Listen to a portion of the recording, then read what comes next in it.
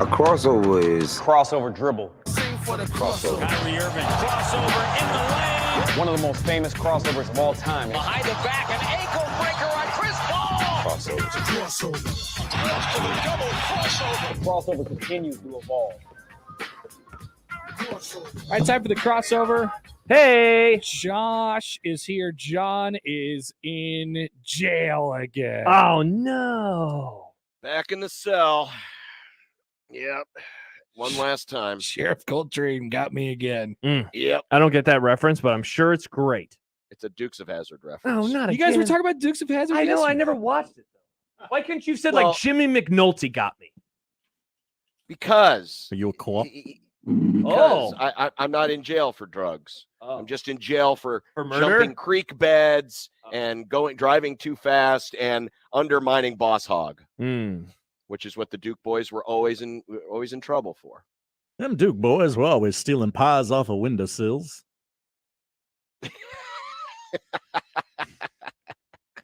By the way, it seems like there's an argument happening on the YouTube comment what's section going right on now in there that already? it looks like it was It's an extension from okay. our show. That's what because I was like, I am missing a lot of context right now. No. Okay, cool. They are mid-debate on whether or not Yeah, what's this about, Josh? Give us the deets. reaction to Fran McCaffrey's stare being the same as I don't know if we all hated Pelini or something. I got lost. I got lost in there. Amazing, Daniel. Can you just God, 3 days ago called and wanted their debate back. Nice. Yeah, Amazing Daniel and Nick were arguing yesterday about what if Taylor Swift was a country musician at the beginning of her career. She was. Yeah, Daniel says she's not. It was going on for like minutes at a time during the commercial break. Just And then John started framed that commenting way. from the zone account too, and it was really funny because he was pretending to be Nick. So the contest is that she was never Yes. a country star. Yes. According to Uh, Daniel. Not Yeah. true country. Yeah, I don't know about that. Yeah. I'm definitely not true country. You Not ain't like Well, mountain. I hear from a few folks, not that I listen to the country or Western music, but Definitely I not. mean, she's not George Strait. the but- modern folks, there's an argument about whether or not today's country music is really country music. It's more pop than country, but I don't know. I don't listen to it. Daniel comments in the Nebraska fans would defend the stare if it was a Nebraska coach. That's what this is about. crux Well, of of the course argument. they would. Yeah, of course they would. course So they wait, would. who's Oh, yeah, arguing otherwise? Definitely. It looks like Yippee or Hippie or one of those guys. Of course they would. Okay. Yeah. I'm very confused. I believe we brought this Every up the other fan base day. would defend the coach would- if it was their own guy. They would make a hype video about the stare. If Yeah, it'd be on the tunnel walk or Oh, something. yeah. If you're Iowa, I mean, what is Iowa? They won by what? They almost won by 30 last night. Is that right? Correct. Over They- Indiana? Yeah, they beat Indiana by 22, I think. And after the stare, they outscored Michigan State. Well, they scored, 10 more points in the last 2 minutes because they rallied, and then they won by an overtime. So they're like plus 40, plus 50 since the stare down. I mean, if I'm Iowa, I'm probably turning this into a T-shirt at this point. Absolutely. A billboard campaign. Yeah, I mean, it's going to be the intro. Yeah, like Josh said, the tunnel walk. It's the new intro video. Yeah, seriously. This we're going to make memes out of it. Mm-hmm. Staring at Kelly Pfeiffer. Yeah. All night long. Here's a couple of middle-aged white guys staring each other down. Yippee writes, Hippie and Yippee are two separate accounts. We are real people. Where is the respect? My God. Amazing take. My God. Also, yeah. Mm. So Yippee said, "Don't confuse me with hippie." Don't confuse me with hippie. This is going to be quite the show, I think. I can already tell. Something's in the water today. The YouTube comments were popping off today for some reason. There was just a separate thing going on in there that was not about. Was it our about show. Fran McCaffrey? Yeah, there was that, and then there was some other stuff earlier in the Chinese show too. food? Chinese food, yeah. What? I think we will have something on our station right now that talks about P.F. Chang's, and Okay. then that started a Which, whole. by the way, is delicious. There's nothing wrong with PF Chang's. We love P.F. Chang's, of course. Definitely. And there was a whole conversation about P.F. Chang's in the comments too. There's a lot of stuff going on today. All right. Interesting. So we have our own little subreddit, is what you're saying. That's what the YouTube comment Should section we make a is. our little- 1620 the zone subreddit? Well, people would just come in and crap Well, on no, it we and have say, the "Bring YouTube Kevin and chat Michael room. back." Bring Kevin. Why- Oh, man, I would love Why if Kevin and give Michael all were the back. attention to Reddit? We can have it right here on our YouTube. I could make. Oh, we should have our own forum, our own scroll. That's what. No, Reddit, Nick. I want a Reddit page. So our own message board. 1620 the Reddit. 1620 the Reddit. I could make that. mean, this kind of acts as that. It sort of acts Josh, as a put message out a board. poll And I like question. it better this way because we can post the things because we'll be able to see it. And do as like for example, Tony says, yes, ask Nebraska fans would just celebrate it, but let's be honest, Fran McCaffrey is a douche, just like Pelini was a douche.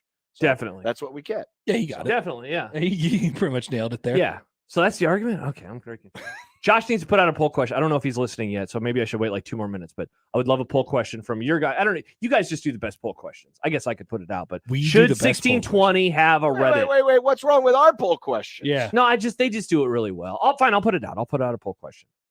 I'll put it out for Should 1620 have a Reddit or a message Reddit board? a Reddit board. Should we create a 1620 The Zone Reddit board? 1620. Anybody calls it a Reddit board. What do they call it, Nick? A subreddit. Subreddit. A subreddit. Yeah. Yes. All right. There we go. 1620 the subreddit. Oh. I like that. We'd have to call it 1620 the sub. I don't know if the character limit will let us Or do that. I mean, Josh, I mean, you got to think a little bit creatively. We could put it on our website and just have a message board feature on our website. On the actual website itself? We're driving Well, people to yeah. our website. I think we should do a Yeah, message why board. are we driving people to other places, Josh? What's wrong with you? Because a lot of people are Driving already our on content. subreddit. Sales, you could So what? you could put ads. Do we You could put do ads we on a message necessarily board. want the people on subreddit on our subreddit? No, we want them on our website. All right, well, the poll question. 1620thezone.com. So we're going to make a message board on 1620 1620 the message board. .com. Huh. That's a little wordy. We'd have to come up with a punchier Nick, name. you can be the moderator. You know what's funny? You moderate very well. You just ban everybody. You That's know what I'll do. that's true. Iron fist. The bosses would absolutely go for this. Oh, They- 100%. Maybe we should edit this out of the podcast. Yeah. Yeah. We should- our we should bad. not mention this anymore, actually, because everybody upstairs would love the idea. Just keep using the YouTube page, kids. That's all we ask. Nice. Stay it's on the perfect. YouTube. Sam says make a 4chan. Oh, no. John, do you no. know what 4chan What's that is? about? No. You know what 4chan is? I've heard the It's that- a is that- cesspool. Yeah, it's a You pretty know how that, Reddit's uh, bad? 4chan is worse. Reddit Then is there's that- 8chan, which is even somehow worse. Is that PF Chang's delivery service? No. what? So what? I have no idea what that is. 4chan is like one of the original. It's an image board, is what they call it. But it's like one of the. A lot of like memes from the internet come from, or Like used to come from. Pepe started. Are at you on 4chan? 4chan? Absolutely No. not. That place is garbage. People 4chan. Also, it's impossible to read. So people talk in memes and Sometimes, GIFs? other times, it's very deep internet speak. Yeah. Like very. I can't even constantly understand online. half the stuff that's said on Reddit. Yeah, no, people on 4chan need to touch grass. That's what they need to do. Dragon says HSN Dragon. HSN Dragon. First of all, can we get a name change, please? It says LOL 1620 the Chan.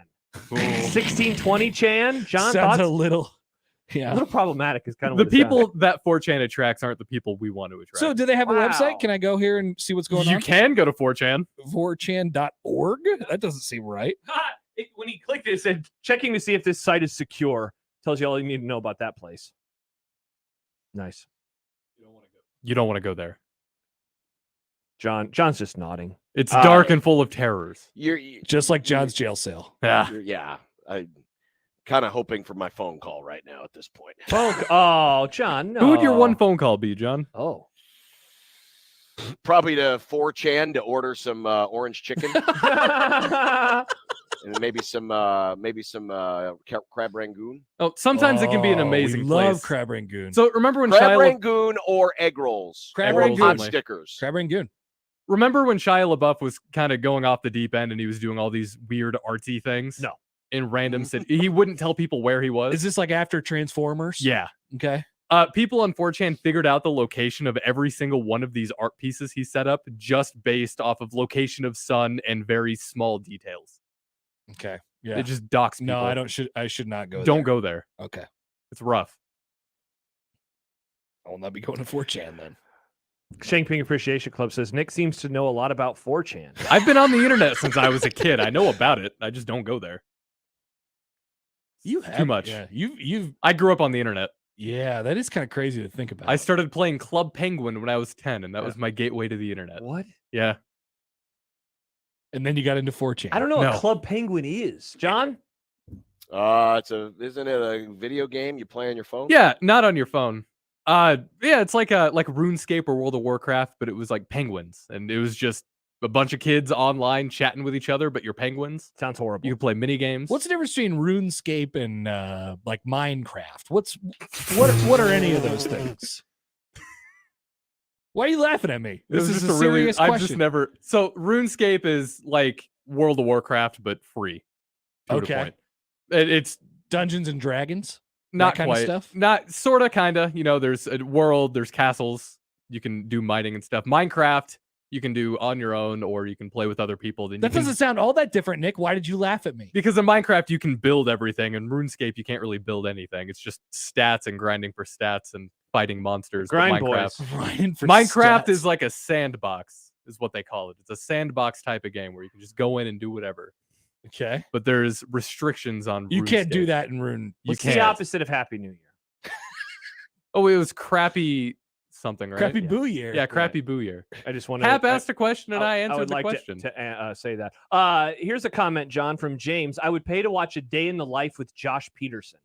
What? That's boring as hell. Why would Well, you do that would make you an accessory to murder. So, Okay, settle down. well, it depends on what day the murder club meets, but My days are they're all similar. It's the same thing. Nothing really happened. Oh, you said my days. My- Interesting, Josh.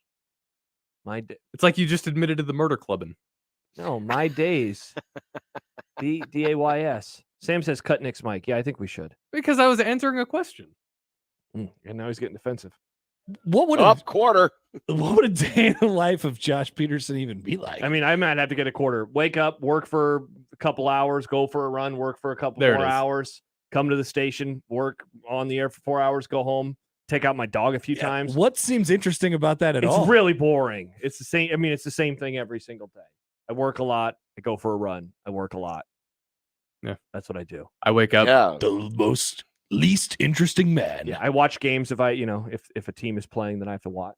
Mm. Like last night, I watched a game. Like tonight, you'll watch Patrick Ewing. I'll watch Patrick Ewing in his final appearance at the CHI Health Center. Rest in peace. Well, we don't know that for certain. Hmm. There's a Well- chance he could end up as one of the characters in Disney on Ice. When they perform it next time. Or maybe he starts his own band. Goodbye, Patrick. Thank you. Alan says, "Welcome to 1620, the zone without football, Minecraft and 4chan." Oh, just wait till July.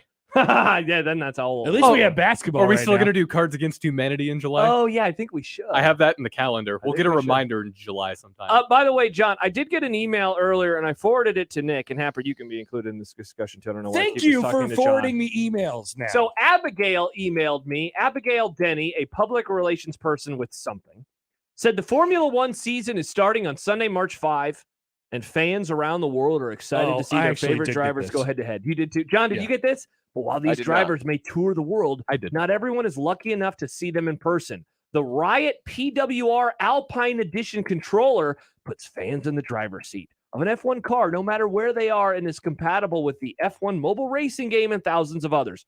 Would you be interested in having Fraser Townley? Blah, blah, blah, blah, blah. Plus, we get 4 controllers to give away. So I forwarded this to Nick, and I said, it's time to bring back Formula Friday. They're just Xbox controllers with Alpine branding. But we can give away controllers, and you could do an interview for your podcast. Will you let me do Formula? We should bring Formula Friday on the air. Definitely not. No, we don't want to do Mm. that because I don't want to be promoting the Hussein Gaddafi Cup. What's really funny is all of you seem to have gotten this email, but not me. Yeah, well, The 'cause one person who cares about it. Now, I'm on these stupid PR lists. I delete every single email. I've actually taken I advantage still of get that a stuff couple from of Nick times in the Baugh. last year where I get emails and it's like, hey, we have this book. Would you want? I'm like, yeah, sure. Why not? Most Send of me them the are book. just like, this survey says that walking around is good. Like, that's I hate 25% of Nebraskans' favorite color is blue. the things that Severe tweets out, basically. Like, Yes. have you seen Yes. this? Burgers are the favorite foods of Lincoln, Nebraska. It's like, Yeah. oh, Michael, I just got the exact same. I wake up to like 6 of them every day. How many Yeah. surveys are there? Yeah, and it's always the same. It's always the same survey.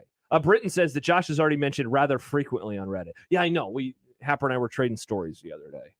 He sent me a link, or he sent me. So Oh, a yeah, there is there was a a- murder club subreddit. No, there was a thing about us on the Husker Reddit. We're on the Husker one. Yep. Oh yeah, that's right. Husker Yeah. fan does. And that's where people go and they talk about how they miss Kevin and Michael. I miss Kevin and Michael too. I just want that out there.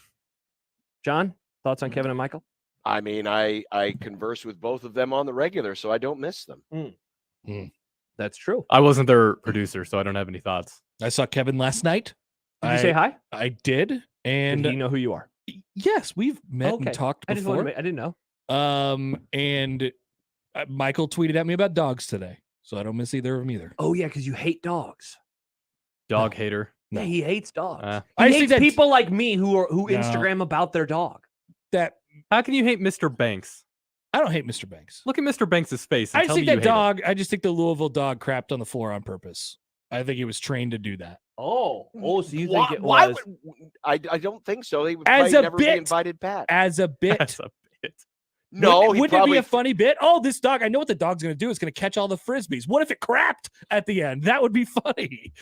That's A lot of funny people are bit. talking about it. I think it's a perfect allegory for the state of Louisville basketball right now. It is. It definitely is that. Yes. Yes. Oh, 100%.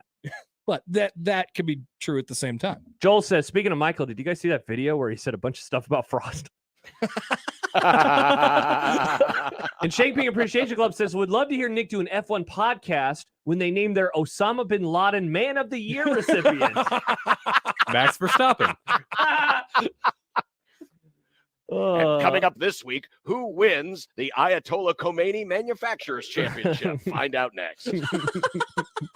You know, I just want to put out there that my sport, all the drivers did refuse to drive in 1985 during the apartheid. I just want to put that out there. Great. 40 years They ago. didn't support the apartheid. Well, good on them. Good on Formula What One. did football do for the apartheid, Josh? Meanwhile, I don't know. they were still apartheiding drivers because it was still another 20 years before an African American driver raced in Formula One. Yikes. Nick? Spot the lie, Nick. No, I'm trying to think. No lies. Address the allegations, No Nick. lie spotted. When did Sir Louis join the tour? 2008. Well, he's not an African American. He's not. He's from England. He's a black man. Yeah. But, well, he is. I know you. That was funny. Just funny the way it's sounded. The African American from England. African American Englishman. There you go. All right. So, yes, Maybe. it was Sir Not Louis. quite. It was 2007. It was Sir Louis. Yikes! Yeah, Yikes! so it was 20 years. How long ago was Jackie Robinson? 47. 1947. Just a little Jeez. behind the times. Wow, tough look, Nick. You are one of the more not progressive if people I you're the know. sport with the Hussein Gaddafi Cup. Yeah, that's true. Yeah. What I did look forward to this baseball do interview. for the apartheid? Again, we keep bringing up the apartheid. I got nothing else. Yeah, we know.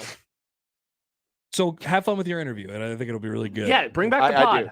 And then you And can get give away controllers. some That's controllers. awesome, Nick. You can have a promo code or something. I don't like Alpine, though. That's the other thing. Oh my goodness. Well, so much for the Alpine's pod. okay. Is it a moral thing? Not really. Okay. John would hate them. It's a French team with 2 French drivers. Ugh. Oh, so when they see the white flag, they're like, "We're home." Oh, no. Got him. They've also got the worst track on the calendar. I hate France. Oh man, me too. Oh man, Don't we all? I hate France. Yep. That's one thing we could all agree on. We. We all hate Yep. France sucks. Yep. Down with France.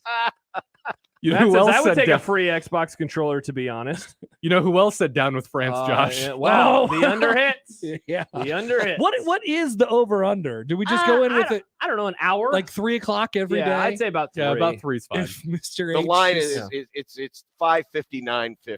Oh, well, then the under hits. the under hits every day. Every day. Every day. It didn't hit yesterday. How is it possible that every day Mr. H is referenced on this show? Every day. We've actually been on a Mr. H drought the last week and a half or so. We have. Yeah, that's true. Josh broke it. week and a half. I think I broke it. There's a lot yeah. of there's a lot. Well, of you broke it days. because if Mr. H had survived, his name would be on the cup. But They don't race in Germany anymore, John. Oh, They do race in Belgium. very socially aware. Nice. yeah, very. Well, it's because Germany doesn't pay the money that they want them to. The Middle East pays them more money. What a sport. Mm. What a sport. All right. Well, that was Okay. a crossover. Wow, Wow. it was something. I don't know what Yeah. it was. But 4chan and F1. Club Penguin, A Minecraft. Club Penguin somehow wedged in between. All right. Well, here we go. It's a Dumb Debates Wednesday.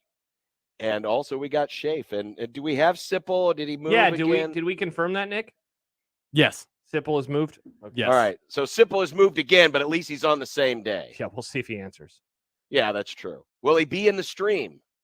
Oh, I didn't was ask. last I week. forgot we were doing that. all right. We can I'll ask him. He said he could do it. Mm-hmm. He said he could do it. Mm. All right. We'll come back and get the program started next on 1620 The Zone.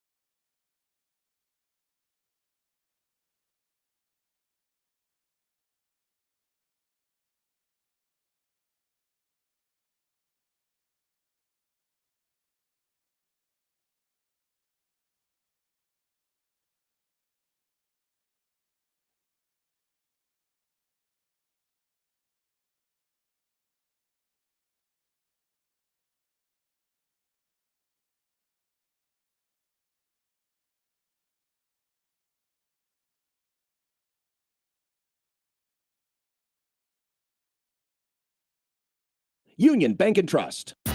OSA Crusaders tryouts are here. Enhance your athletes' love for the game with OSA's top-notch facilities and coaching staff. OSA places a major emphasis on age-appropriate skill development through cutting-edge trends, and OSA athletes have fun learning the game the right way. Take your athlete to the next level and give them an experience that is second to none. Check out their website at omahasportsacademy.com.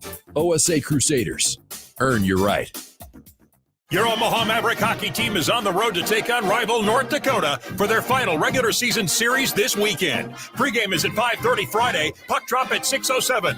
It's UNO at North Dakota on your home for Maverick hockey. News Talk 1290 Coil. Hi, friends. Kent Pavelka courtside getting ready for this year's matchup between the Average Roofing Companies and the Rooferees at John Higgins Weather Guard. The Average Roofers are just that, average at best, not very impressive. The Rooferees, above and beyond the opponent, more dependable, service that exceeds the norm, good sportsmanship, fairness, and integrity. You know them, you love them, and they're ready to win for you. Make the right call with John Higgins Weather Guard. It's tip-off time with the Rooferees at John Higgins Weather Guard. It's not easy being the one everyone counts on to keep your operation running, no matter the weather or supply chain hiccup. But we get you, Raymond in Buffalo, Maria in Miami, and Jules and Troy, taking control of everything that's under your control. At Grainger, we're here for you with high-quality supplies for every industry, plus real-time product availability and access to experts ready to help. Call, click Grainger.com, or just stop by. Grainger, for the ones who get it done. Baseball returns to the airwaves this Tuesday as the Creighton Blue Jays visit the Omaha Mavericks. Coverage begins at 5:30. Creighton Baseball on 1180 The Zone. Finding great people to hire is like trying to find a needle in a haystack. It's pretty difficult, right? Well, ZipRecruiter has mastered finding a needle in a haystack, so they take it to the next level. They make hiring so simple that it's like finding a needle in a needle stack. And that's why you should try ZipRecruiter for free at ZipRecruiter.com/radio. Here's what it's like to use ZipRecruiter. They have so many qualified candidates that it's easier to find the right ones for your roles. In fact, 4 out of 5 employers who post on ZipRecruiter get a quality candidate within the first day. That's a lot of needles. So how do they do it? ZipRecruiter's powerful technology sends you candidates who are a great match for your job, and you can even invite your top choices to apply.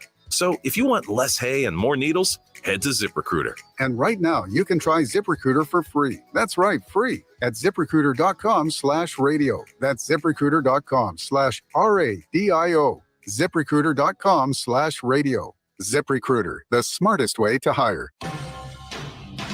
This edition of Unsportsmanlike Conduct on 1620 The Zone is proudly presented by Union Bank and Trust. The program starts now. KOCN. Unsportsmanlike Conduct on 1620 The Zone. Husker Athletics, Creighton, and yes, UNO. Don't miss a moment, they'll give you your fix. They're on every day from 2 until 6. Spend your afternoons with John, Josh, and Nick.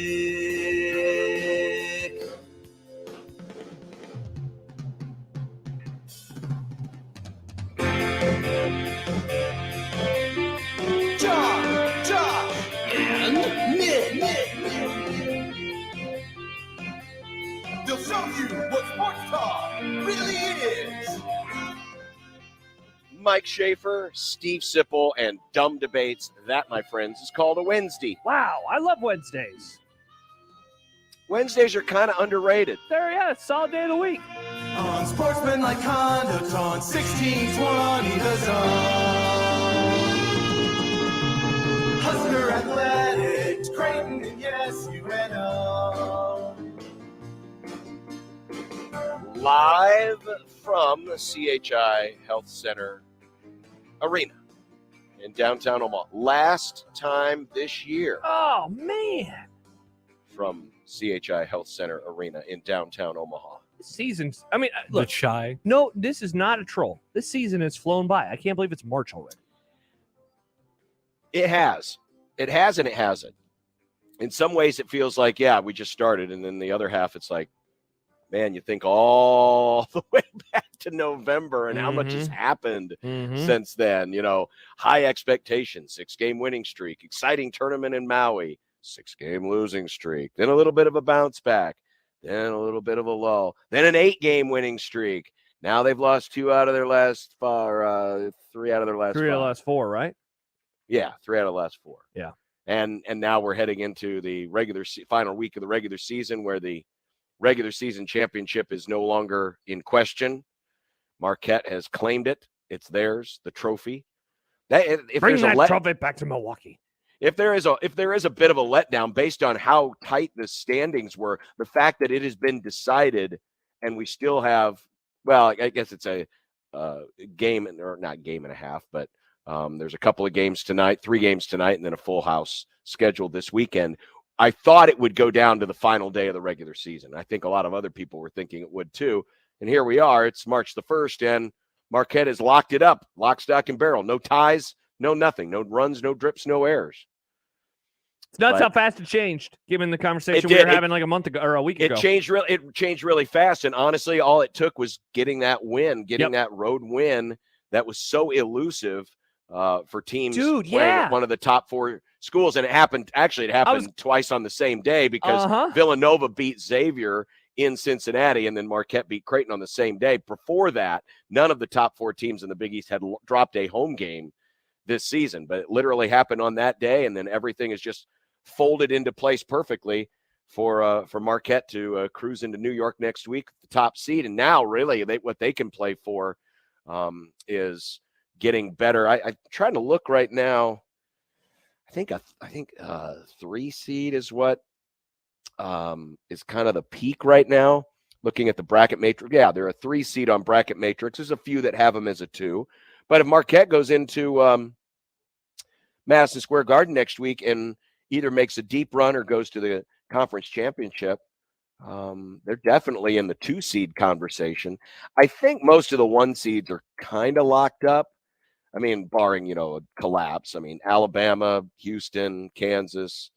Really, the only question might be Purdue. Well, Purdue has been on a bit of a slump, so there's a chance. But Marquette's playing for top 2 seed potentially next week in New York.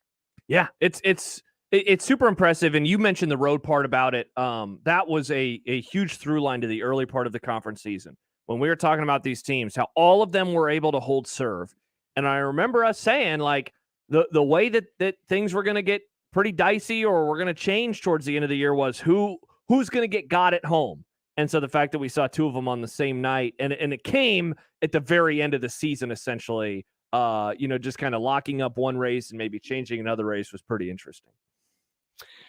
But tonight here at CHI Health Center, the final home game against the Georgetown Hoyas for the Jays. We'll see if they can bounce back. I mean, these are definitely 2 games where there's an opportunity to at least get right or get to feeling better about things going into New York. Not that it may necessarily portend to actual momentum going to New York because I mean, it's pretty much a foregone conclusion, barring some upsets here, especially this weekend, that Creighton's going to be a 4 seed and UConn's going to be a 5. So they're going to face each other in New York City next Thursday. So you kind of know what's ahead of you over the next 3 games. And then after that, it's, waiting for the selection committee and then going from there. But yeah, this is certainly a week where if the Jays are going to at least get some things looking right, this would be the week to do it. It may not necessarily, again, mean actual momentum, but it's better than the opposite, which would be to continue to slump, especially if they were to drop one of these 2 games to 2 of the bottom teams in the conference, and fix some of the shooting woes that have been plaguing them here over the last 5 games. They're barely over 30% as a 3-point shooting team over the last 5 games. Now, they managed to win a couple of them, but they've also lost 3 of those 5. So things to work on, things to fine tune and hone for tonight. We'll have all the coverage here. Ravi's got the pregame at 6, tip off after 7:30, and all the postgame afterwards with Jimmy Allen. More on that a little bit later on. Of course, I mentioned it's Dumb Debates as part of our John Higgins Rooferees starting lineup. Steve Sipple's going to move to 350, which means Mike Schaefer moves to 250. So Schaefer will join us in this hour. And a lot of other odds and ends around sports today. It is March, and it is madness. Whoa! And last night was certainly madness. It could have been even more maddening. Oh, man. Positive maddening. I was going to say negative maddening. Maddening for a team in East Lansing is what it could have been, and then it turned into maddening for a team. Did you see Jack? Never mind. I'm going to save this. I'll read Jack Mitchell's tweet when we discuss the game later. We'll do that next. Okay. Stand by. And then Mike Schaefer will join us, and we'll find out how bad his fever has spiked today. Oh, boy. His Rayola fever. By the way, we do have an update. We do have an update music bed for you. Oh, Josh was wanting an update, and so for what? For Rayola fever. Oh no, I wanted a whole segment, an open, a close, graphics, an orchestra. That's what I was wanting. Well, unfortunately, we John don't have Williams access to. We don't have access to any of those. Oh, we don't have access to any of those. I can try to get you Hans I have an Zimmer. idea. I watched this movie this weekend called Tar. Kate Blanchett. Oh, I've heard of that movie. Yeah, I wasn't a huge fan. But she's she's a composer and a conductor. Well, there was a specific moment though where she's conducting and it's like, wah! That could be our noise for Dylan Rayola. Maybe I'll go see if I can find that on the internet. It's like 2 hours and 40 minutes. We've already we got something. We got something. All right, we'll see if you like it. All right. If you don't, we'll go and we'll see if we can find your orchestra. I'll look for it. Though by the time we actually are able to find an orchestra, he may have already announced his commitment to Oregon. Oh, would you stop? Get your negativity out of here, you monster. And Oregon. You always got to watch for them Ducks. This is their time of year. The Ducks are flying back to the north. That's true. This is their time of year. Nice. So all of that to come today here on the program. 402-951-1620. It's the hotline and the text line. JTech Construction Zone Twitter feed at USC1620. Or if you want to send us your dumb debates via the Equitable Bank inbox, you certainly can. Or any other correspondence for that matter. Oh. John at 1620thezone.com or Josh at 1620thezone.com. It's Unsportsmanlike Conduct, brought to you in part by Woodhouse Chevrolet. Right there in Missouri Valley, just off I-29, exit 75, and you can make every day a getaway in the 2023 Chevy Equinox. Functional yet simple, easy to operate, great driver controls, clean cabin. There's extra features too, like rear cargo hidden storage. So if you don't want your stuff exposed out there in the back of the SUV, hide it underneath. Perfect place to do it. Plus, there's also split bench folding seats that can flip down for larger loads. Chevy Safety Assist helps make the driving easy, and it comes standard on every Equinox. Plus, there's also available switchable all-wheel drive so you can adjust to changing driving conditions. And with multiple trim options, you can customize your Equinox to fit your personality. It's the 2023 Chevy Equinox right now on the lot, available at Woodhouse Chevy. See their entire selection and schedule a test drive today at woodhousegm.com. While you're there, value your trade. Fill out the credit app, chat with their knowledgeable, friendly staff. Visit Woodhouse Chevy just off I-29, exit 75 in Missouri Valley, or woodhousegm.com. Chevy, find new roads. The best way to catch all the action is on 1620 The Zone. And no line for the bathroom. Don't miss this week's Zone Deal. This week's half-off deal is $50 worth of vouchers to Le Voltaire French Restaurant for only $25. Le Voltaire Pepperwood Village is a locally owned, unpretentious French restaurant serving down-home cooking with an extensive wine list and great handcrafted cocktails for decades. Whether dining with friends, clients, or that special someone, Le Voltaire will make you feel right at home. Zone Deals go fast. 9 a.m. Friday, 1620thezone.com. You like to get paid to shoot fireworks? J&M Displays wants you. Help shoot an Omaha Storm Chasers game, Memorial Park display, or any of the major shows in Western Iowa and all of Nebraska. If you like to travel, J&M covers Nebraska, Kansas, and most of Missouri. They offer free training and great daily pay rates, which makes it a perfect part-time job. Visit jnmdisplays.com and click the Join Our Team tab to find out more. J&M Fireworks. Listen to Woodhouse Auto Family Blue Jay Overtime, the Creighton men's basketball postgame show on 1620 The Zone. Live from DJ's Dugout downtown. It's right after every home game, presented by Barry Law. Exclusively on your home for the Creighton Blue Jays. 1620 The Zone. The road to the NCAA tournament begins on Friday night for the Omaha men's basketball team. Hi, everybody. I'm Gary Sharp. The Mavericks open up the first round of the Summit League tournament against Kansas City from Sioux Falls, South Dakota. We'll be on the air with pregame at 8 o'clock. Tip-off 8:30 on 1180 The Zone. Finding great candidates to hire can be like, well, trying to find a needle in a haystack. Sure, you can post your job to some job board, but then all you can do is hope the right person comes along, which is why you should try ZipRecruiter for free at ZipRecruiter.com/free. ZipRecruiter doesn't depend on candidates finding you. Its powerful technology identifies people with the right experience and actively invites them to apply to your job. You get qualified candidates fast. So while other companies might deliver a lot of hay, ZipRecruiter finds you what you're looking for. The needle in the haystack. 4 out of 5 employers who post a job on ZipRecruiter get a quality candidate through the site within the first day. ZipRecruiter, the smartest way to hire. And right now, you can try ZipRecruiter for free. That's right, free. Just go to this exclusive web address, ZipRecruiter.com/free. That's ZipRecruiter.com/free. ZipRecruiter.com/free. Your neighborhood is more than blocks of buildings. It's the people who live there that make it special. At Union Bank and Trust, we're not just creating home loans, we're making neighbors. We're not just small business lenders, we're small business shoppers. We don't just live in your community, we help you build it. Because our people are your people. Visit ubt.com/neighbor to learn more. Union Bank and Trust, member FDIC. I can't believe tax season is here already. Look at all this info I have to enter. Phil's small accounting firm is growing in numbers. Why didn't I take that typing class in high school? A data entry specialist could really help him in a crunch. I got blisters on my fingers. Indeed can help him hire great people fast. I need Indeed. Indeed you do. You can schedule and conduct virtual interviews all from your employer dashboard. Visit Indeed.com/credit and get $75 towards your first sponsored job. Terms and conditions apply. This is Unsportsmanlike Conduct. College football, we love you. On 1620 The Zone.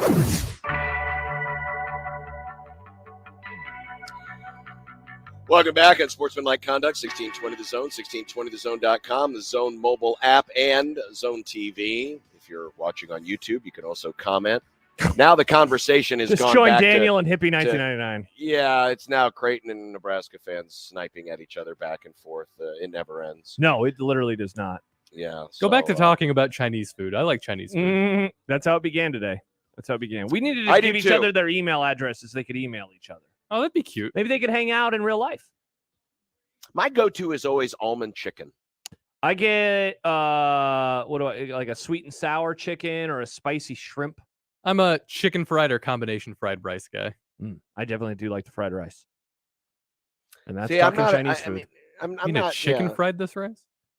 I'd rather just have the white rice with my almond chicken. Yikes.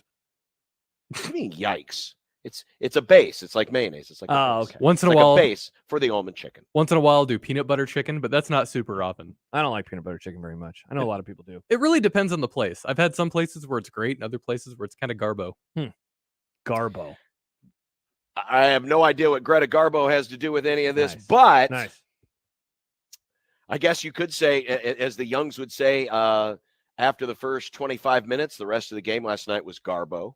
Yes, it was. It went from like, wow, this is going to be a really fun win to, wow, maybe this will be a close game, win or lose, to, holy crap, how did Michigan State win by almost 20? Well, I mean, we said it yesterday, right? Yeah. I mean, if Nebraska could keep a hold of those 3-point shots and Michigan State wasn't hitting them. And that's what happened in the first half. My God, 12 of 17 in the second half, which is, it's absolutely obscene. Yeah. I mean, the fact that they 17. hit one at the very end, too, like just like insult to injury. Like they didn't need to make that three as well to go up by 17. No, but they did. Yep. But the other part of it, too, was while Sparty was going hot in the last, 14, 15 minutes of the game, after Tominaga hit his three that made it a 10-point game again, Nebraska only made 3 of its last 13 shots. And, that's not going to get it done unless you're able to keep the other team, cold as well. But it didn't happen. Michigan State set a building record for most points in a half. They scored 54 points in the second half. The 16 overall made threes tied the arena record. It was just an onslaught. And sometimes, similar to the Michigan game, those things happen. The team gets really hot. Yes, you can make adjustments. Fred Hoiberg didn't think they closed out particularly well in the second half on shooters, which certainly makes some sense. But then there are just some times where it can be a game of momentum. Once a guy starts feeling it, once several guys start feeling it, there's more confidence. They step into it more. And when it starts falling, it's a game of momentum. I think of all sports, because of the frantic nature of the sport, because it's constant motion. Back and forth. Momentum is so critical. And that's why, it's a game of runs. Team goes on a 9-0 run, then maybe it's a 12-2 run, and it can go back and forth. And you need to find those moments, whether it's a timeout or whether it's, a foul call or whether or not it could be anything. It could be a blocked shot. That turns into a fast break bucket. You need momentum stoppers. Yep. And Nebraska didn't have any momentum stoppers. Yeah, well, and there was the point, last 14 minutes. Yeah, where Casey, he was on the bench. He messed up his ankle, and so he was on the bench for a little bit. And that was, when the run kind of started or at least continued. And it was just, a possession. There was one in particular where Nebraska had done a good job at answering the Michigan State shots, whether it was a 2 or a 3. Nebraska would go down the floor. This is the beginning of the second half. And they'd get a bucket themselves, and they would nullify it. But then there were just a couple of possessions where a 12-point game was suddenly a 5 or a 6-point game. And in that moment, like you said, momentum was all with the Spartans. And it was just impossible for Nebraska to reverse it. And their great shooting went away. I thought that, there was a couple of shots, one in particular that I can remember from Tominaga, absolutely forced it.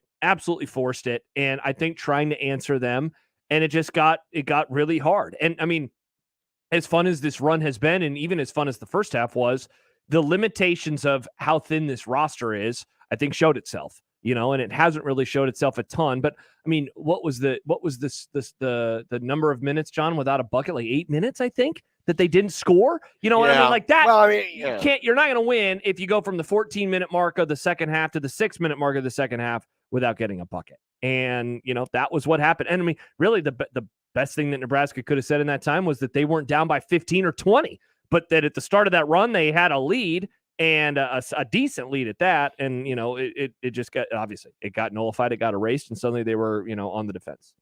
Certainly, if you were getting your hopes up that there would be some postseason basketball, dare I say even hosting an NIT game in Lincoln, those hopes took a decent-sized hit last night.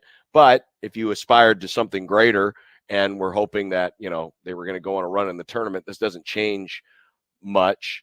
Now, it could potentially make the road tougher now as, Nebraska is going to need to have some help to get out of the play-in game.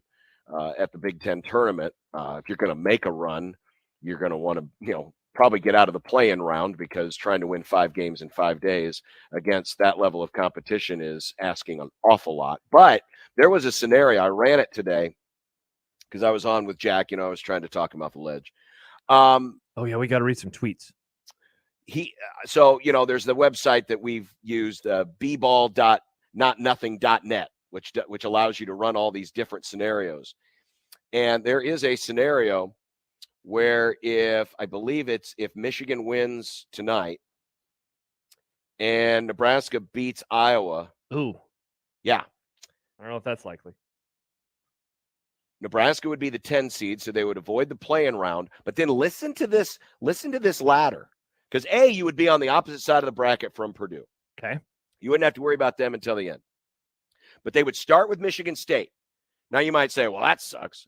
And I would agree. I mean, Tom Izzo, is your most accomplished coach. But, you obviously were in the game, for a good chunk of time. You're going to have to pull an upset anyway. So you win that one. You'd be matched up with Maryland, who you just beat. I was going to say, yep, a dub. And then if chalk holds, Rutgers would be next in line in the semifinals. Another team you just beat. So, I mean, it could be doable. Now, again, it would require some help. I still think it would be really, really tough, because right now, if chalk holds, and I'll just reset the seeds. Right now, if chalk holds, Nebraska would be the 11th seed. They'd play Minnesota. Then their path would be Indiana, Iowa, and then potentially Maryland. And again, they're 2 of those teams or 3 of those teams you've beaten, and you could do that, but the problem is that's the extra game, and it's 4 games in 4 days just to get to the 5th game. Yeah. So it's not going to happen. No, not from that standpoint. So it's not. We'll see. But hey, you can ruin Iowa's season. Hey, there you go. Imagine That's a positive way to you view can ruin things. Iowa's season, because Iowa needs to win, because they want the double bye. They want a top 4 Iowa. spot. Well, they need to beat Nebraska to do that. Mm-hmm. You could ruin their mess kit, just like Nebraska ruined Iowa's mess kit in on football Black Friday. Mm-hmm. See? Yep. So there's still plenty to be hopeful for. Positive, boys. But is there something to be hopeful for when it comes to Dylan Raiola? That he'll be the starting quarterback for Nebraska next August. Mike Schaefer on that and more as we continue with Unsportsmanlike Conduct on 1620 The Zone. Live from the Host Coffee Studio, this is 1620 The Zone. Your neighborhood is more than blocks of buildings. It's the people who live there that make it special. At Union Bank and Trust, we're not just creating home loans, we're making neighbors. We're not just small business lenders, we're small business shoppers. We don't just live in your community, we help you build it. Because our people are your people. Visit ubt.com/neighbor to learn more. Union Bank and Trust, member FDIC. Peerless Energy Systems is Nebraska and Iowa's locally owned and operated authorized solar air compressor distributor. Peerless Energy Systems provides products and solutions for compressed air systems, helping companies in manufacturing, food processing, transportation, auto body repair, car dealers, and more. Driving industry efficiency through service, support, and relationships, let Peerless Energy Systems help you increase efficiency with your compressed air systems today. PeerlessEnergy.com.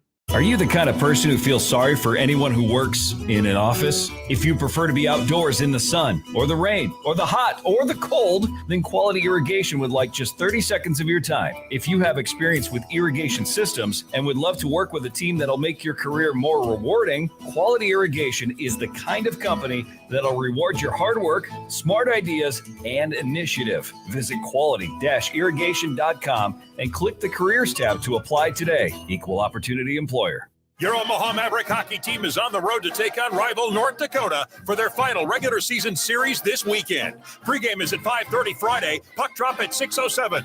It's UNO at North Dakota on your home for Maverick hockey. News Talk 1290 Coil. Like any good agent, we're here for the open house, for the closing, for handing over keys. But because we're realtors, we're here for so much more. Agents who are realtors volunteer at nearly 3 times the national average.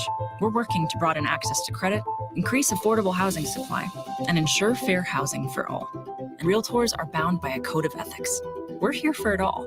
Realtors are members of the National Association of Realtors. That's who we are. I can't believe tax season is here already.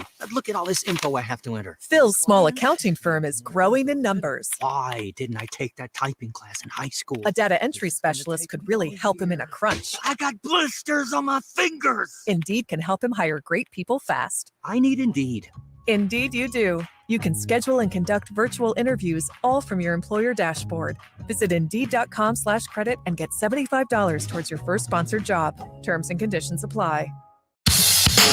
Do you know a high school senior who'd like a $12,000 college scholarship? Well, be sure to tell them that the Salvation Army is now seeking nominations for the DJ's Hero Award scholarships. We're looking for Nebraska high school seniors who have overcome adversity and who are doing the most good in their communities. The application deadline is March 8th. Nominate your hero today. Just go to djsheroapp.org for more information. That's djsheroapp.org. djsheroapp.org.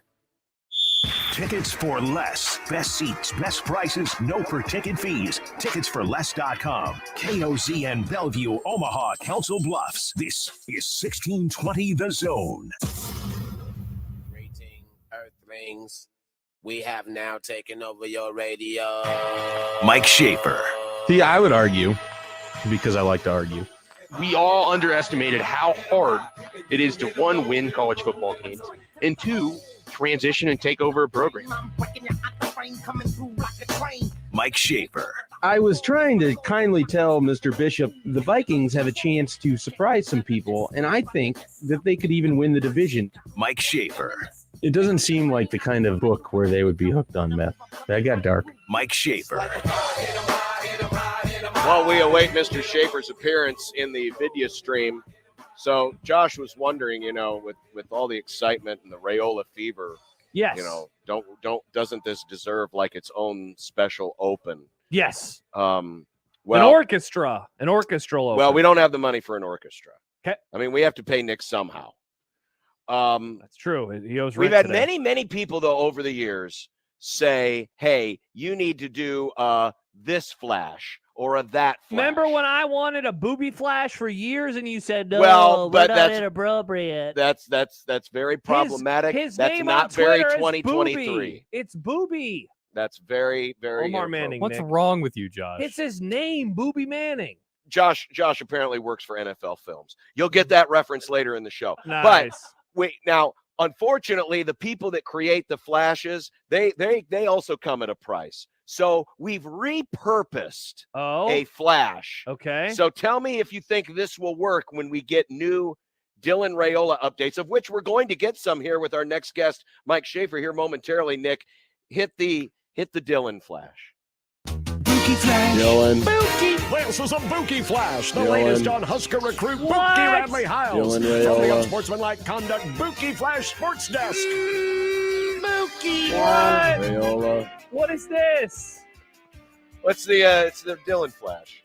You worked so hard to make the Bookie flash. Bookie? What do you mean? No, the people who did the flash Wow. worked very hard on that. Bookie. Let me get your Bookie again. Man, sad. I wanted an orchestra. Well, let's bring in Mike Schaefer of Husker 24/7, who is I feel, right now, I don't know if you know this, Josh, on some of the cable noise channels that you like to watch, apparently there's a big debate going on right now about the origins of the pandemic and where exactly it came from. I wouldn't know that because I don't watch those. Apparently you do, though. I think, though, we do know the origins of where the Rayola fever came from. Oh, And yeah. it came from Mike J. Schaefer. Yeah, you got to point in the right direction. Yeah. The man who put in a crystal ball for Mr. Dylan Rayola. How does it feel to be the laboratory that created this mess? First, I want to say this is the first ever interview I've done with someone in the witness protection program. So that's exciting. You're still using the name John Bishop. I think they're going to be able to find you easily enough, though. That seems, difficult. For those that don't understand the joke on the stream, John is sitting in what appears to be a utility closet, doing the show today. It's my jail cell. Yep. It's my jail cell. So That's where Creighton plays, Dave. What was that? I said that's where Creighton plays. That's what the arena looks like. Oh, I see. Normally, the arenas are a little bit more brightly lit, I think. Yeah, I know. Very odd. Well, they are. You gotta look the right way. Yeah, There it is. yeah. Right down there. Okay. Yeah, there we go. If you look, I've real been quick, see the I've been bald to that building. Kugler down there somewhere. I've been to that building before. I recognize it now. But yeah, Dylan Raiola, he was here on a boys' weekend. For some reason that just cracks me up. Dom just calls up Donnie and they're like, "Hey, I'm bringing the boys out. We're gonna chill. Oh, by the way, you have any good seats for the basketball game?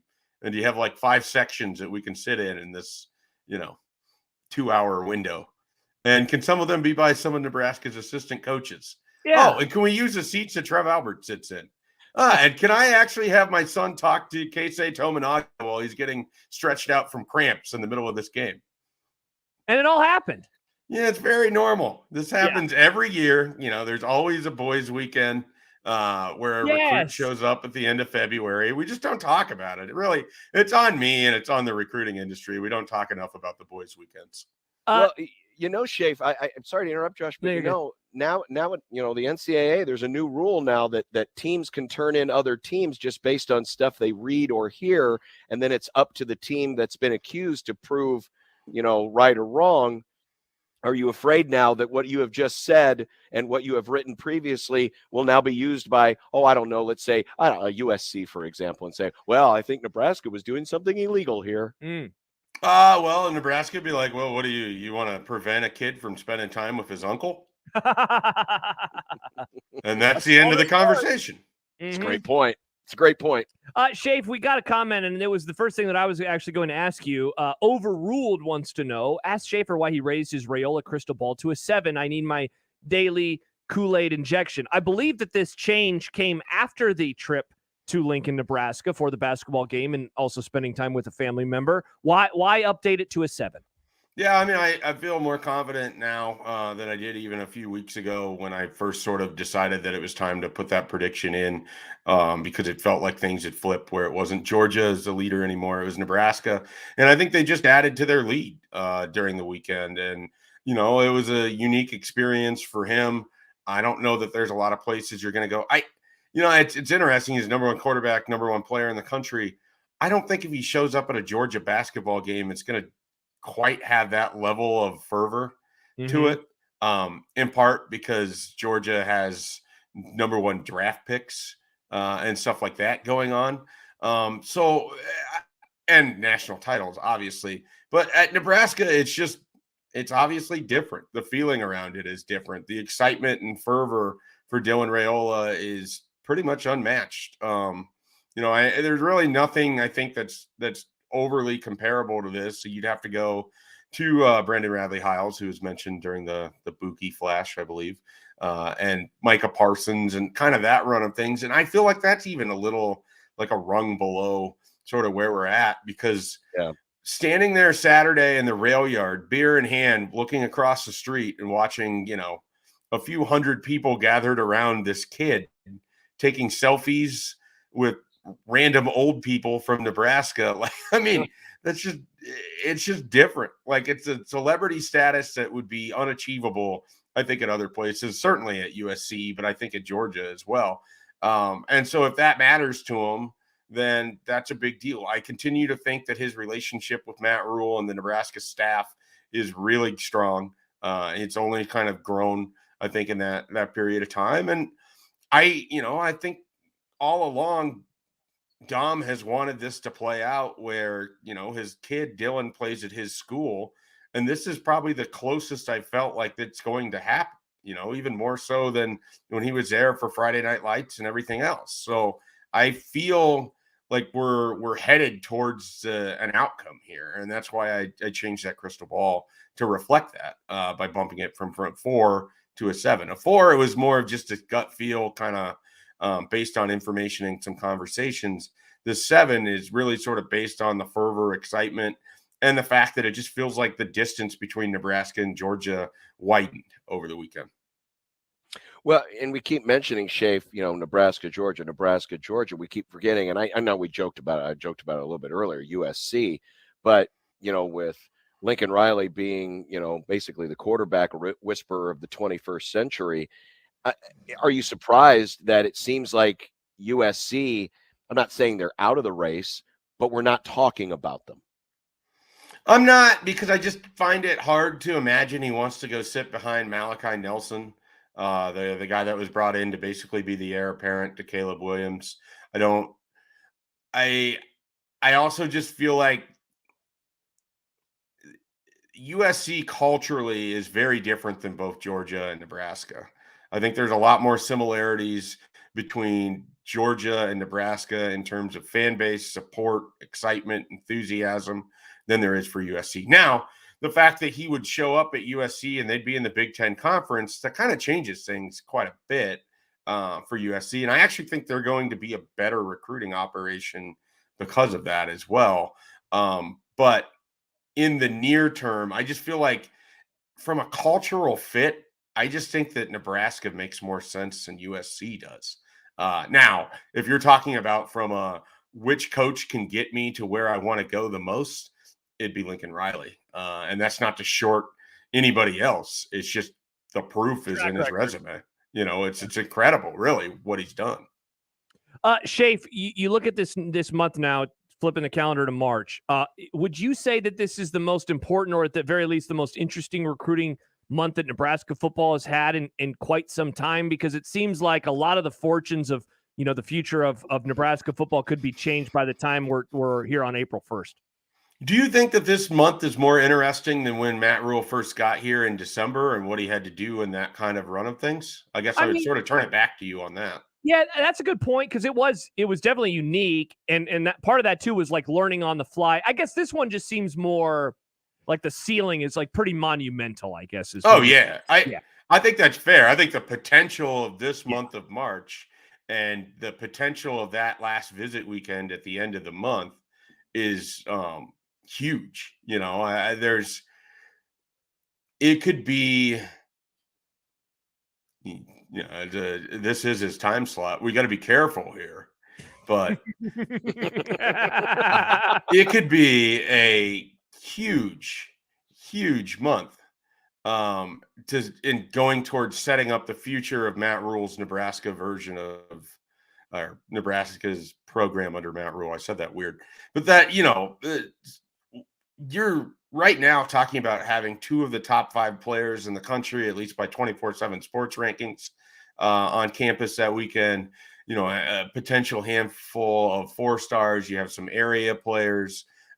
You have some potential difference makers that are all going to be in town at the same time. And if this goes how I think it will with Dylan Raiola, it wouldn't be a shock if shortly after that weekend it leads to a potential commitment that then sets the tone for what the rest of this class looks like, and arguably what the future of Nebraska football looks like. So yeah, it's a monumental month, and in a very different way than that December one. They're both massively important. But that was more of we got to get our feet under us.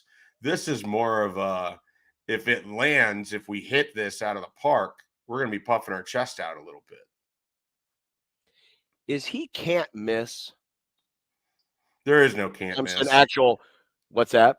There is no can't miss. I mean, one of the best high school prospects I've seen in Thomas Fidone has yet to get on the field. Like you can't predict, what the future looks like for a kid that's 17 years old. Right. But if we're assuming health, John, if we're assuming health, I don't think, at worst, I think he's a 3 to 4 year starting quarterback that has the ability to take Nebraska back into consistently winning. And he has the ability to open up your offense in a way that Nebraska has not had around here in a long time. I don't know if that answers your question or if I perfectly sat on the fence, but no, I think it does, because we all the conversation has been about will he or won't he come to Nebraska and who's in the running and all this other stuff, but we haven't really talked about him much from a prospect, and that's natural. I'm not saying that he's getting any different. Or Let me add to that real quickly. I wrote about this on Monday. Go through the list of the quarterback commits and signees Nebraska's had. Like, they've only had a handful of guys that have been the top 247. They've had one quarterback that's been in the top 100, and that was Patrick O'Brien. Wow. So, I mean, as he can't miss, it's hard to say for sure, but we're talking about a different stratosphere of quarterback. Like, Nebraska hasn't been really involved with anybody at this level since what? Lamar Jackson, going all the way back to 2013, 2014 in that vein. There was a brief moment in time where JT Barrett was very fired up about Nebraska. So if we're talking about a comparable, like, we got to go pretty far back, because even Patrick O'Brien is a top 100 player. Nobody knew who he was when Danny Langsdorff basically unearthed him. And basically was like, this guy's putting up video game stats out in California. So it's just a different stratosphere altogether when we're talking about quarterback recruiting and what we've seen from Nebraska in the last decade. Where are his flaws? Where does he need to get better? I mean, with all quarterbacks, it's about coverages, game decisions. I mean, the interesting thing with Dylan is I think he has a little bit of the, and we all default to Brett Favre when you say gunslinger, but I think he has a little of that in him. But you're also talking about a kid that's just more talented by far than most of the people he's playing with. So his confidence is through the roof. At some point, he's going to face a test that is going to shake that a little bit. And so I'd be curious, how he bounces back there. But it really just comes down to, he's got an incredible arm. He's a very good athlete. He can put in great touch on the ball. Having watched him, even live going back to 2021, which is going to be 2 years now in June, the physical attributes are all there. I can't tell you what he's like on a grease board. I can't tell you what he's like in terms of reading coverages, but from a physical standpoint, he has the tools. I don't know about the mental side of things, but it seems like the intangibles are pretty good, the way that people talk about him. So I think really it just comes down to, could there be a little bit too much confidence in some of his ability? But it's hard to paint that as a negative, because that's kind of what you want. Like, we all want the quarterback who thinks he's going to do it every time out. Just by the way, I'm just doing a quick cursory search. I asked the question about can't miss. If you go back to the 247 player rankings and go back to 2018, your number one quarterback was Trevor Lawrence. Your number 2 quarterback was Justin Fields. Yeah, I think they've turned out pretty good. Yeah. 2019, your number 1 quarterback was Spencer Rattler. Up and down, but yeah, high ceiling. Number 9 overall. Mm-hmm. In terms of a player ranking. 2020, a young man by the name of Bryce Young, followed by DJ Uiagalelei. Mm-hmm. And then 2021, and we're probably getting to some areas where guys aren't starting as much, but Quinn Ewers was the number 1 rated player in the country and the number 1 quarterback. Yeah, and then obviously I think that's the best comparison also for Dylan. Quinn? Probably. Yeah, in terms of just what he can do throwing a football. I mean, I think that's probably your best comparison of that group, maybe. I don't know that physically they're the same, but they have that kind of arm talent, if that makes sense. Does anyone remember? I believe if I hadn't looked this up, I wouldn't have remembered who the number 1 quarterback was in the 2022 class. It was Arch. No. No, 23 would be Arch Manning. That's 23. Yeah, 22. Big Ten Conference. Oh, is it the guy who went to Penn State? Bingo. Nicely done. Drew Aller, right? Yes. He's going to be really good. That's, Josh and I have all of these Penn State predictions in the bank. Yeah. And they're finally going to come to fruition when we stop predicting them because they finally have like a real difference-making quarterback. Yeah, I feel like I'm finally off the bandwagon, and this is going to be the year where they're going to win the league and go to the playoff. They just go on an unprecedented run as soon as you and I give up on them. I just can't get it out of the the back of my mind, Shafe, that like last year, like they were good. They went 11-2, but the Ohio State blew them out in the fourth quarter, and can't really remember the Michigan game. Oh, Michigan destroyed them in the second half. And so I'm just like, I saw them against the two best teams in the conference, and they weren't even, I just didn't feel like they belonged on that field. And so like, they're going to take that big of a step forward. But I mean, they do get Michigan at home. They will have to go to Columbus though for that game. Yeah, I mean they're the perfect example of why an expanded playoff excites me, because we would have seen a team like Penn State, and it's easy for us to write it off. But then you think about it, you just said they got blown out by two college football playoff teams, like two teams that finished in the top 4 in the country, two teams that arguably should have won their college football playoff games. Yes, and so there's no shame in that for Penn State. So if I set and if there's a better date in mind, let me know. But if I said April 15th, would you take tax a Rayola day? announcement? Take tax day. If I said April 15th, tax day, while people are rushing to get their taxes turned in at the post office. Hurry, folks, hurry. If people still do such a thing, would you take a Rayola announcement before or after that day? Before. If I said it April 1st, would April 1st be a better day? That's kind of like your, I think, better line, I guess, if you would. I think if he commits to Nebraska, as I expect this spring, it'll happen before the spring game, and it'll happen after his visit weekend.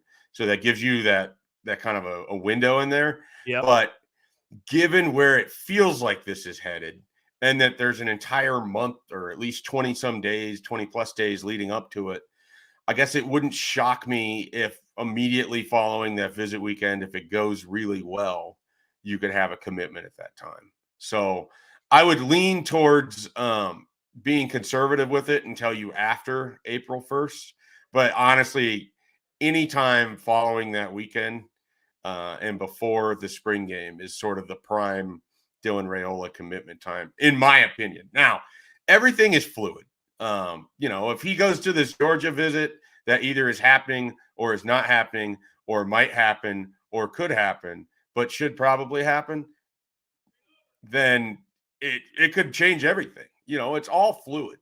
But I still feel very good that Nebraska by the spring game will have a commitment from Dylan Raiola. Who's excited for April Fool's Day to show up? Oh, God. And all of the fake commitments of Dylan Raiola on April the 1st. I am not excited. Last year, this has nothing really to do with April Fool's Day, but it sort of works in that same vein. Last year was kind of like the year where recruits decided to do this thing where they would release their final group, and then they would commit to a team that wasn't in their final group. I would prefer never to have to experience that again. And it happened multiple times with Nebraska last year. So, we don't even need April Fool's fake commitments, because we're already getting like fake top groups leading into the commitment day. So, and countdowns to graphics with like 30 teams on them.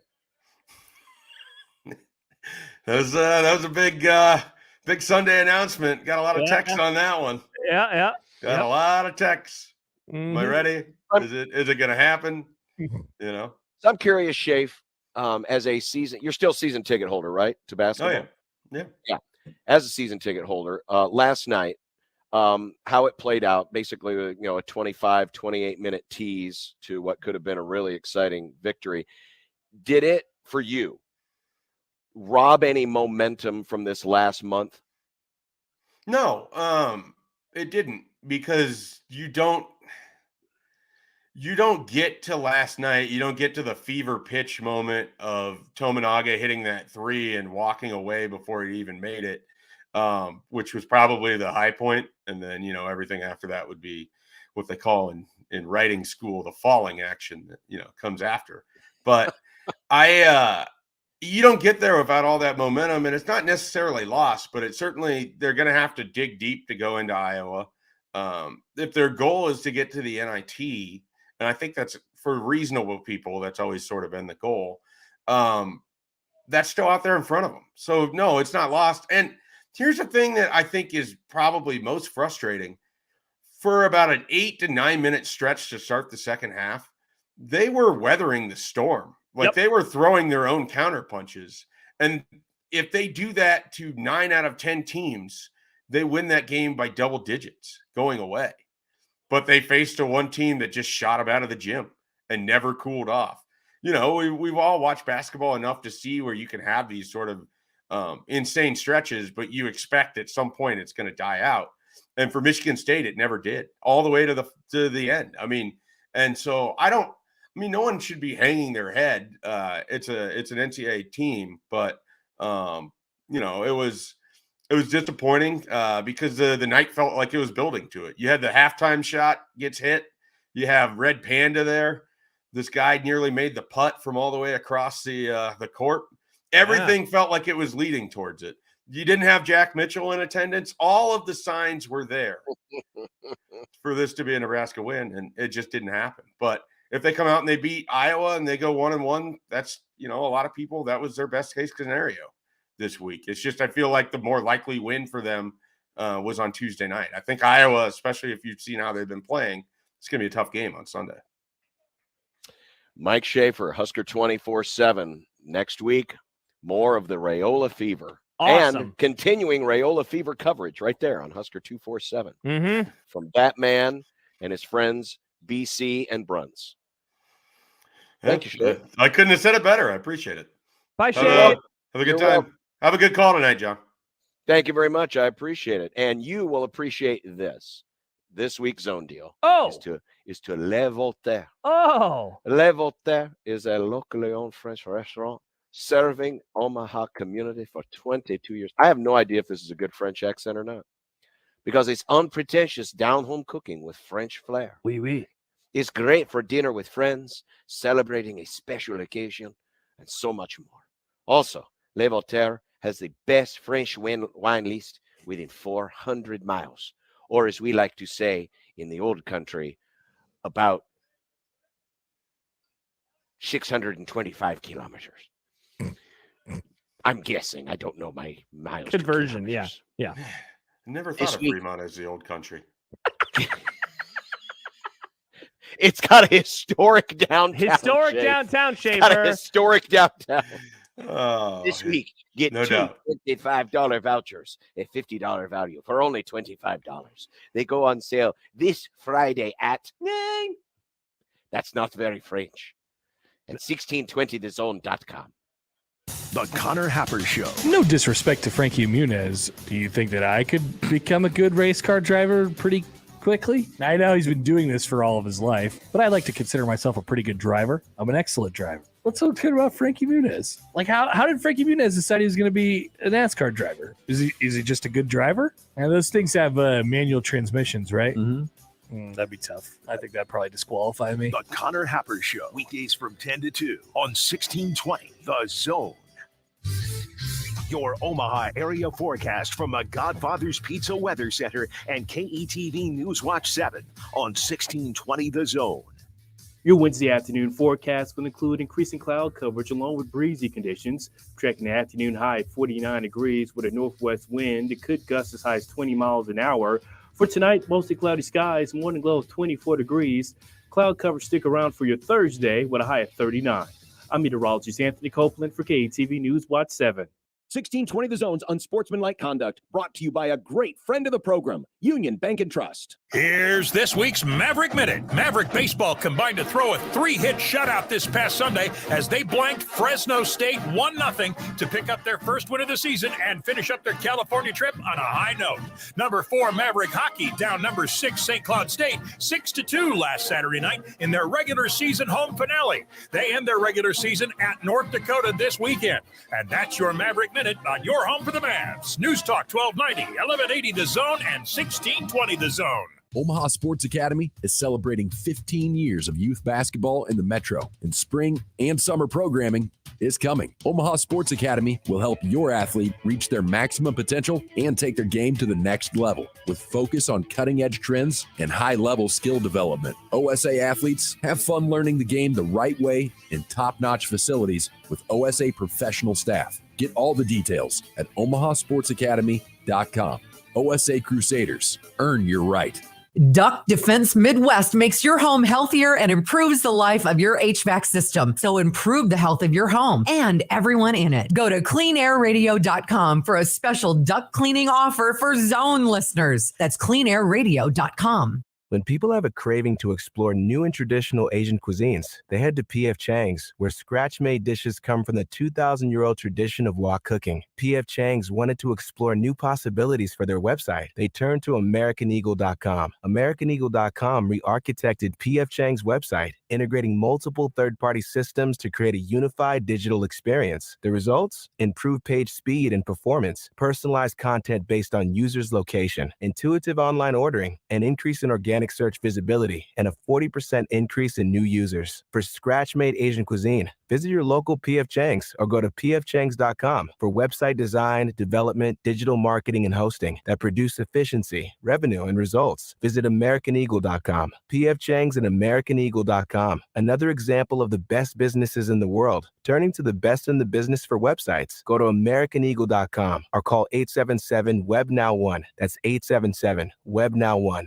Next time you go to a tailgate party in Lincoln, think how great it'd be if you did it in a quality pickup from Tailgate Motors of Fremont. You're not going to find a better selection of pre-owned trucks along with other vehicles. See the inventory at tailgatemotorco.com. Your Omaha Maverick hockey team is on the road to take on rival North Dakota for their final regular season series this weekend. Pregame is at 5:30 Friday, puck drop at 6:07. It's UNO at North Dakota on your home for Maverick hockey. News Talk 1290 Coil. Hi, this is Garen Armstrong with Shamrock Roofing and Construction. That small roofing company my father started 45 years ago has now become one of the largest roofing companies in America by following one rule, the golden rule. No one can install a better roof at a better price, a better warranty than Shamrock Roofing and Construction. Let our local family serve your family. Shamrock Roofing and Construction. Call today or visit us online at shamrockroofer.com. I'm Mary Neubauer with the Iowa Lottery. March is National Problem Gambling Awareness Month, when we highlight and remind Iowans that help is always available 24/7 here in our state. And I'm Katie B. with the Iowa Department of Health and Human Services. Visit yourlifeiowa.org to learn more about problem gambling. Start the conversation today by text, live chat, or by calling 1-800-BETS-OFF. It's free and confidential. And it's something you can do anytime. This is Unsportsmanlike Conduct with John Bishop and Josh Peterson. They're punching for balls. On 1620, The Zone. John, the comments are coming in relation to your accent. First of all, Sam says this is turning into Borat, and he adds, my wife, my French wife. Jordan says, why is it Irish now? Let's see. Husker follower says, John's French accent sounds somewhere between Mexican and Baton Rougean. Now, hang on. Baton Rouge. People forget that Baton Rouge is French for red baton. That's true. Phil says so I will take that as a compliment. As a W. Cajun is a derivative of French. It's a W. Phil says that French accent was turning Irish real quick. Shangping Appreciation Club. That thick Irish accent got me in the mood for French food. So some people seem positive, some negative. As long as I have people wanting to get the Le Voltaire, I feel like I have done my job. And if I didn't, I can blame caffeine poisoning. Caffeine poisoning? Matthew Mayer plays for the Illinois Fighting Illini. This literally just came across my desk. I have not heard this yet, but I have read the transcript. Listen to what he came down with over the weekend. I've actually been sick the last. Is Matthew Mayer. He plays for Illinois basketball. All right. If you would bring up the video, please, Mr. Nick. I've actually been sick the last few days. I had caffeine poisoning. I literally had 6 monsters the day of the game. I only had 1 before, but I had 5 after because I like a caffeine-induced euphoria to play video games in. And so I could barely get out of bed the next day. It was like basically like a caffeine hangover. And so this is my first day of practicing since then. Is that a real thing? Caffeine poisoning? How is his heart still beating after 6 monsters? Caffeine poisoning? I have no idea.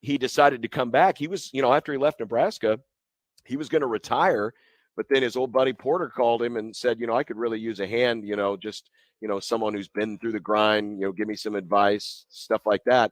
So he's taken on this role at Oklahoma, and he's living in a van down by the arena. John, do you think he's doing this for the bit? No, I don't. I really don't, because he's been traveling everywhere in this thing. Him and his wife is staying back at their permanent home in Florida. My wife.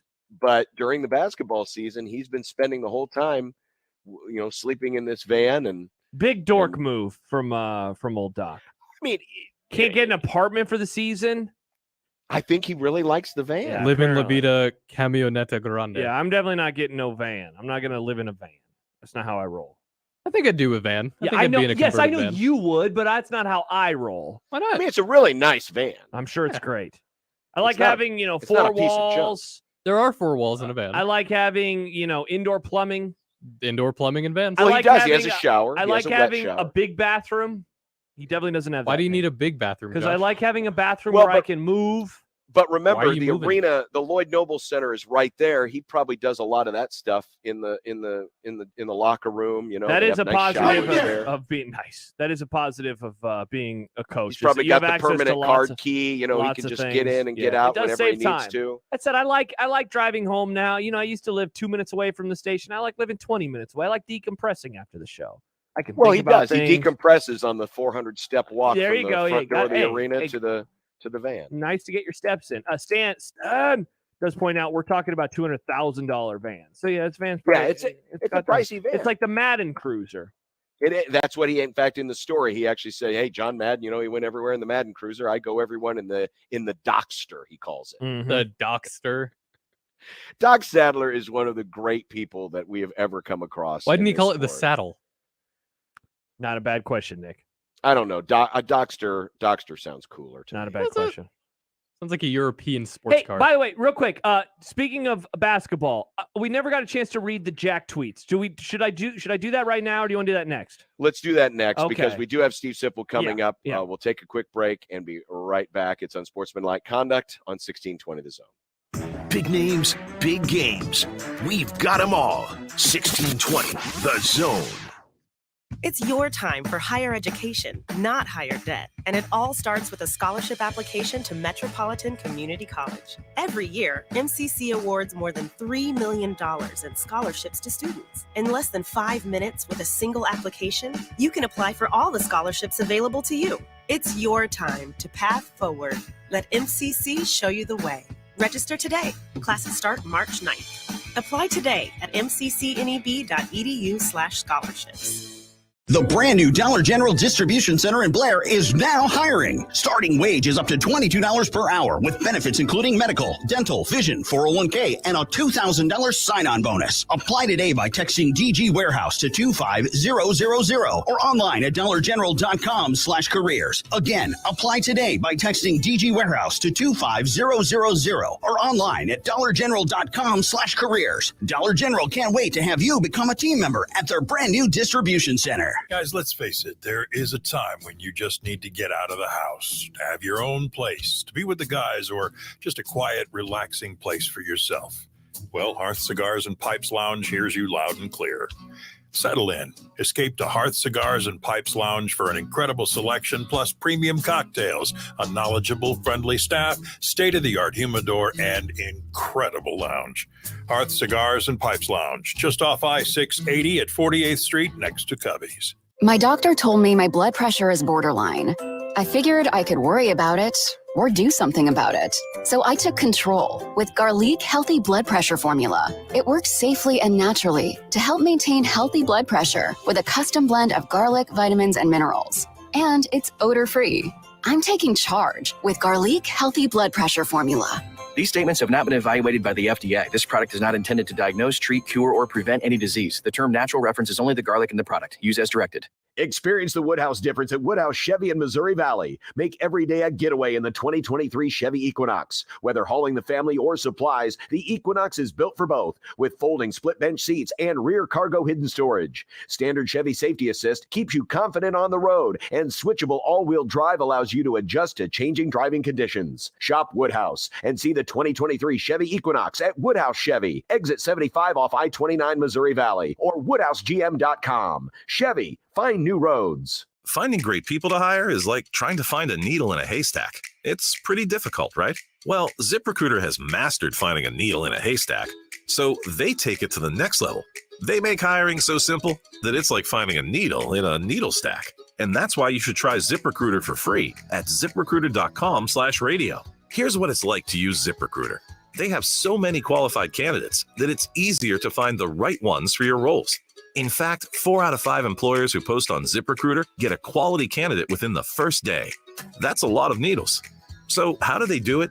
ZipRecruiter's powerful technology sends you candidates who are a great match for your job, and you can even invite your top choices to apply. So if you want less hay and more needles, head to ZipRecruiter. And right now, you can try ZipRecruiter for free. That's right, free at ZipRecruiter.com/radio. That's ZipRecruiter.com/RADIO. ZipRecruiter.com/radio. ZipRecruiter, the smartest way to hire. Your neighborhood is more than blocks of buildings. It's the people who live there that make it special. At Union Bank and Trust, we're not just creating home loans, we're making neighbors. We're not just small business lenders, we're small business shoppers. We don't just live in your community, we help you build it. Because our people are your people. Visit ubt.com/neighbor to learn more. Union Bank and Trust, member FDIC. 1620 The Zone's Unsportsmanlike Conduct is brought to you by Union Bank and Trust. Now back to the program.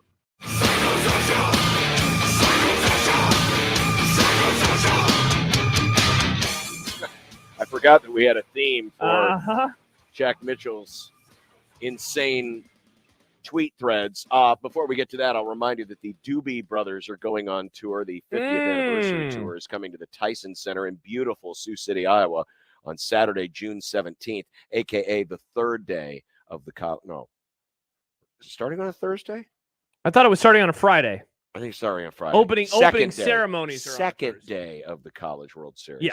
Tickets go on sale this Friday. You can listen to win a pair of tickets. I believe Nick has one more pair left. We have one pair left. To give away this week before you can buy them. More details at 1620thezone.com. Perfect.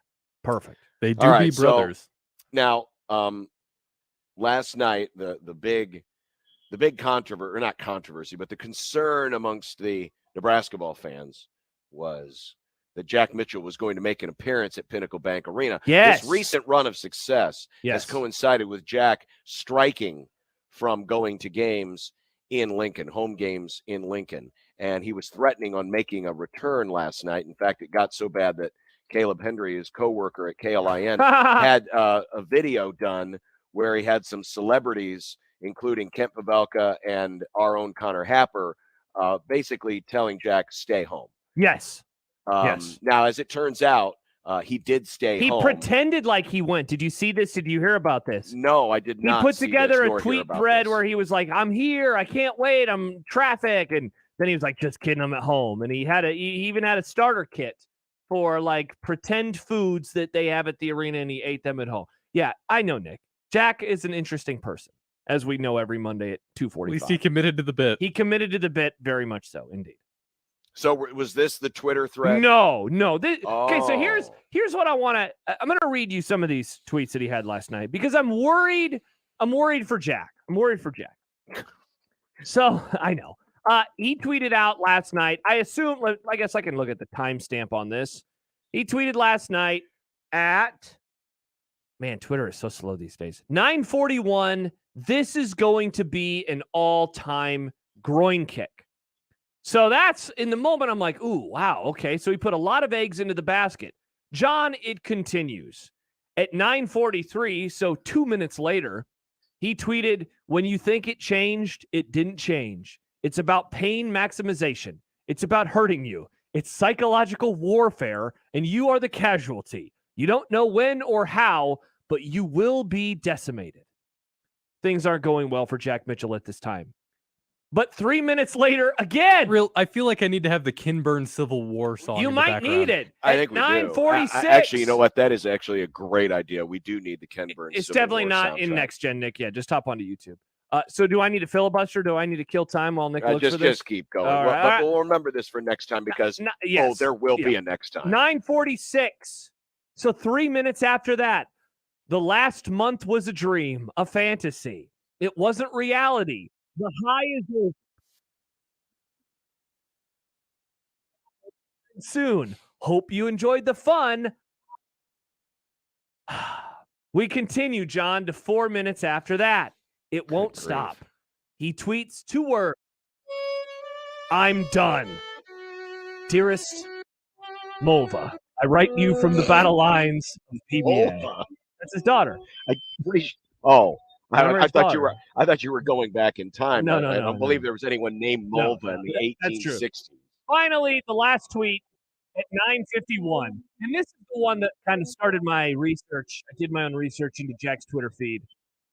There have been absolute hammers to the groin over and over and over to this fan base, but this second half is about as bad as it has ever been, given all the circumstances. Last night was nowhere near as bad as we have watched with Husker Athletics. They were underdogs. They had a big lead. They blew the lead. I mean, I've seen way worse. You got to remember, though, with Jack, everything is new, and even though it's old and permanent and institutionalized, it's also new and it's fresh. Where with every new hope, it's like, oh my gosh, I've tasted ice cream for the first time. I've smelled rose for the first time. Tried bacon. I've enjoyed the love of a woman for the first time. Nick, you'll find that someday.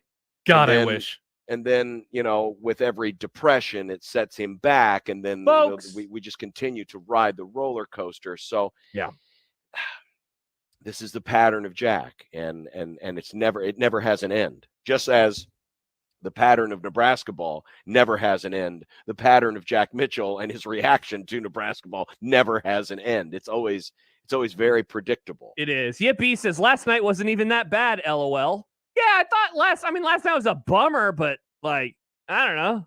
I've seen way worse. You got to remember, the Purdue loss this year was way more heartbreaking. He's talked himself, even though he won't admit it, he is talking himself into, they're going to make the NCAA tournament. Yeah, he's skipped past the NIT. He's has talked himself into it, which, by the way, again, as we pointed out earlier, it's still out there.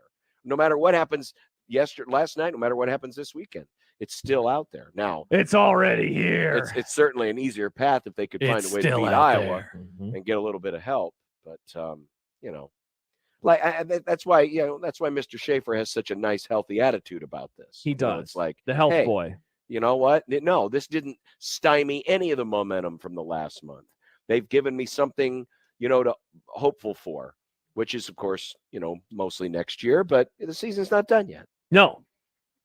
And it took a 12 of 17 shooting effort to win. 12 of 17. Positive boys. Yeah. The positive boys. There you go.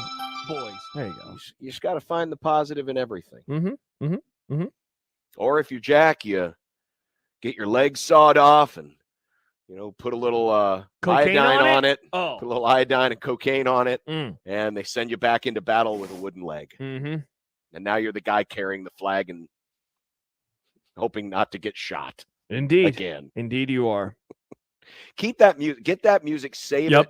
Because from now on, when we go through a Jack Mitchell tweet thread, we've got to have it has the right tone. Back in the day, perfect tone. I used to edit videos on this program called Final Cut Pro. Now we might have it in the building. We used to at one point in time. But there's they call a very specific way of showing pictures, like the Ken Burns. What do they call it? The Ken Burns effect. Yeah. And you could do that to your slideshows on Final Cut. So I think what we're going to do is we're going to take screenshots of these tweets because then it could zoom in and be nice and flowery. It'd be perfect. That's good. I like that. It'd be perfect. Well, coming up next, sadly not today in the stream because apparently he's going to be in his truck. My guess is He's probably in line at a McDonald's drive-thru getting his caramel mocha coffee thing. Living La Vida Mocha. Exactly. At McDonald's, which is the Big Ten of fast food restaurants. Steve Sipple joins us next here on Unsportsmanlike Conduct in 1620 The Zone. Live from the Host Coffee Studio, this is 1620 The Zone. 1620 The Zone. Traffic.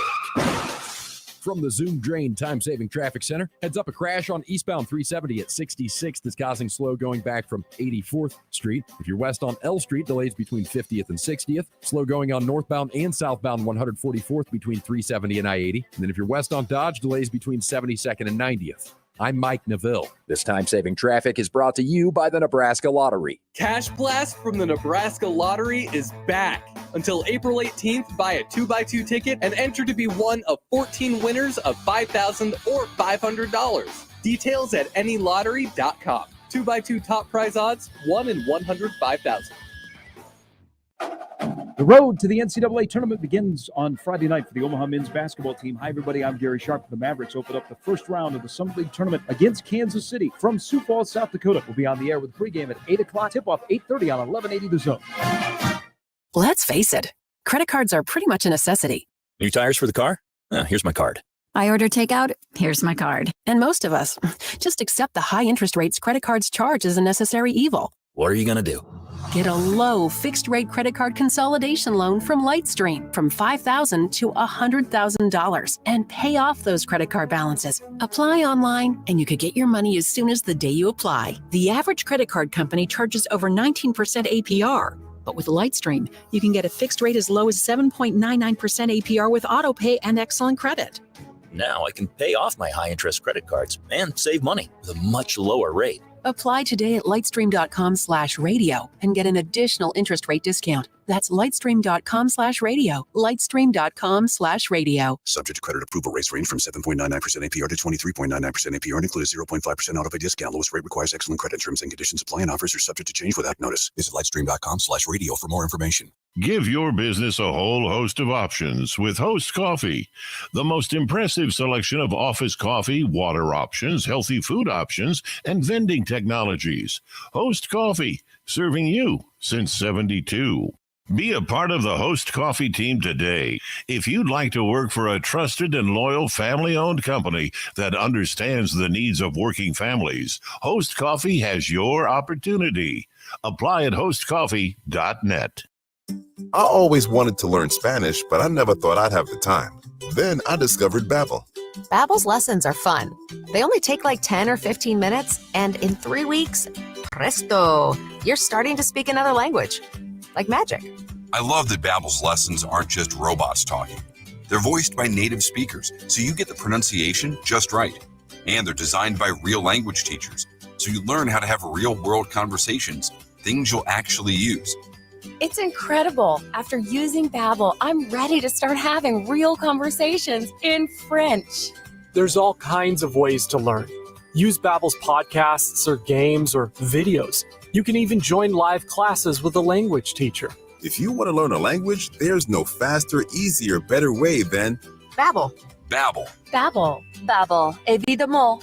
Go to Babbel.com to try for free. That's Babbel.com. Babbel.com. Peerless Energy Systems is Nebraska and Iowa's locally owned and operated authorized solar air compressor distributor. Peerless Energy Systems provides products and solutions for compressed air systems, helping companies in manufacturing, food processing, transportation, auto body repair, car dealers, and more. Driving industry efficiency through service, support, and relationships, let Peerless Energy Systems help you increase efficiency with your compressed air systems today. PeerlessEnergy.com.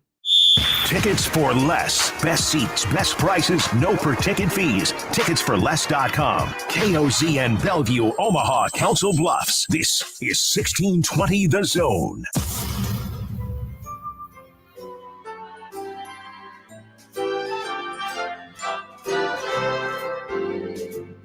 Sipple the snowflake is one old triggered soul. with reading glasses sitting on his nose and takes that really blow. Sipple the snowflake deserves a mouthpiece to the face. He says LeBron's the GOAT and Steph will choke. Then he runs to his safe space. Hey, we gotta be careful here. He tells us when we speak. But when 10 games air in a day, he thinks that's too many. Oh, Sipple the snowflake says words like mature. He's a blogger now and an honor too, and also really old. Well, would you know it? Same day that his column reads that Nebraska's playing like an NCAA tournament team, they lose. So we all know who's really responsible for what happened last night, Mr. Sipple. I forgot I wrote that. Oh, God. You already forgot that you wrote it. We worked it was into so our bad show last night. yesterday. We did. I mean, at the time you weren't wrong. Yeah, they were. They were. Have you seen any good movies lately? I started watching Catch Me If You Can last night. Have you ever seen Catch Me If You Can? No, I haven't. I've heard it's great. It's awesome. Tom Hanks, Leonardo DiCaprio. It's on HBO. Steven Spielberg directed it. Yeah, I'm not a Hanks fan. That's a problem. Whoa. What? Not All a this Hanks fan? what? Why not? I've never heard anyone say they don't like Tom Hanks. Oh, I've heard some actors say they don't like Tom Hanks. Oh, is this why you don't like him? Because someone who co-starred with him didn't like him on set? That's not. I just don't know. I've never been a big fan. I liked him in that movie where the pirates invaded when they were on the ship. Captain Phillips? Yeah, that was good. He was good in that. You didn't like him in Forrest Gump or Saving Private Ryan? I didn't see Saving Private Ryan. Whoa. And I didn't see Forrest Gump, but I saw Forrest Gump. No wonder you don't like him. You're not watching the good movies. Have you not seen either of those? Yeah, those are classics. Forrest Gump bored me enough that I did just stop watching it. Wow. Boring? How is it boring? Wow. It's a time travel through history. Yeah, absolutely. I saw Sleeper and Field of Dreams in the theater. Whoa. Yeah. It's a certain movie. I was just watching, I've talked about this before. I like American Made. I've probably seen that 15 times. Those are the kind of movies I like. True Romance, seen that probably 12. I've never seen True Romance. Yeah, you need to. You Yeah. need to. Now, it's rough. I watched it again. Oh, I love Tarantino stuff, so I'm all good with violence. Is it like Clockwork Orange rough, or? I don't think it's like that rough. It's all rough. Everything about it's rough. It's very violent, very inappropriate language. It wouldn't even. I don't even know if you could put it out right now. In this world. You ever Well, you know what they... Go ahead, Nick. You ever seen The Crown, Sip? Good Lord. I have not. Why? It's a good show. You should see it. You should watch it. It's on Netflix. Now we've totally derailed the conversation. Yeah, let's get back on track. Would you say this about Tom Hanks, or would the people that are around Tom Hanks, let's say Tom Hanks' assistants, be the kind of assistants that would undercut Tom Hanks at any time? Nice reference, John. See what I did there? What is that? What reference is that? That's 2 columns ago, Sip, when you said the one thing you observed about Matt Rule's assistants is the true reverence they have for the man, and it doesn't appear like anyone would be out there to undercut him. You guys, I'll tell you something about. I do appreciate a lot. You do read. We do. I thought that was We're a not really illiterate. interesting That's line. true. I thought it was a really interesting line. You do your homework. Well, for the sake of radio, I'll tell you what, when I write, I try to think things through. Mm-hmm. And I almost wrote another line. And I pulled it out. I just edited it out. I said, we've seen that before here. But I think people have said, okay, wait a second. We've seen that before here. What are you talking about? I just didn't want to go into all that. But we have. We've seen it before here. And I don't think it's likely. Like, I don't think anybody will. I think some assistants, I think they can overreach sometimes. They're bound. And then there's just been flat undercutting. I mean, just blatant undercutting here. And I don't think you'll see that with Rule. Rule is, I mean, I guess the best way to put it in layman's terms is you do know who's boss now.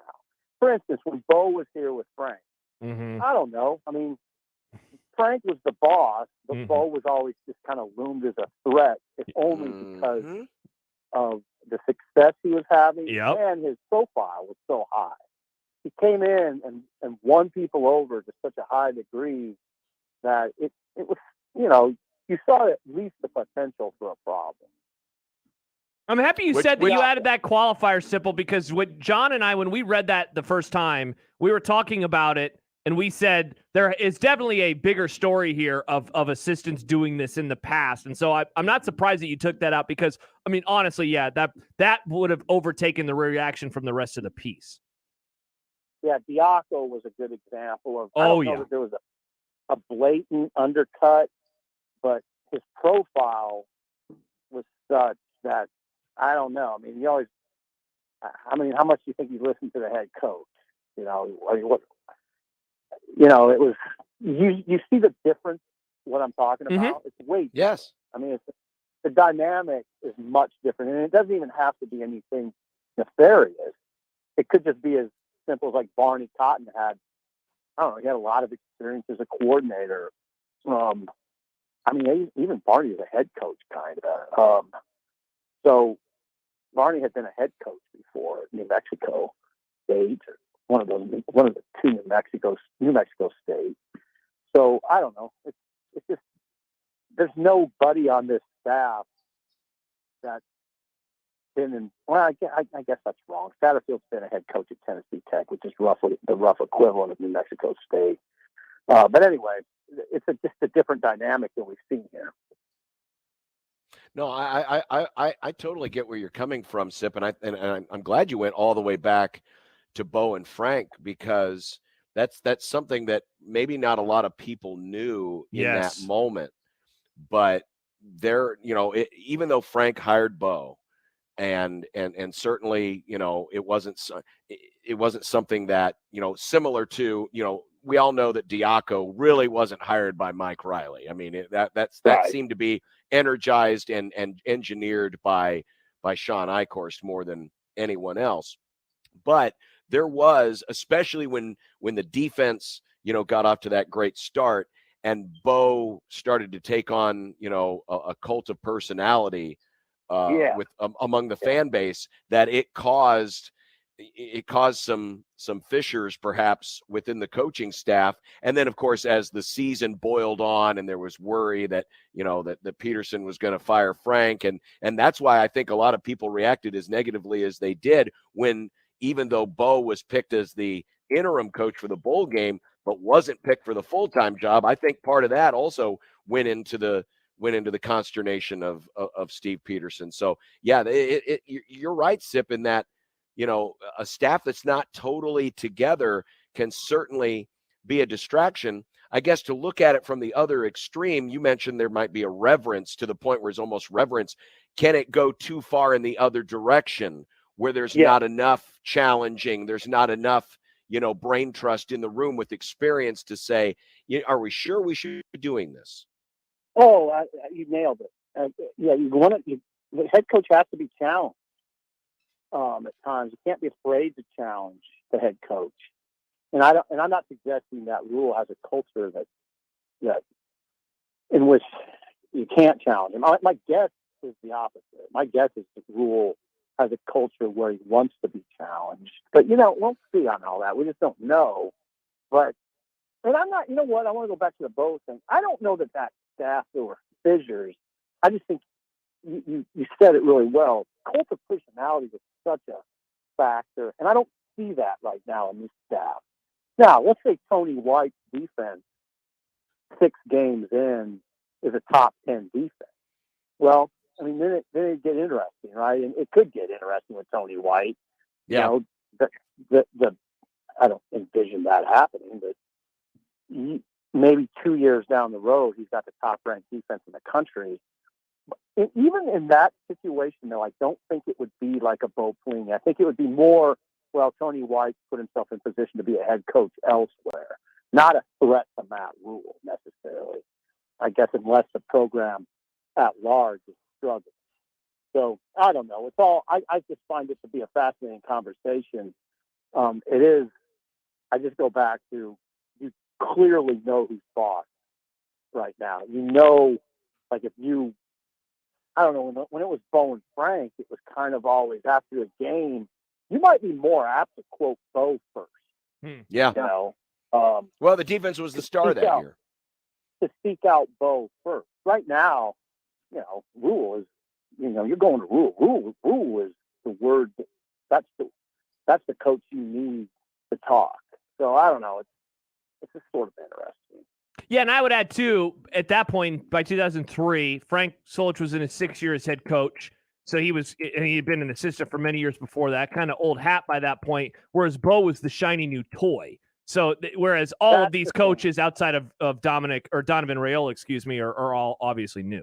He was the shiny new toy, but they showed immediate results. Yes, they did. And dramatic results from the last couple of years where the defense, you know, gave up, you know, the 60 some odd points to Colorado. And then 2002 had 7 losses and the defense didn't look good that year either. Yeah, you're right, though. The dynamic could change. That's the thing, right?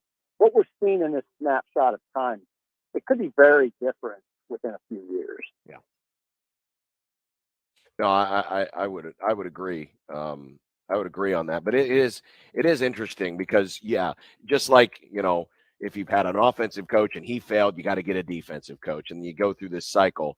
You do wonder if, you know, if you can lean a little bit too hard into, you know, coaches who all buy in and they fit really well, but is there enough, you know, disagreement in the room, healthy disagreement? Because there's a difference between, you know, angry disagreement and healthy disagreement when it comes to strategy or who you should recruit and things of that nature. And ultimately, yes, it boils down to who the head coach is, and the head coach has to be the leader.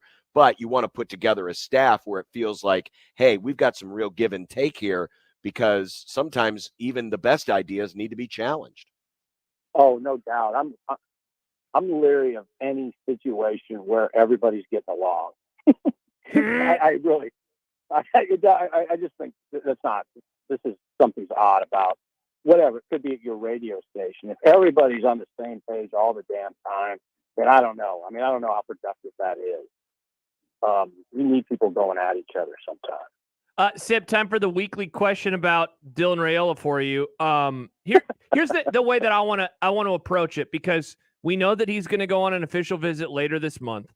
You know, and for now, you know, he's visiting Georgia as well. That's on the book. So like the why of this, I think, is the one answer that we really haven't been able to get. Because, you know, like I threw out a theory recently, like, would it surprise you if he was a silent commit? And you said it would surprise you, and other people I've talked to said it would surprise you. So let me throw out a different theory. Would it surprise you if this unofficial visit was about dotting some I's and crossing some T's in terms of name, image, likeness, in terms of that type of stuff, where then the official visit is truly locking everything down at the end of March? Yeah. First of all, I want to say this. I never tire of talking about it. This is the most interesting story on my radar. Same. By far. Yeah, it is. You can ask me about I don't need to talk about anything else if you don't want to. This is the most interesting story on my radar. I could write about it every day. Yep. To answer your question, yeah, be shocked. I don't know. I had this conversation with my colleagues too. It's like I don't talk to Dominic. Like I will tell them what Dominic says and they dismiss it. It's like Dominic portrays the situation. He characterizes the recruitment as being wide open. I have no reason to believe that's the case, except all the people who act like he's not even saying that. Why doesn't anybody believe this recruitment is wide open is the question I have. Yeah, I think it's wide open. No, I don't think he came here to dot T's and cross I's. I know there's a lot, like there can be speculation, but nothing that Dominic has told me has been it's always been in alignment with what his son has said subsequently. Usually, Dom will tell me, "Oh, it's wide open." I mean, Lincoln Riley talks to him every day. George is obviously in the picture. Nebraska, the way Dominic characterizes Nebraska is, "I'm just glad we're in the conversation." We, meaning Nebraska. Dom talks about Nebraska like he's on the team. He said, "I'm just glad we're in the conversation." He will say things like that, but there's others. Oregon. Dylan said, "I'm definitely looking forward to visiting Oregon." Colorado's probably in the picture. Texas is definitely in the picture. I don't think you can cross T's and dot I's at all. I do think it was it turned out to be a good situation for Nebraska. It was, being recruited essentially during the dead period, which I know that there's coaches around the country that looked on it like a furrowed brow, because I heard from a couple of them. So it is what it is. They got a built-in advantage in Donovan Raiola. So, it's wildly intriguing. What's the most interesting thing about it? Is it just simply that it's the number one player and the number one quarterback, or is it more of what it may represent in terms of recruit? Right, but I mean, is there a side of it that's more interesting than the other, or more intriguing than the other? I think the most interesting thing to me is this: it's Dominic Raiola and his profound affinity for Nebraska's program, for that school. He's very proud alumnus, very proud, loves it. You know how it is. I've talked about this before with you guys. There's different degrees of affinity for the institution you attended. Yeah. His is really high. Nebraska did a lot for Dominic.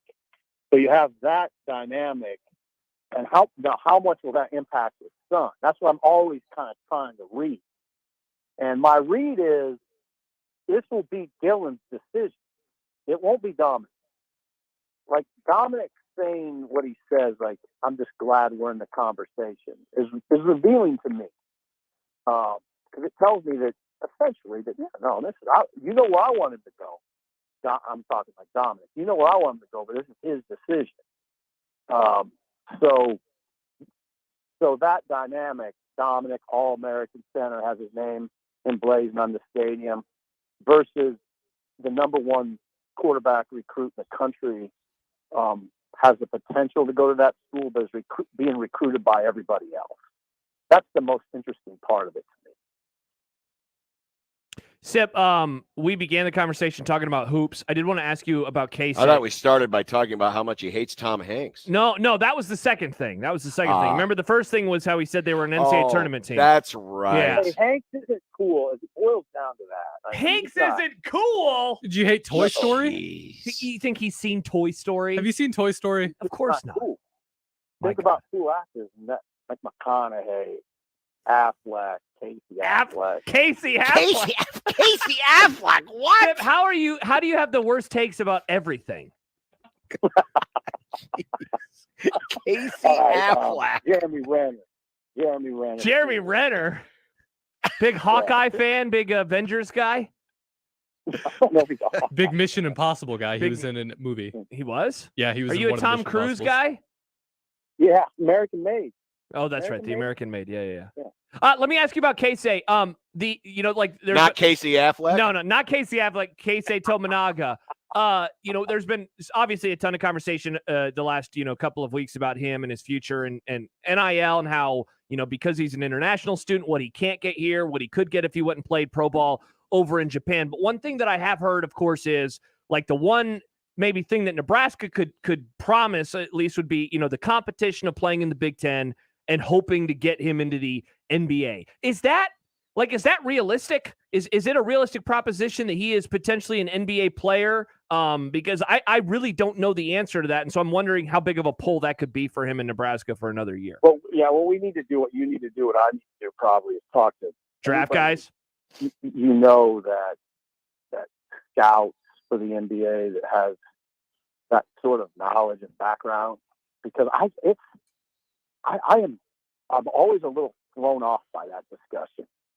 Now, in that discussion, though, you do have to throw in Fred Hoiberg's background in the NBA and what he's produced. Just at Nebraska, he's produced NBA players, and that would affect. I would think that would affect K-State's decision on whether to come back or not.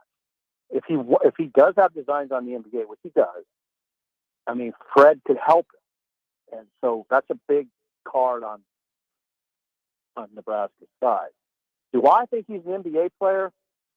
I guess I wouldn't rule it out like I would have 6 weeks ago. The big hesitation I have is just simply build. It's just because he endured the rigors of that league, and it's you're starting to kind of see in the Big Ten they're getting rough. They're just getting rough for him. I mean, guys, they're taking that tack a little bit. Put your forearm in his chest. You know, be a little bit physical with him, or a lot physical with him. You saw Tyson Walker last night take it really. He took it personally, guarding him. K-State, if I were K-State or an advisor to K-State, I'd tell him, now you're going to kill me. And you're going to say this is another bad, simple take. I'd tone down the celebrations a little bit. I mean, I know guys are watching those and say, you got to let that happen. They're going to watch that tape. You're going to let that happen. It is his personality, but I don't know. The most interesting thing to me will be if he comes back to Nebraska, what will his game look like over the course of an entire season? That's what everybody's wondering. And, you know, that's a roll of the dice for K-State a little bit. My hunch is he would average 18 to 20 points a game. I think he's that good. I think he's that good of a collegiate player. And I guess my answer to you is I would not rule out that NBA talk. What he does is pretty extraordinary, and it's just a build. But I always said that about Steph Curry. I mean, I didn't know if his build would. Now he's obviously changed his build, and I think that's helped Steph Curry a lot. I don't know how much K-State could do that. Well, in K-State doesn't, randomly throw mouthpieces at people and get you upset. Yet. That's true. He could. Yeah. He could. Yeah, I'm glad you said plural because he did that again this year. Yeah, right? he did. Yes, he did. Yeah. Yes, he did. Big mouthpiece guy. He's definitely trending. He's definitely trending as a mouthpiece thrower. I'm still. My mind is still buzzing about Casey Affleck being better than Tom Hanks, but we're out of time. No, cooler. Did you ever see Big? No. See, I mean, this does explain why you don't like Tom Hanks. You haven't seen any of his movies. I've seen movies. I mean, I like that. Yeah, I sound like Trump sometimes. So I've seen movies. You did love January 6th that one time. You said it. Oh, more great drops. Yep. From the great Stephen M. Sipple. Sip, thank you. I appreciate it. We love you, Sip. Yep. You going to Indy? You going to Indy for the Big Ten tournament? They can't even get me over to PBA, let alone go to Indy. No. Well, if he goes to Indy, he's going to miss the Big Ten tournament because the Big Ten tournament. Oh, is it in Chicago this year? Oh, I always forget. It goes back and forth. You going to Indy? Remember when I went to MSG that one year? Sip standing outside of St. Elmo's, going, "Where are all the Hoosier fans? Where's Robin? Where are all the Northwestern fans?" Well, I would definitely be saying, "Where's Robin? Where's Robin? Oh, man. See you, Sip. Bye, Sip. Stephen M. Sipple of Husker Online. What the hell? That is the weirdest movie take. Nope. I've never known anyone who hasn't seen Forrest Gump up until right now. Yeah, well, he said he started it. I didn't know anyone that didn't like Tom Hanks. I mean, I thought Tom Hanks would be, I mean, even if you're not like a mega fan, right? But you just, like if you show other the picture actors and say, don't like him. Do Who are you these approve actors? or disapprove of this person? Everyone checks the approve box, right? Mm-hmm. When it comes to Hanks, but not Sip. Yeah. Disapprove. Interesting. But he said he knows actors that don't like him. I want to hear who these actors are. We should have pressed him. Actors that don't like him. Yeah, I've never heard that. I've never heard anyone that doesn't like him in the industry. Neither have I. Yeah. All right. Still to come, we have dumb debates. You can get your dumb debates in right now. Use the JChat Construction Zone Twitter feed. We do have some good ones this week. Got some really good submissions. Looking forward to talking about those coming up in the happy hour. But still to come, we now know what the priorities are for the Power 5 conferences and what they want Washington to do about NIL. The Huskies? Bark. The Huskies? You said Washington. Washington, D.C. Oh, Bernie Sanders. Washington. The 1%. The 1%. Coming up next on 1620 The Zone. Previously on The Crossover. Oh, yeah, you were gone for this. I didn't start. He didn't watch our movie club movie because he watched 6 episodes of The Crown on Thursday night. Who? Him. Me. He hasn't watched Andor, and he's watching The Crown instead of our movie club movie. Isn't that about the dumb twits over in your... Yes. Oh, God. Hudson, get back in here. You're our producer now, This is too. disgusting. Mornings with Sharp and Hanley. The Connor Happer Show. Unsportsmanlike Conduct. 6A to 6P. 1620. The Zone. Your Omaha area forecast from the Godfather's Pizza Weather Center and KETV News Watch 7 on 1620 The Zone. Your Wednesday afternoon forecast will include increasing cloud coverage along with breezy conditions. Tracking the afternoon high 49 degrees with a northwest wind. It could gust as high as 20 miles an hour. For tonight, mostly cloudy skies, morning low of 24 degrees. Cloud coverage stick around for your Thursday with a high of 39. I'm meteorologist Anthony Copeland for KTV News Watch 7. 1620 The Zone's Unsportsmanlike Conduct, brought to you by a great friend of the program, Union Bank and Trust. 1620 The Zone. Traffic. From the Zoom Drain Time-Saving Traffic Center, heads up a crash with injuries on westbound Dodge at 72nd is causing delays. Also got a wreck with injuries on Hartman Ave at 66th. An earlier crash still has the left lane blocked on westbound 370 at 66th. And then heads up, traffic signals are flashing red for northbound and southbound commuters on 52nd Street between Western Ave and Northwest Radial Highway. That's at each intersection, so expect delays in that area. I'm Mike Neville. This time-saving traffic is brought to you by Saul's Jewelry and Loan. What does Saul's loan on? Almost everything, like tools, instruments, designer handbags, construction equipment, vehicles, trailers, appliances. $10 to $50,000 super fast and easy with no credit check. Saul's loans on almost everything.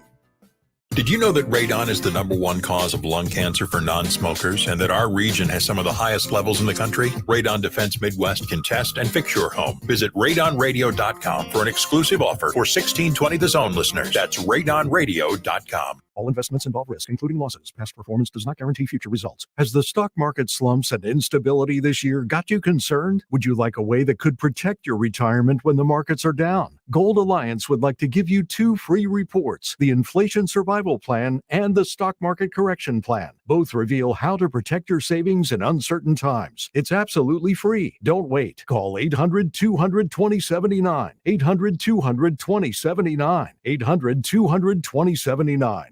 Creighton coverage on The Zone is presented by Barry Law. At Barry Law, we fight alongside those who choose to fight back. Call Barry Law at 402-999-7777 or visit BarryLawFirm.com. At Barry Law, we're in it to win it.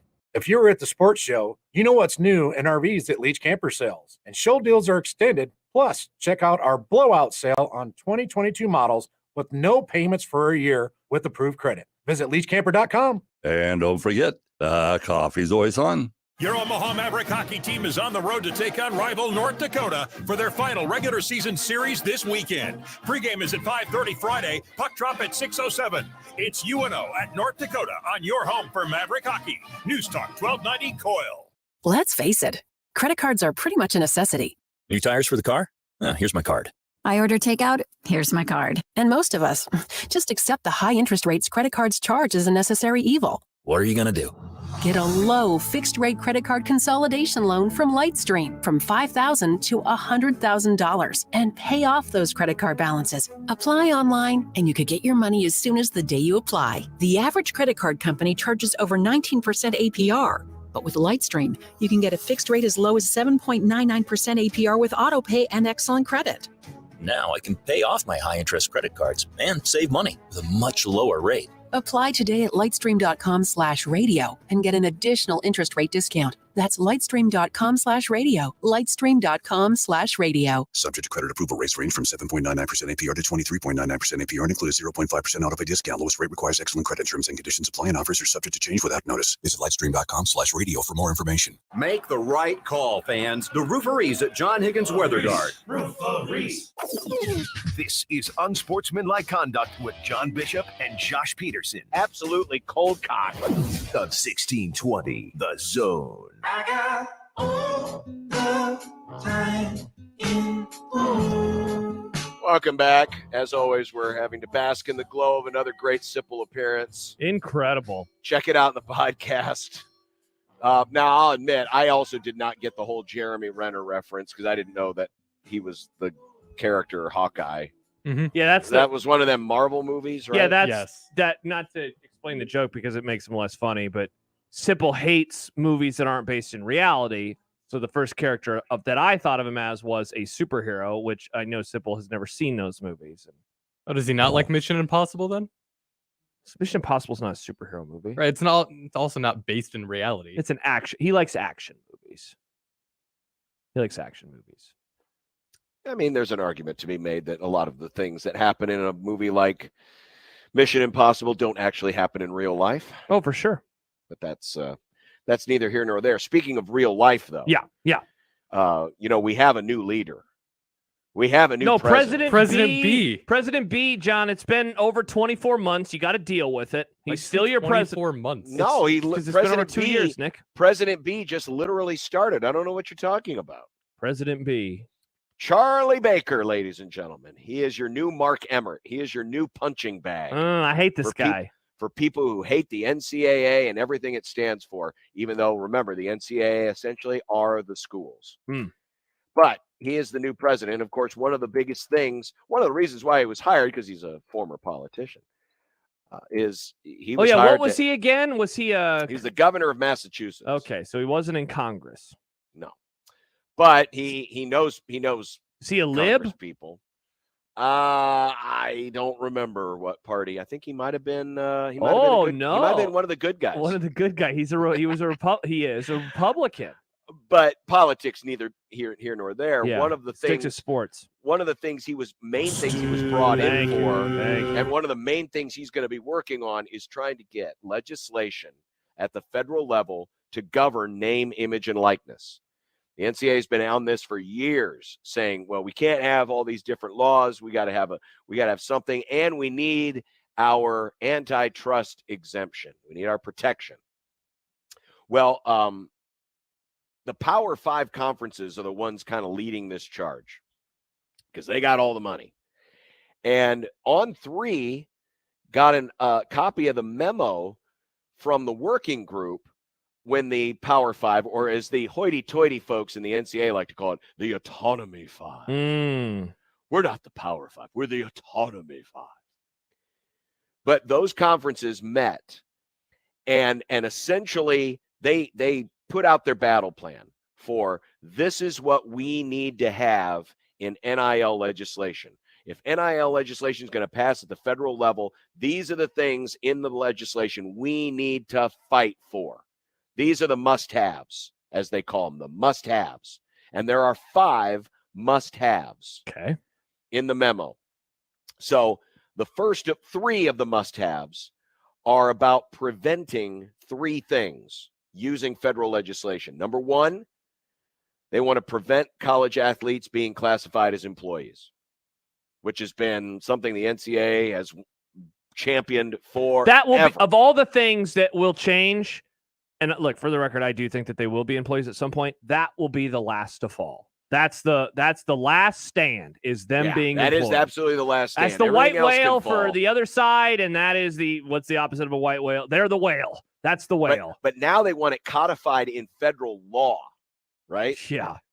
They want it codified in federal law. So that's the first must-have. The second must-have is to prevent athletes from using name, image, likeness rights in media telecasts of competition. Say that again. They don't want athletes to be granted their name, image, and likeness rights in media telecasts of its competitions. So that means they can't get paid by Fox. Okay. or ESPN. The bowl games, or is it just the broadcasters? Or the bowl games. Okay. Or the bowl games.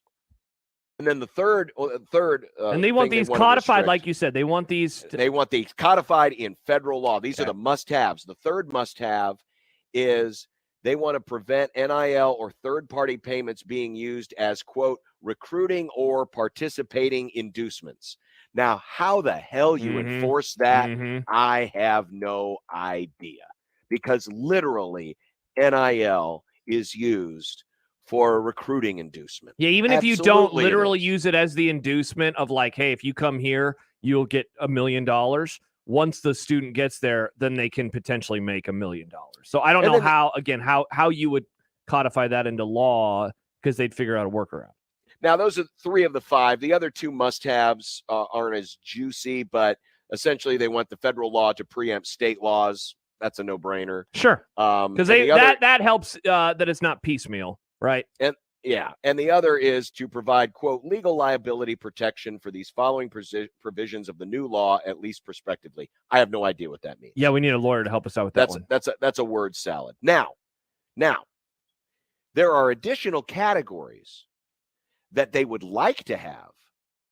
Those are the must-haves. Those you might also call as non-negotiable. But that's what the NCAA wants. That's what the Autonomy 5 want. They want those 5 things I just mentioned. Those are must-haves.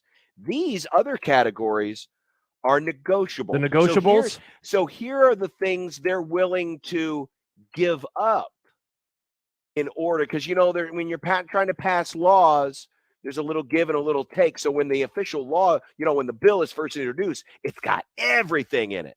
And then once, this group of senators or this group of congressmen and the special interest groups, the other people get a hold of it and they pull it apart and it's like, well, okay, we'll compromise. I'll take 80% of this if you give me 20% of that. Et cetera, right? Yeah. So here are, and this I find almost as interesting, maybe even more interesting than the first, because there are 3 categories that any potential bill is expected to address.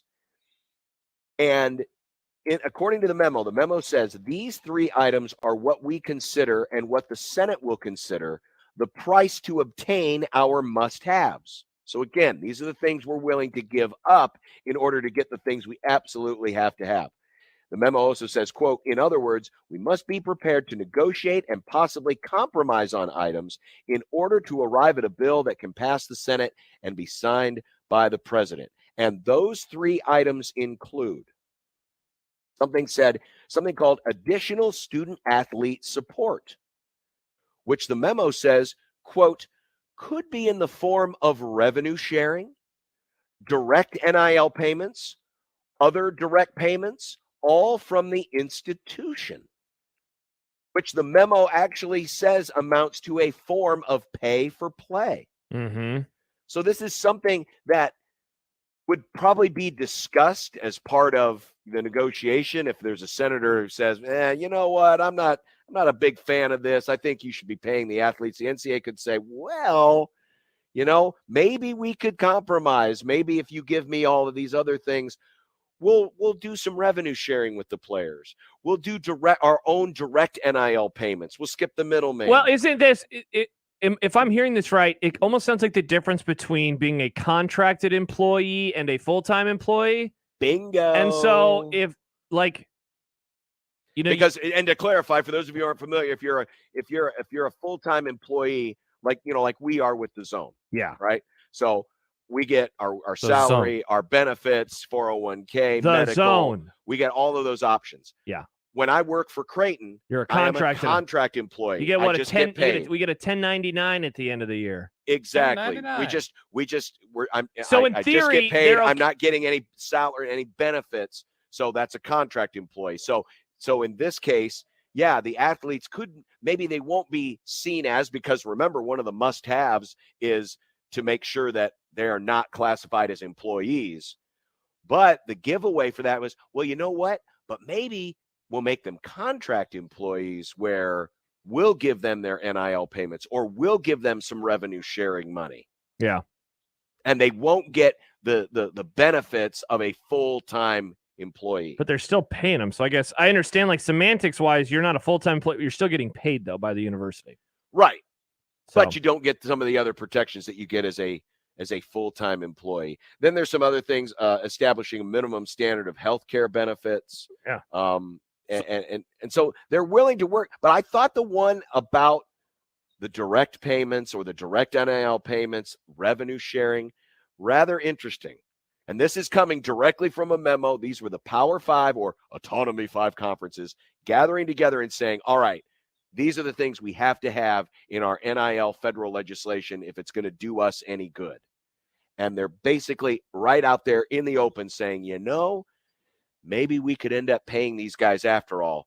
We just won't call them employees. Well, and we'll have protections in federal law saying exactly that. So Adam texts in, he says, goodbye all non-revenue sports. I wonder what this would mean for the for the track and fields, the baseballs, the softballs, the volleyballs. Hey, no matter what, whether there's a federal law passed on this or not, those questions are out there anyway. So that's a great, I don't know. I don't know if this speeds along, if passing this legislation, if passing a federal NIL law speeds along the process of whittling away at the non-revenue sports, or if it, if the timeline is the timeline, and we'll see what it is. Remember, though, that you have to, Title IX, which is federal legislation, as long as they're tethered, as long as those programs are tethered to the university, if you're doing 85 scholarships for football, you better have 85 scholarships out there for women's sports, and then, et cetera, et cetera.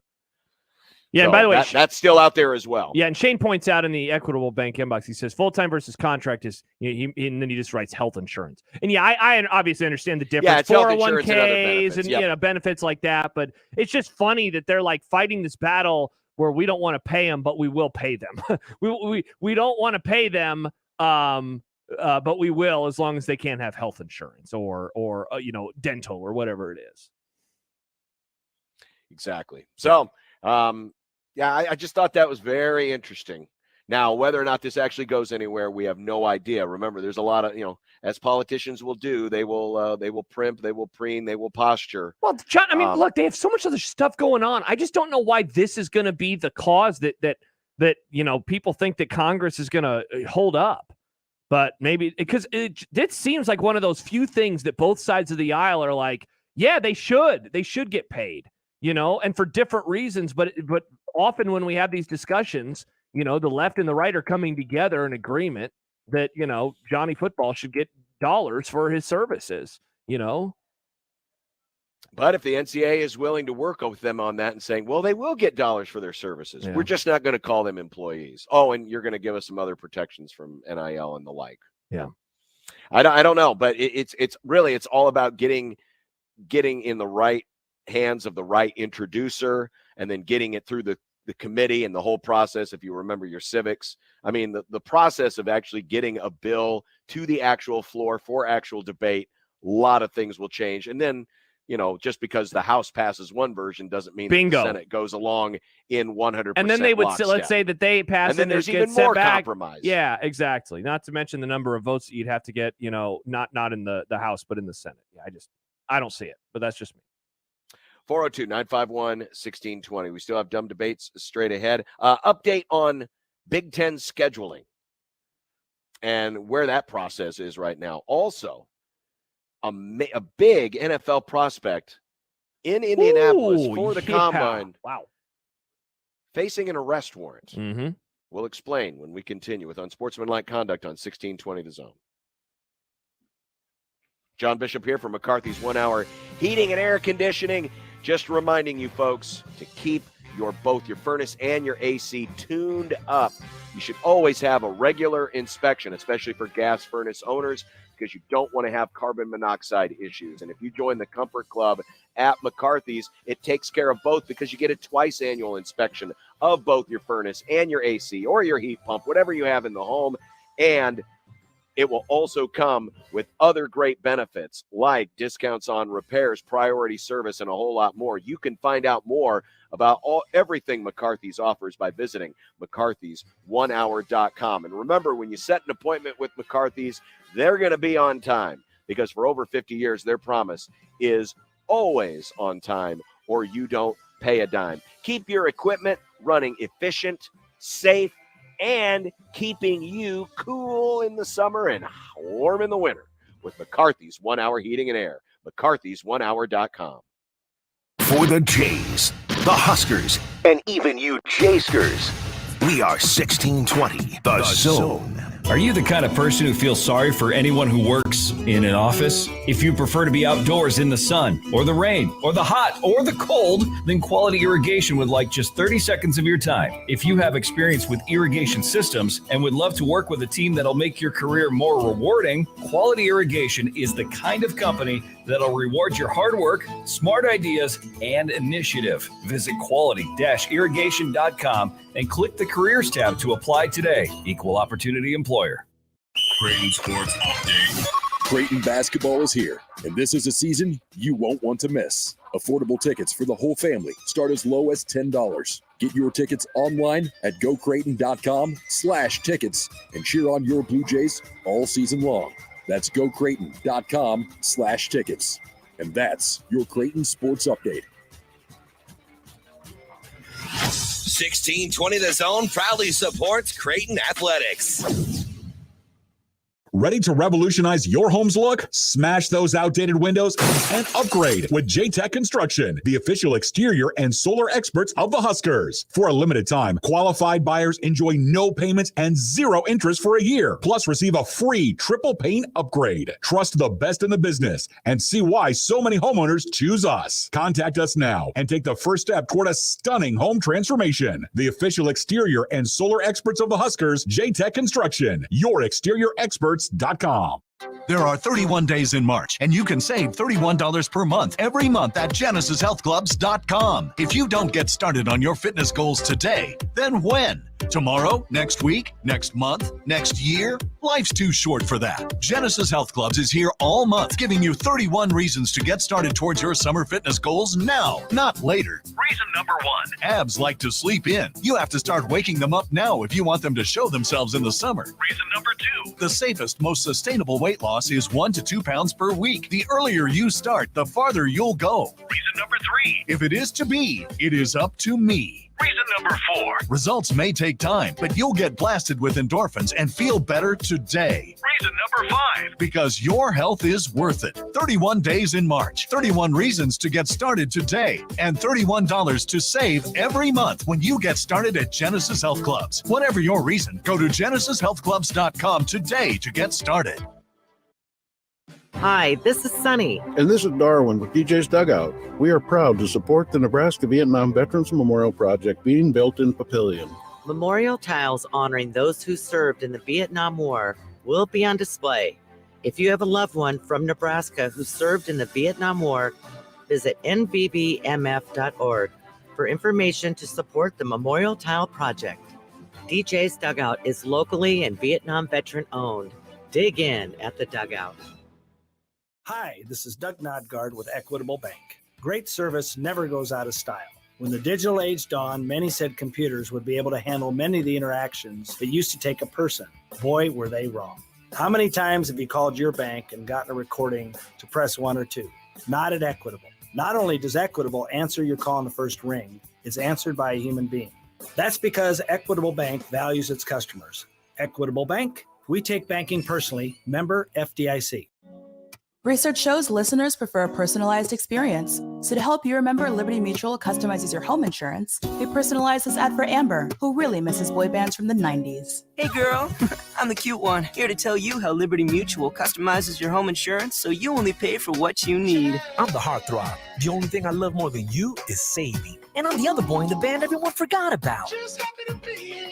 Only pay for what you need at libertymutual.com. Liberty, liberty, liberty, liberty. 1620 The Zone's Unsportsmanlike Conduct is brought to you by Union Bank and Trust. Now back to the program. It was only just a few days after Georgia won the national championship that there was the tragedy with the automobile accident that killed a 24-year-old Georgia recruiting staffer and an offensive lineman, also injured 2 other members of the Georgia program.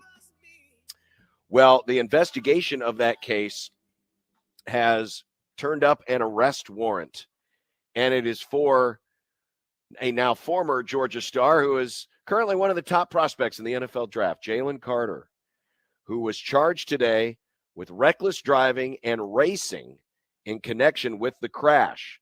The Athens Clark County, Georgia Police Department issued the arrest warrant this morning, which alleges that Carter was racing his Jeep against the Ford Expedition that was driven by the recruiting staffer, Chandler LaCroix.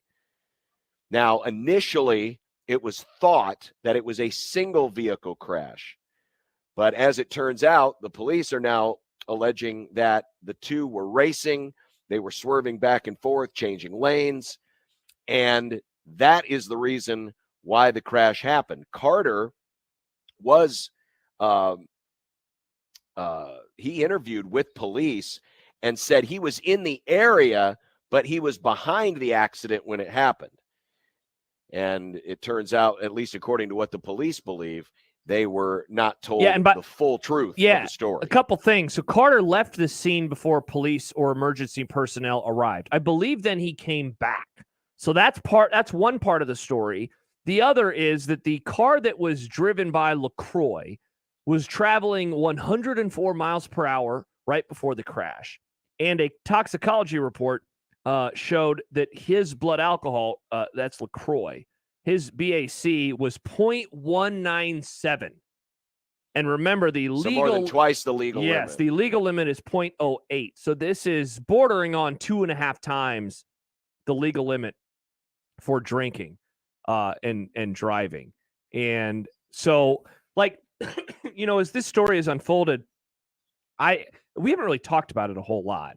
No. But my thought process has been that, like, we obviously don't know the full story. The thing I think that was most concerning for me immediately after the news came out was that was the day of the parade. And, there was some like video surfacing of like Stetson Bennett that day. And he seemed like he was having a lovely time, with drinking. And, we see that look, and that's not casting aspersions onto him. It's more when we see these parades, we see, and it's professional too. We saw it with Kansas City. We saw Tom Brady a few years ago. We know that alcohol is flowing.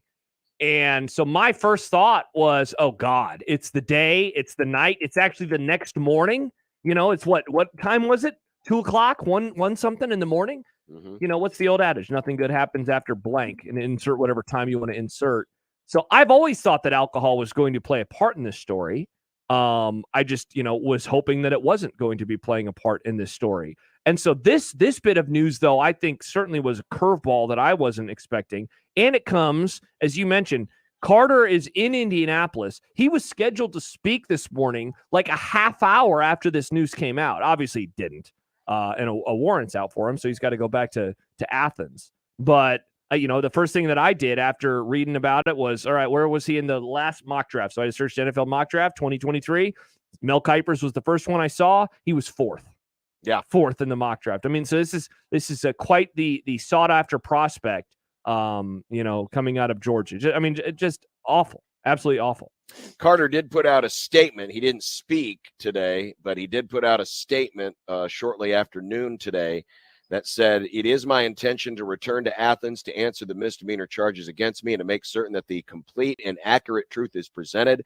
There is no question in my mind that when all of the facts are known, I will be fully exonerated of any criminal wrongdoing." That is part of a statement from Jalen Carter. So this certainly is going to change things in terms of, where teams see him and could certainly affect his draft day. It'll certainly be depending on how quickly this case is adjudicated between now and the NFL draft, which is about... It's the end of next month. Yeah, 6 weeks away, 7 weeks away, probably. Yeah. Who knows if it will be cleared up by then or not. And right now it's a misdemeanor. It is. Yeah, the charges are misdemeanors. Yeah. For now. But, when something like this happens, and we know how picky the NFL can be, could it affect his draft status? And it'll be a story that will be certainly closely followed as we get closer to the draft. Well, yeah. And for Jalen Carter. Yeah. And given that he left and then came back to the scene, they're they're probably, it's not like he at the time would have gotten they wouldn't have tested him for alcohol. So, that is going to be the question, obviously, is what was he doing that night? Was he also drinking? Was he drinking to the level that LaCroix drank to? And what ultimately happened in those moments? Not good. Not good. Nope, not good at all. Well, what is good, and we'll completely change gears. Yes, Dumb we will. Debates is coming up next. We have another video, or not a video, but a visual Dumb Debates. Oh, that's rather intriguing, and other great topics that you get to decide, because that's where Dumb Debates comes from. It comes from your brains by using the hashtag Dumb Debates. I love our sending them brains. to us on Shout out Twitter. to Brains. Shout out to Brains. And we'll be back as we start the happy hour on this Wednesday on 1620 The Zone. Live from the Host Coffee Studio, this is 1620 The Zone. 1620 The Zone. Traffic. From the Zoom Drain Time-Saving Traffic Center, heads up a crash with injuries on 90th at Fort Street is causing delays. Same goes with the wreck on Center at 84th. A crash with injuries on northbound Fort Crook Road at Victoria Ave is causing delays. Traffic lights still flashing red, malfunctioning on northbound and southbound 52nd between Western Ave and Northwest Radial, affecting each intersection, and then stopping your traffic on eastbound I-80 between 108th and 72nd.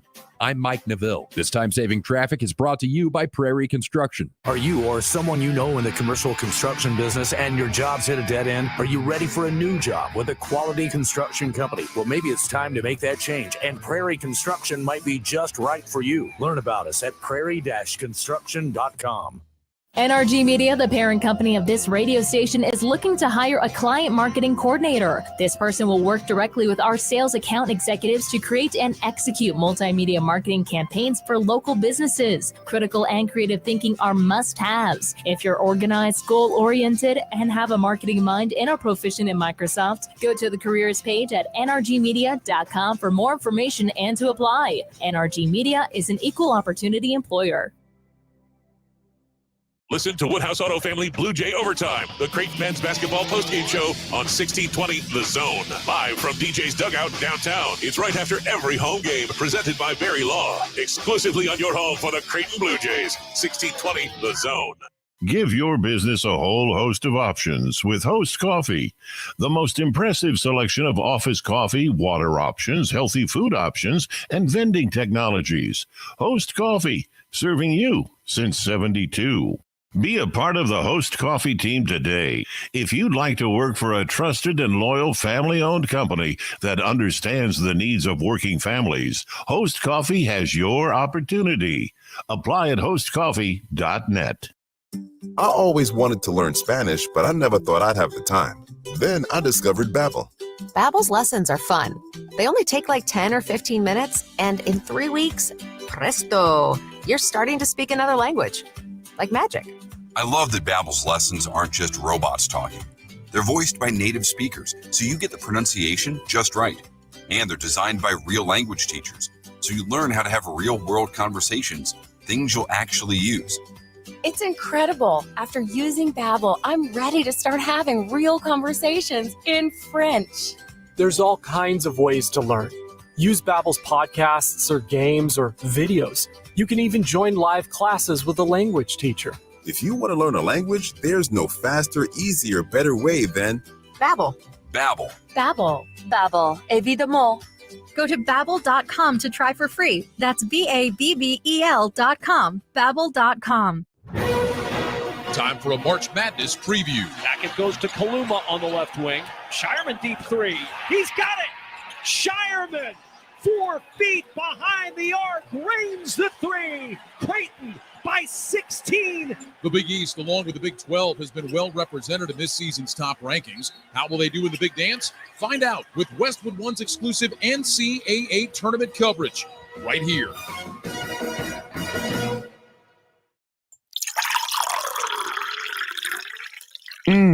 Your morning coffee. Hot, delicious, and oh so comforting. But by the third or fourth cup, your stomach might not feel so good.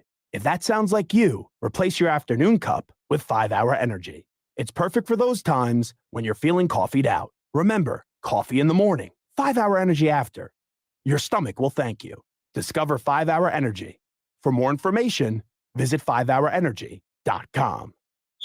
Tickets for less. Best seats, best prices, no per-ticket fees. Ticketsforless.com. KOZN Bellevue, Omaha, Council Bluffs. This is 1620 The Zone.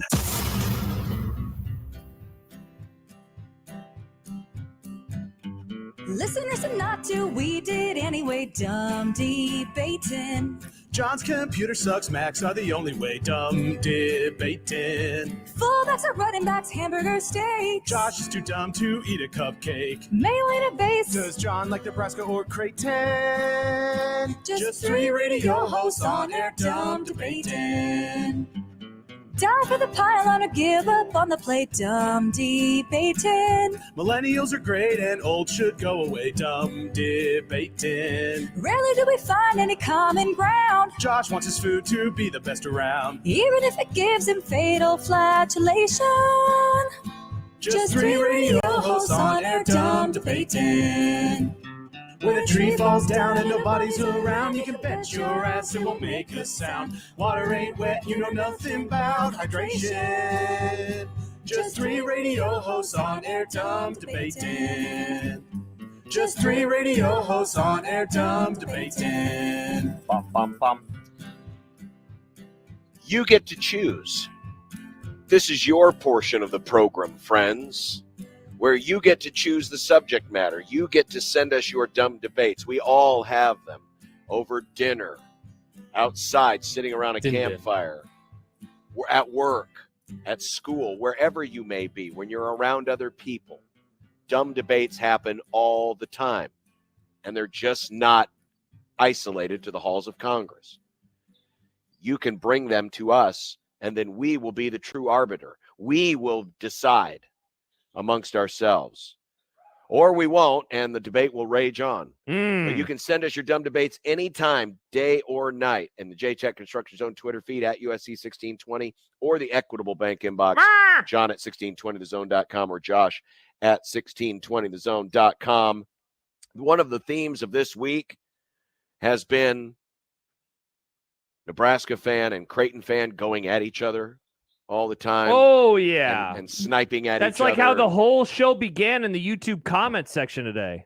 It did. Well, Brad wants to weigh in. He says, and this is his dumb debate, is 1620 The Zone making a mistake by putting Creighton talk just barely behind Nebraska football talk in every show the last few months, including the conclusion of NCAA season and NFL playoffs?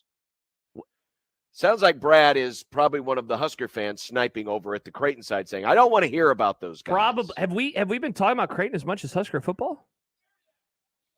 I mean, one of the sports is in season and the other is not. Yeah, not we're that that's still ever talking stopped more. us. Yeah, I was going to say, I feel like we're still talking more Husker football.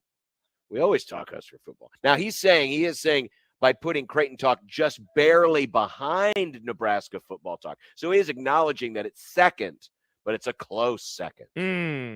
Are we making a mistake? I mean, they're good. They're solid.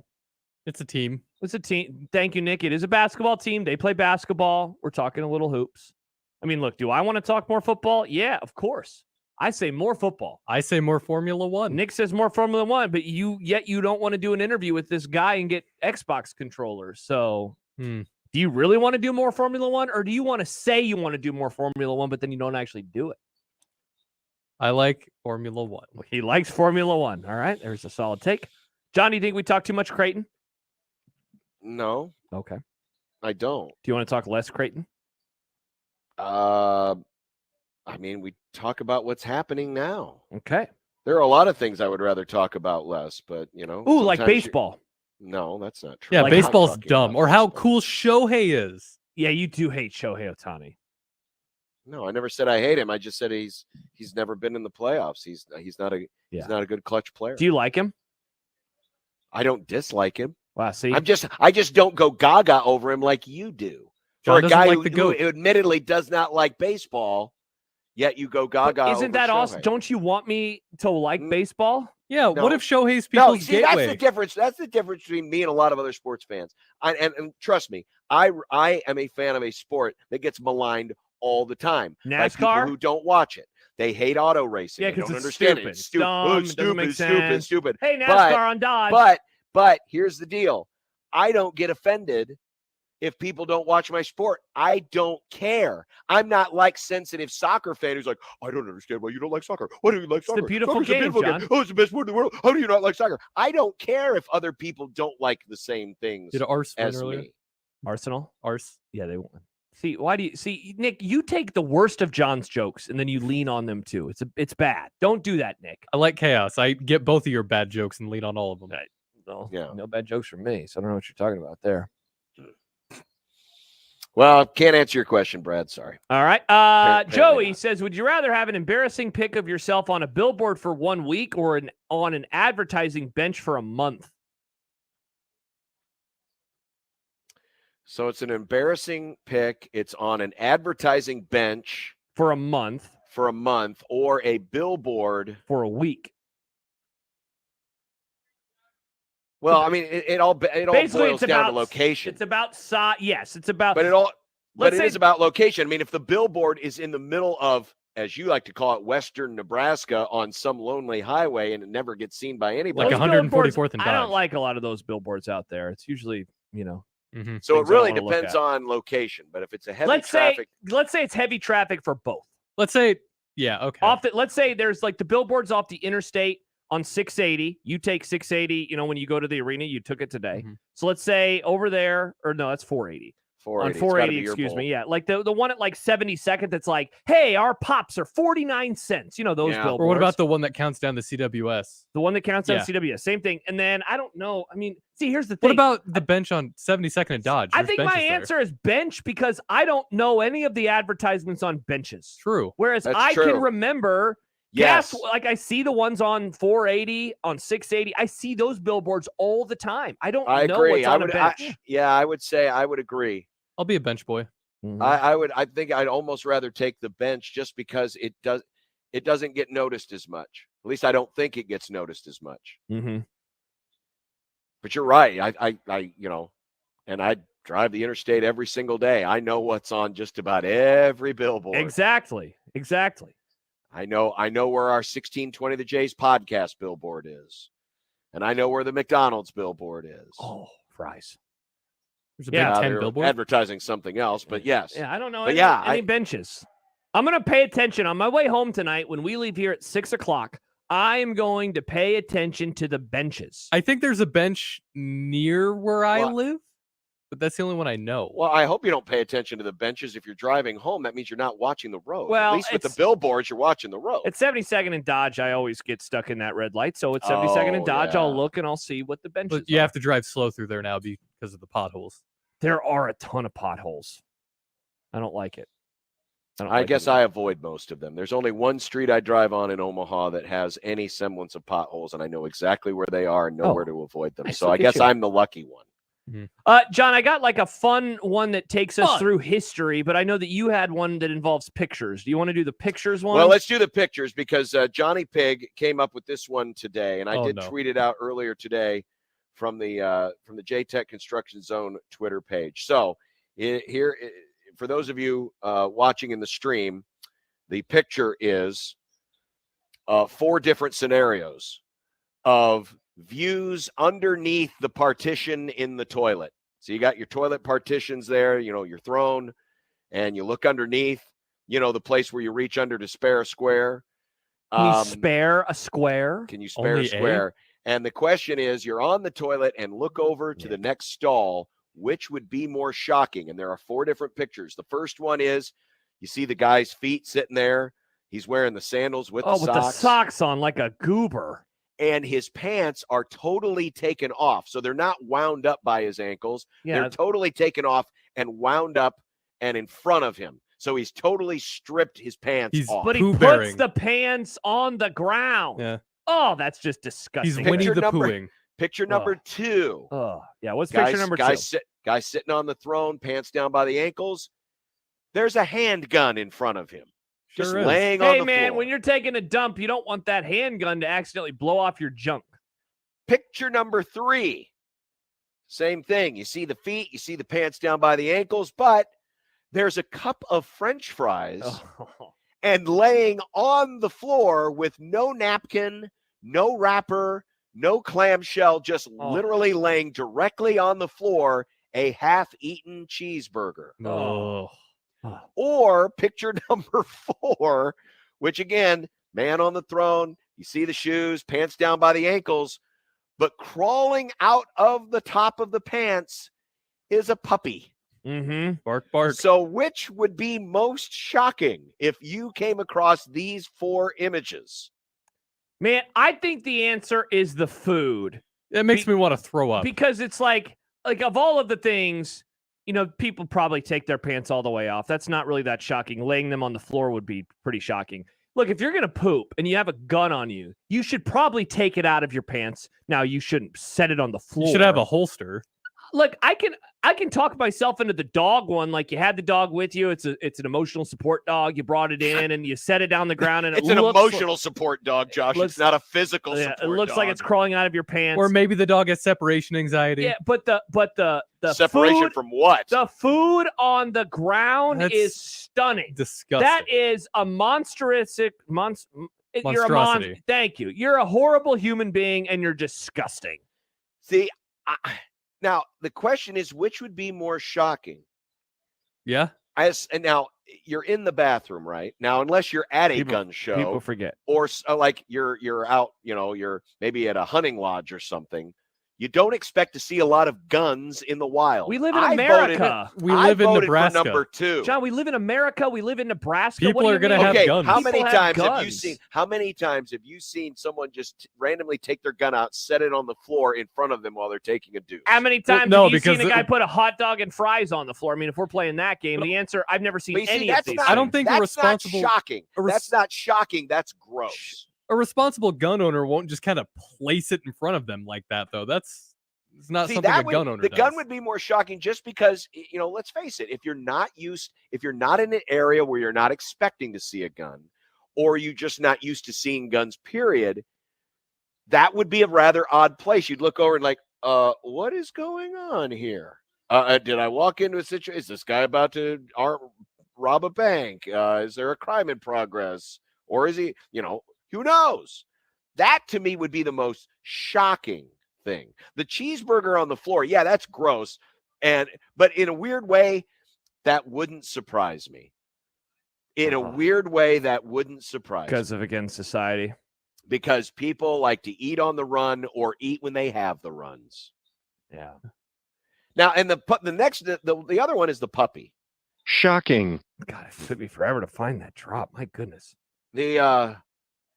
Seeing the puppy crawl out.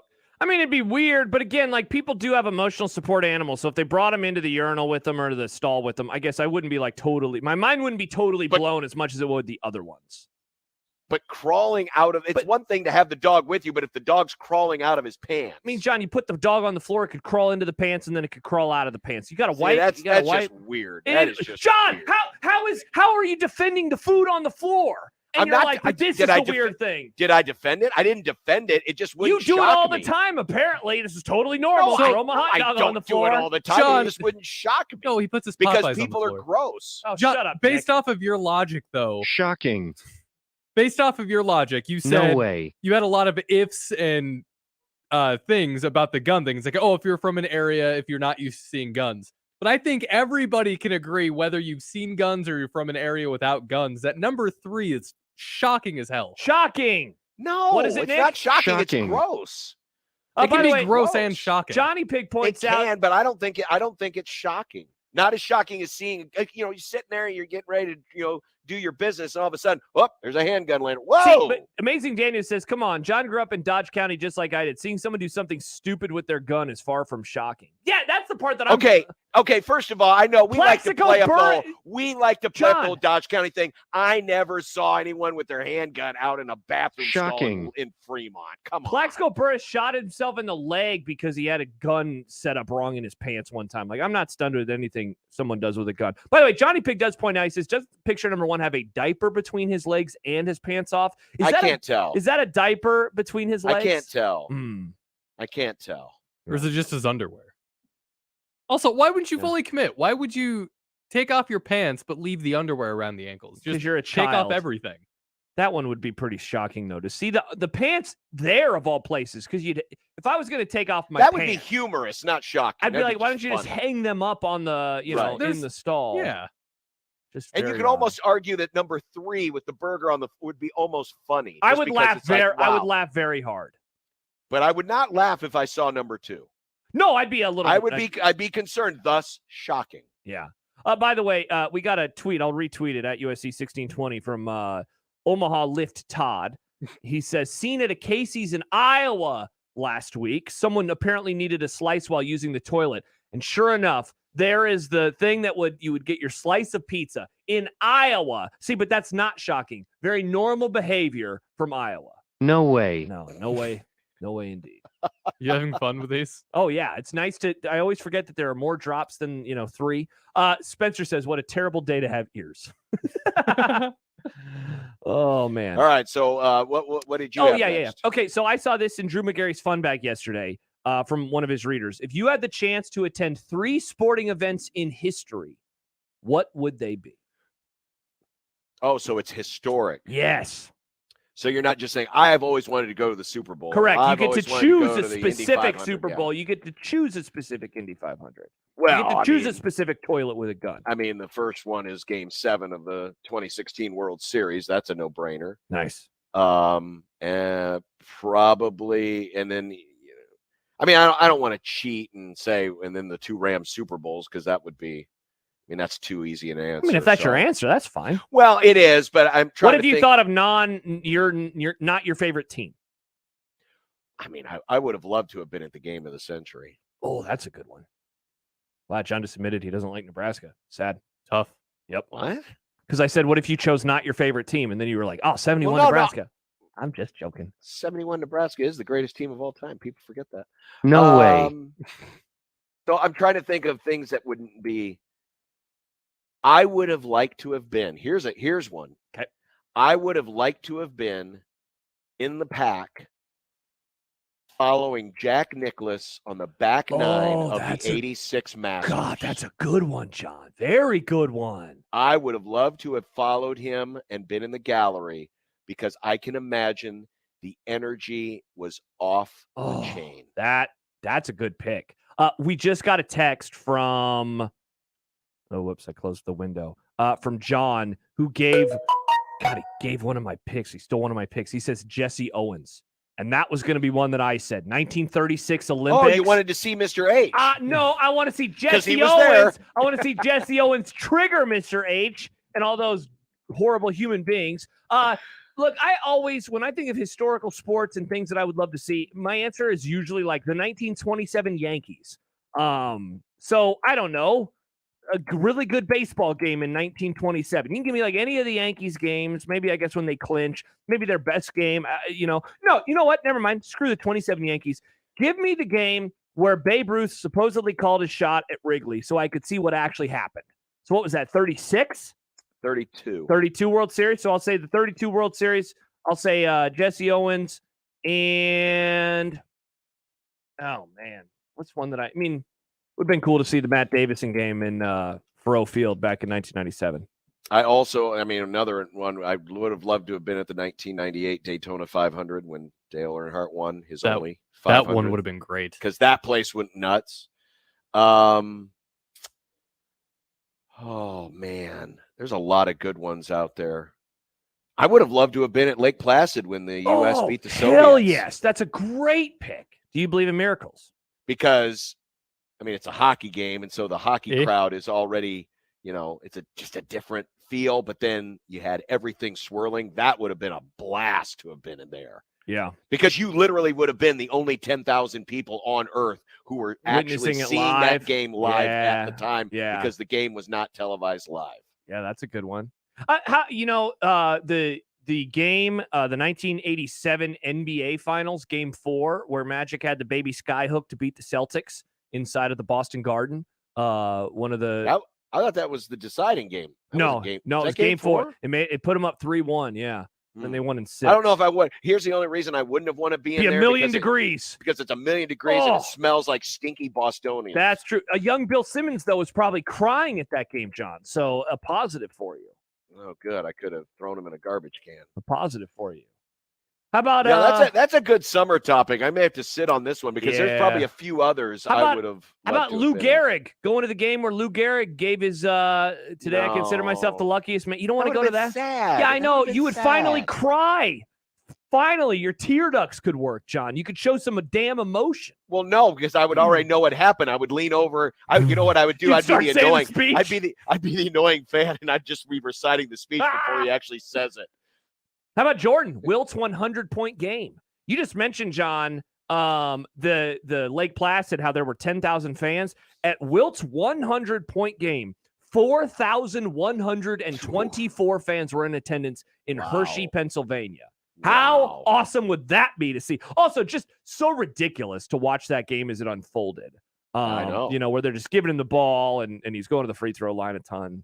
Nick didn't give any answers. Yeah, I got 3. Okay, good. And All then right. there's a reference for you here, Nick. So Nice. you go. Yep. Brazil 2012 Formula 1, because that season was the closest season. There was like 6 different drivers at one point who could have won the championship, and it wasn't decided until the final race of the season, which was at Brazil, and things had to work out in a very specific way. So who ended up winning the Hussein Gaddafi Cup? I think that was Sebastian Vettel that year in 2012. Congrats to him. The 2004 Daytona 500, because Dale Jr., I remember seeing that on TV, and seeing it live would have been amazing. Okay. And then the 72 Super Bowl, I know the score was crap. Oh, Dolphins! But it would have been cool to be there for the history. Yeah, undefeated. Only one. Look at you would have Nick. been there. You would have been there to see Garo Yepremian's big mistake that gave Washington their only points. Nick mentioned something. Well, here, let me read the text real fast. Mike says, I would like to have been at Nick's football practice where Mr. Casey threw a football at his dome piece.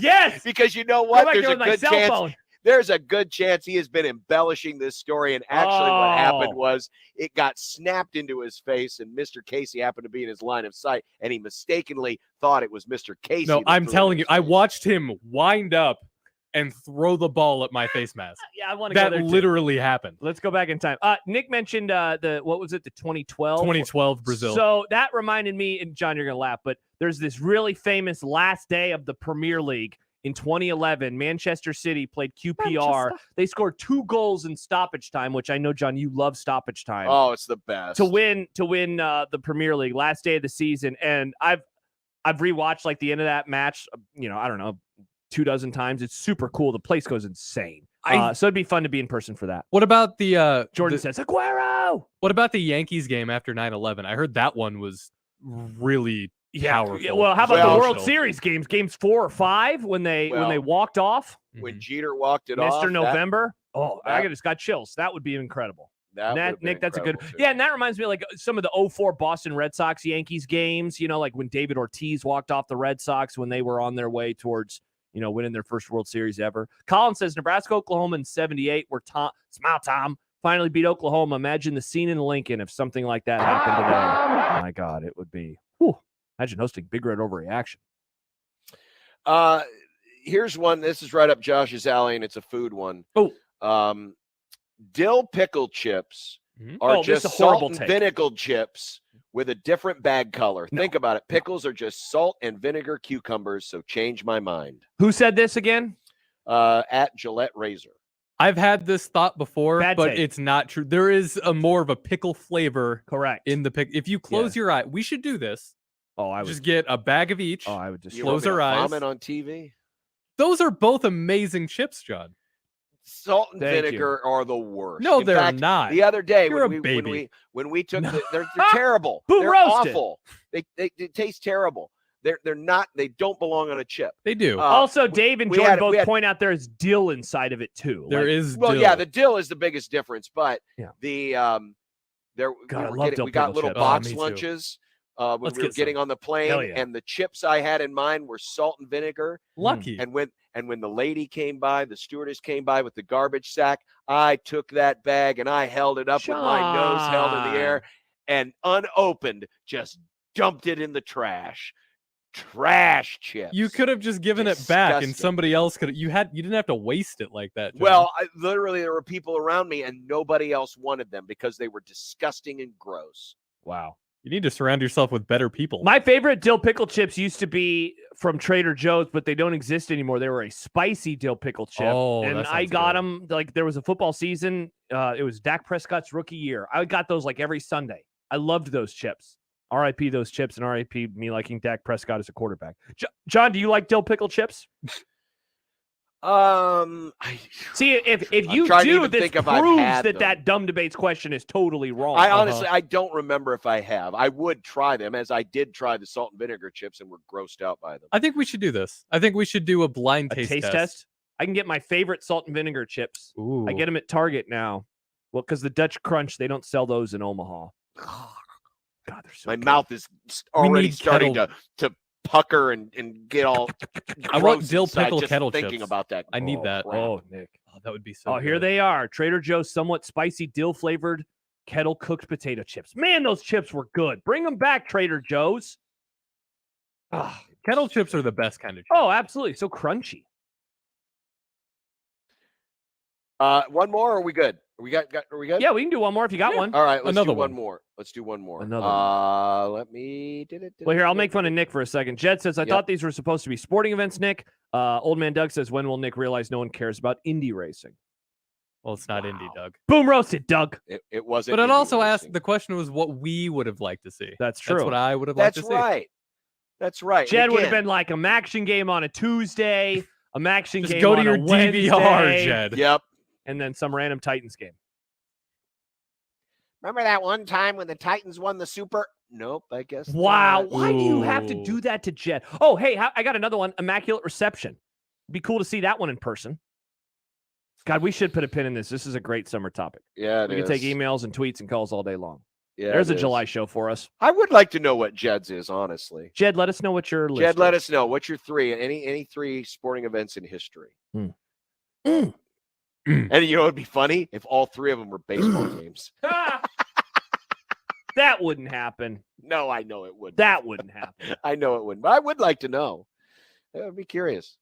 Because there's a lot to choose from. And I was trying to, find some, like the Masters one and the Lake Placid, and just trying to think of like, because it's not just about witnessing something great, but it's about the atmosphere around it. Mm-hmm. The galleries around Jack Nicklaus in '86 were nuts because this was a lightning bolt. It was out of the blue. And of course, Jack Nicklaus was still the most beloved golfer probably of all time. The hockey game, I mean, it's self-explanatory. I'm just trying to think of other moments where, it would have not just been about the moment you were watching or the greatness you were watching, but then the reaction, around it. Like, heck, you could have picked, because I've talked about this before. Last year when we were at the Big East tournament, the crowd at the Villanova-UConn game was electric. And I'm like, man, this is what the Garden feels like when it's electric.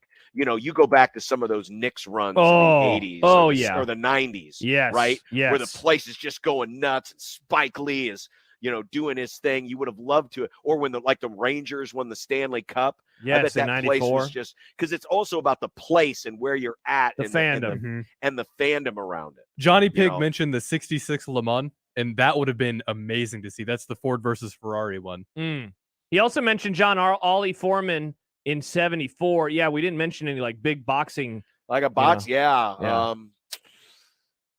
Obviously, I would have liked to have been at Balboa Creed 1. That would. Hey, I would too. If I can go to that, that'd be fun. Trying to think. Oh, in the summer we can do fictional. Fictional sporting events we'd want to go to. Honestly, it would have been the fight of the century. It would have been Ollie Frazier 1 in the Garden. Yeah, that'd be pretty cool. Because even though, and the fight was a good fight, but, it went to a decision. Just the atmosphere around it, the celebrities around it, the buzz around it. I got one for you, John. What about the 2007 Nebraska-Oklahoma State game? Because it's Steve Peterson's last as athletic director. I was there. Hey, me too. There was no buzz. The only No. buzz was the sound of people angrily leaving the stadium. And then, of course, the giant bed sheet that was put up that said Fire Peterson. Oh, I remember.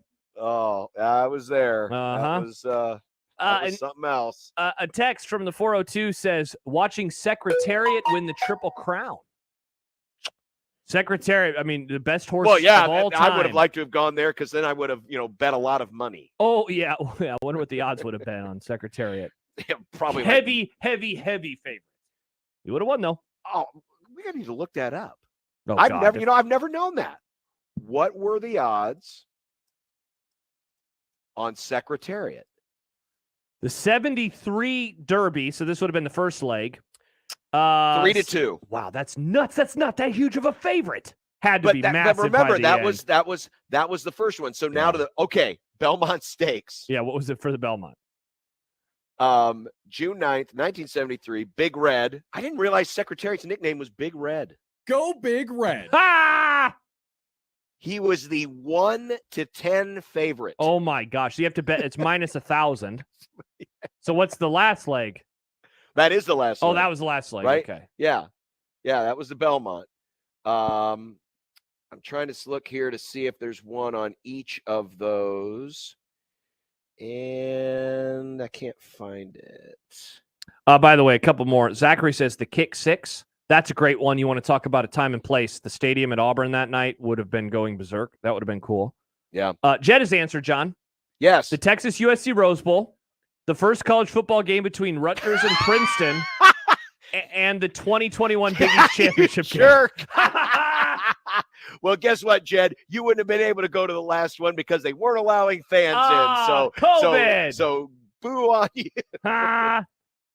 I don't think I would want to be at the first college football game because it wouldn't have looked anything. Yeah, it would have been cool just to see like how wild and different it was. I'd like to go see a cage ball game when they were still putting cages around basketball. Cage ball? Yeah, they used to do that. Oh, I remember, yeah. That'd be fun. You're such a jerk. Luke, I think it's Luke. Yeah, Luke writes in the game LeBron scored like 27 straight points against the Pistons.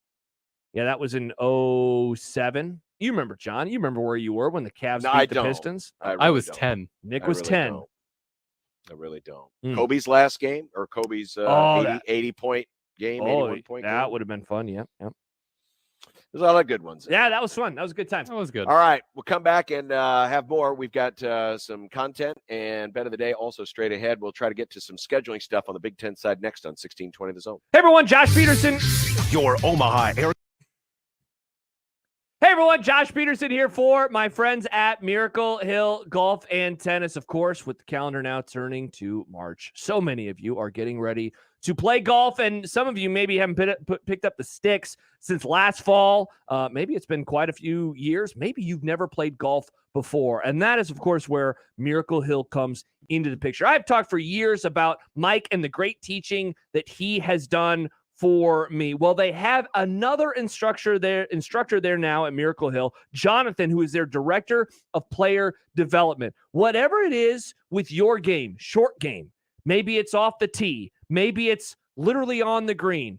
You want to get better at that. You're a 5 handicap, you're an 18 handicap, or again, you've never picked up your clubs before. They can help you find your best golf swing for those situations. A la carte options, you decide on what you want to work on. They're changing things up this year, and the results for you and others are going to be absolutely spectacular. I'm stopping by tomorrow. Can't wait to have a conversation with both of those two guys and figure out where my areas of improvement can come from. I've said it for years. Their way of teaching is so different and so much more effective than the traditional golf lessons that I have had in the past. More information, give them a call today, 402-498-0220, and enjoy golf this spring and summer more than you ever have before. Don't forget their PGA Junior Leagues coming up as well. The deadline for that is May 1st, so just 2 months away. They're located just north of Dodge on 120th Street, Miracle Hill Golf and Tennis. Your Omaha area forecast from the Godfather's Pizza Weather Center and KETV News Watch 7 on 1620 The Zone. Mainly cloudy, a little breezy, and cooler overnight. Low temperatures dropping back into the middle 20s. And still mainly cloudy for Thursday. Not real breezy, high temperature reaching up around 40 with some peaks of sun in the afternoon. I am Chief Meteorologist Bill Ranby from KETV News Watch 7. 1620 The Zone's Unsportsmanlike Conduct, brought to you by a great friend of the program, Union Bank and Trust. 1620 The Zone. Traffic. From the Zoom Drain Time-Saving Traffic Center, heads up traffic signals are still flashing red on 52nd Street for north and southbound commuters. That's at each intersection between Western Ave and Northwest Radial on 52nd. Be ready for delays through there. If you're north on Northwest Radial, stop and go traffic between 48th and 52nd. Delays on Cornhusker for both directions between 25th and Fort Crook Road. And then if you're west on I-80, delays between 84th and 680. I'm Mike Neville. This time-saving traffic is brought to you by Luss Hills Harley-Davidson. Riding season is here, and it's time to trade in and trade up. Or, if you ain't riding it, Luss Hills Harley-Davidson is buying it. Sell your Harley-Davidson today. Luss Hills Harley-Davidson. Rise up and ride on. Take your basketball game to a whole nother level with Omaha Sports Academy. Tryouts are right around the corner for youth boys and girls, February 27th and March 1st. For high school girls, March 5th. For high school boys, March 12th. You can be part of a program that will take your game to a whole nother level. You can practice and play in top-notch facilities with OSA-trained coaches under the oversight of a full-time professional coaching staff that's got a lengthy resume of success. It's the only program in Nebraska on the Adidas Gold Circuit. So ensure your opportunities to college coaches regionally and nationally and be your best. Learn teamwork, responsibility, and much more with Omaha Sports Academy. The Blue Jays close out the home schedule tonight. It's Creighton versus Georgetown. Pre-game coverage begins this evening at 6 with Ravi Lula and Blue Jays shoot-around. Tip-off is at 7:30. The Creighton Blue Jays tonight on 1620 The Zone and 1019 The Keg. Leach Camper Sales in Council Bluffs get extended sports show deals, plus a blowout sale on all select 2022 models, and you don't make a payment for a year. Our new 23s with payments as low as $150 with approved credit. Visit leachcamper.com. And don't forget, coffee's always on. Gain presents a tale of longing and long-lasting scent. Dear love of my life, we were on the 12B bus when I caught a whiff. A scent so fresh, so life-changing, I had to find its source. I didn't know if you were the woman in the pink freshly washed cardigan or the retired mailman next to me, but I knew one of you was my soulmate. Ah, the scent of Gain Flings. Add Gain scent beads for an even longer-lasting scent. Hi, this is Garen Armstrong with Shamrock Roofing and Construction. That small roofing company my father started 45 years ago has now become one of the largest roofing companies in America by following one rule, the golden rule. No one can install a better roof at a better price, a better warranty than Shamrock Roofing and Construction. Let our local family serve your family. Shamrock Roofing and Construction. Call today or visit us online at shamrockroofer.com. Listen to Woodhouse Auto Family Blue Jay Overtime, the Creighton men's basketball postgame show on 1620 The Zone. Live from DJ's Dugout downtown. It's right after every home game, presented by Barry Law. Exclusively on your home for the Creighton Blue Jays. 1620 The Zone. This is Unsportsmanlike Conduct. I know what you're all saying, but I'm going to be right, and you're all going to look stupid. On 1620 The Zone. Well, as we mentioned earlier, they still have not come out with a schedule. Though I did see, Jed, if you're listening, the MACtion schedule for 2023 is out. Oh, hell yeah. But there's no schedule for the Big Ten. It's great. Like, we know what they're going to do. Just announce it.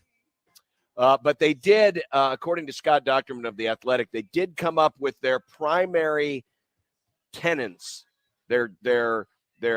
These are the things that we have to accomplish with our scheduling and our format, however it is we choose. And naturally, the first thing is college football playoff qualification.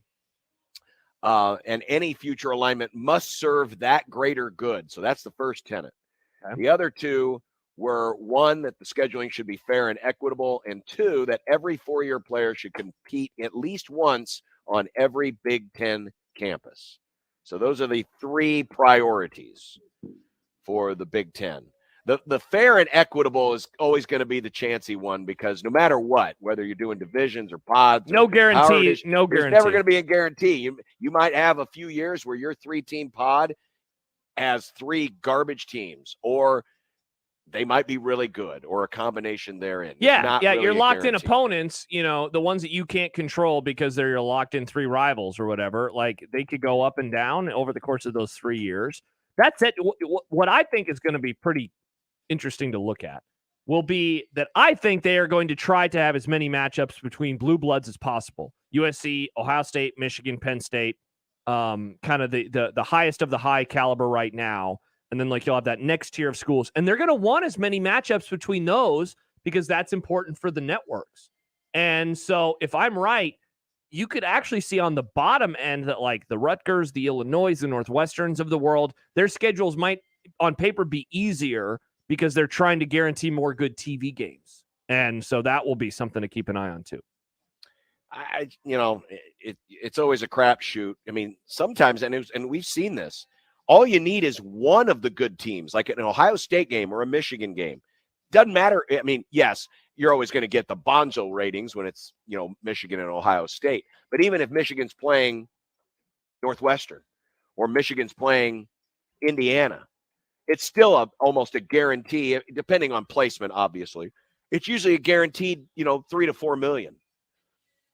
So sometimes it's not just, having all the big games, but it's just making sure that, no matter what, hey, Michigan's always going to get good placement. Ohio State's always going to get good placement. USC. And then down the line, and I'll be very curious to see what they do how with it them. Works with USC. Me too, man. Because the cachet of USC is not as big as it used to be. But now that they're in or going to be in the Big Ten and that they're getting affiliated better with these other teams and theoretically getting better, will that cachet instantly rise? Or, because like Miami, for example, for the longest time, Miami was the hot thing, man. Miami. We saw what happened when they fell off. Now it's nothing. Yeah. USC certainly has a lot more tradition, but I don't know. Could be really interesting. All right, let's take a break. Be back with more right after this on 1620 The Zone. Now live on Twitch, YouTube, and 1620thezone.com.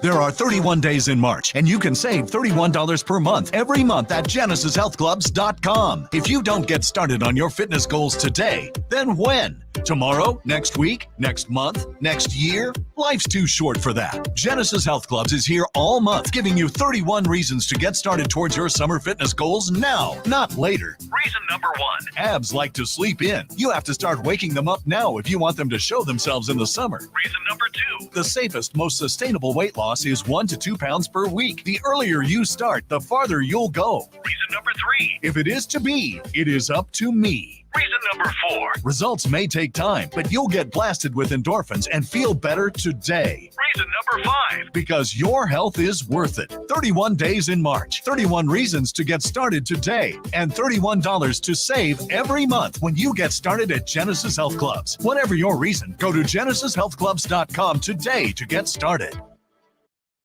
Hi, this is Doug Nodgard with Equitable Bank. Great service never goes out of style. When the digital age dawned, many said computers would be able to handle many of the interactions that used to take a person. Boy, were they wrong. How many times have you called your bank and gotten a recording to press 1 or 2? Not at Equitable. Not only does Equitable answer your call in the first ring, it's answered by a human being. That's because Equitable Bank values its customers. Equitable Bank, we take banking personally. Member FDIC. Lulabee's Breakfast, Brunch, and Bar is downtown Omaha's go-to spot for quality food with a Mexican flair. Lulabee's has everything from French toast and omelets to shrimp tacos and burgers. There's even a full bar with uniquely inspired cocktails. Want to have a party? Lulabee's has a fun and festively decorated party room that seats up to 65 of your favorite people with custom catering available. Booked for parties, family events, celebrations, or just brunch with all your friends. Lulabee's, 9th and Dodge, or at lulabeesomaha.com.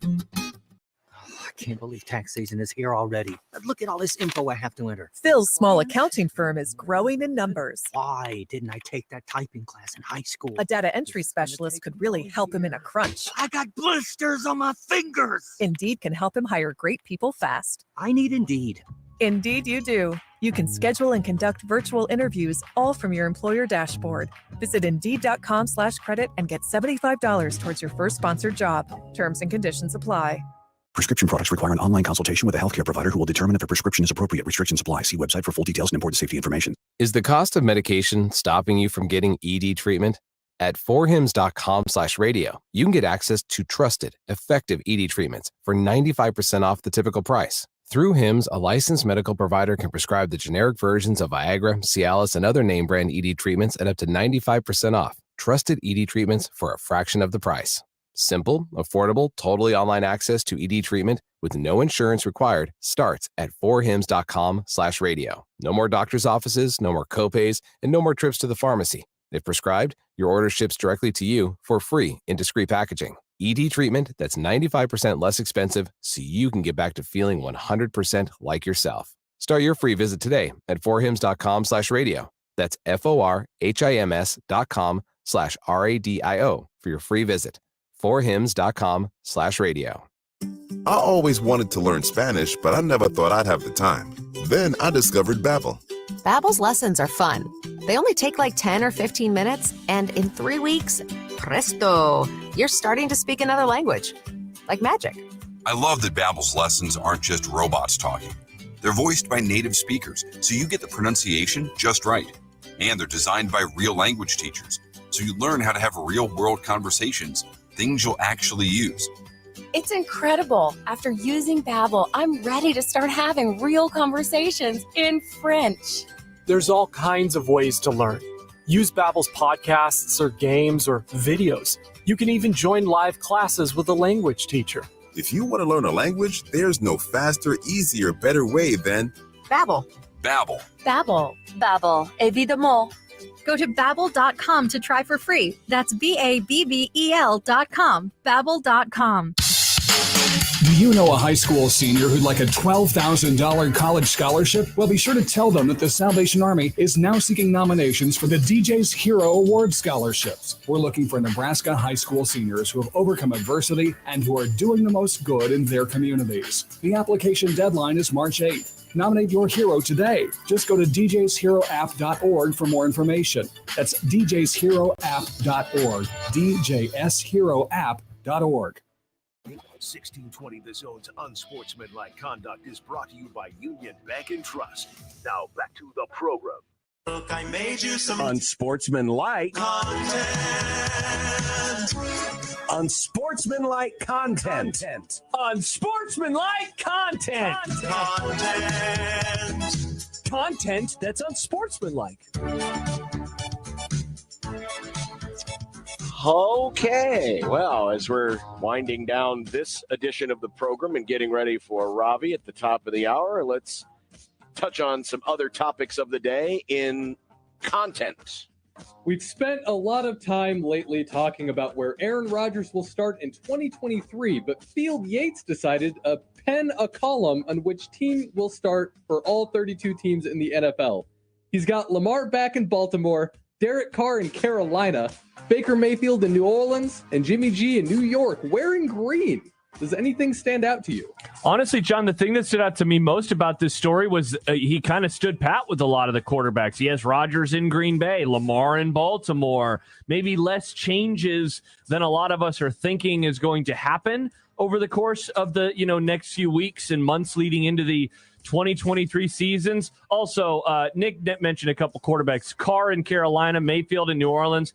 It is a reminder that the NFC South maybe won't be very good. Yes, very wise choice going with Aaron Rodgers, as I've said many times. Bad take. Even better that he thinks that Patrick Mahomes and the Chiefs won't divorce during the offseason.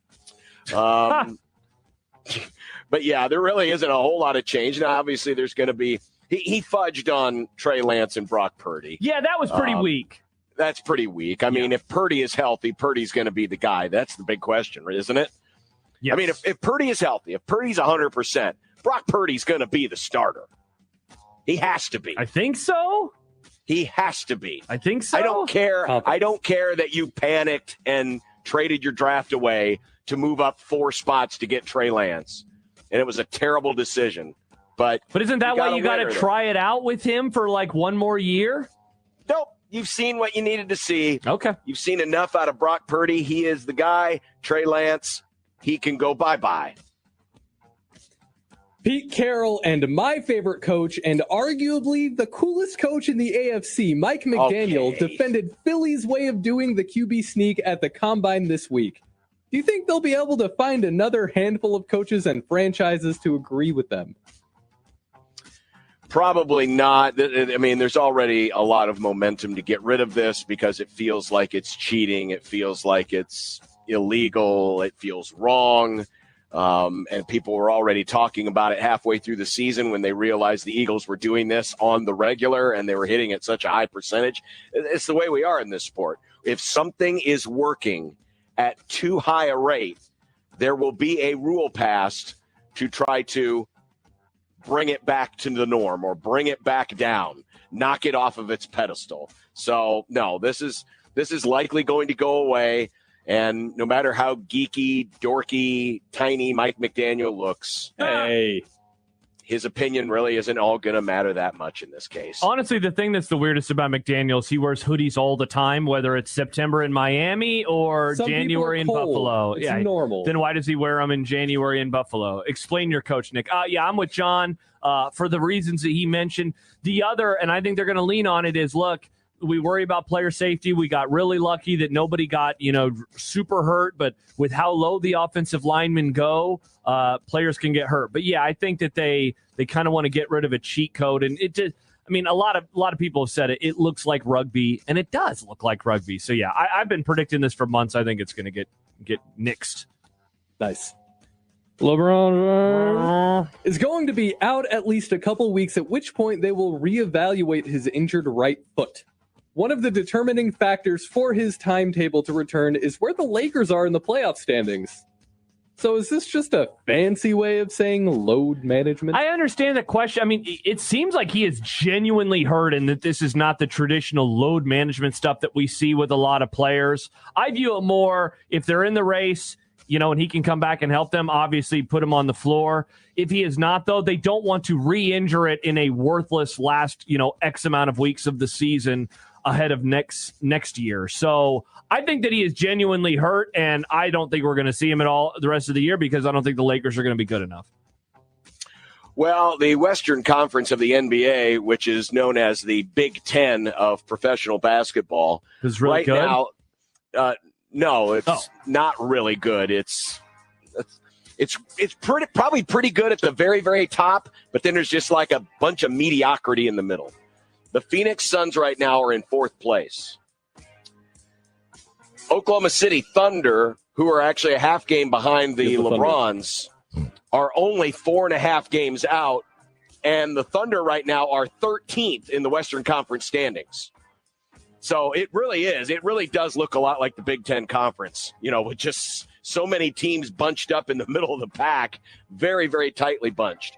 So, if the Lakers can hold serve, they'll still be in the running for one of those play-in games. They're only a game out of the play-in game right now as it stands. That's the part of the situation which is interesting, because if he is really hurt, well, then why would you even put out the feeler out there that, but we'll evaluate where the Lakers are in the standings in a couple of weeks. You wait until you get him healthy before you bring him back. Standings be damned. For some reason, we haven't talked much Duke basketball at all this season.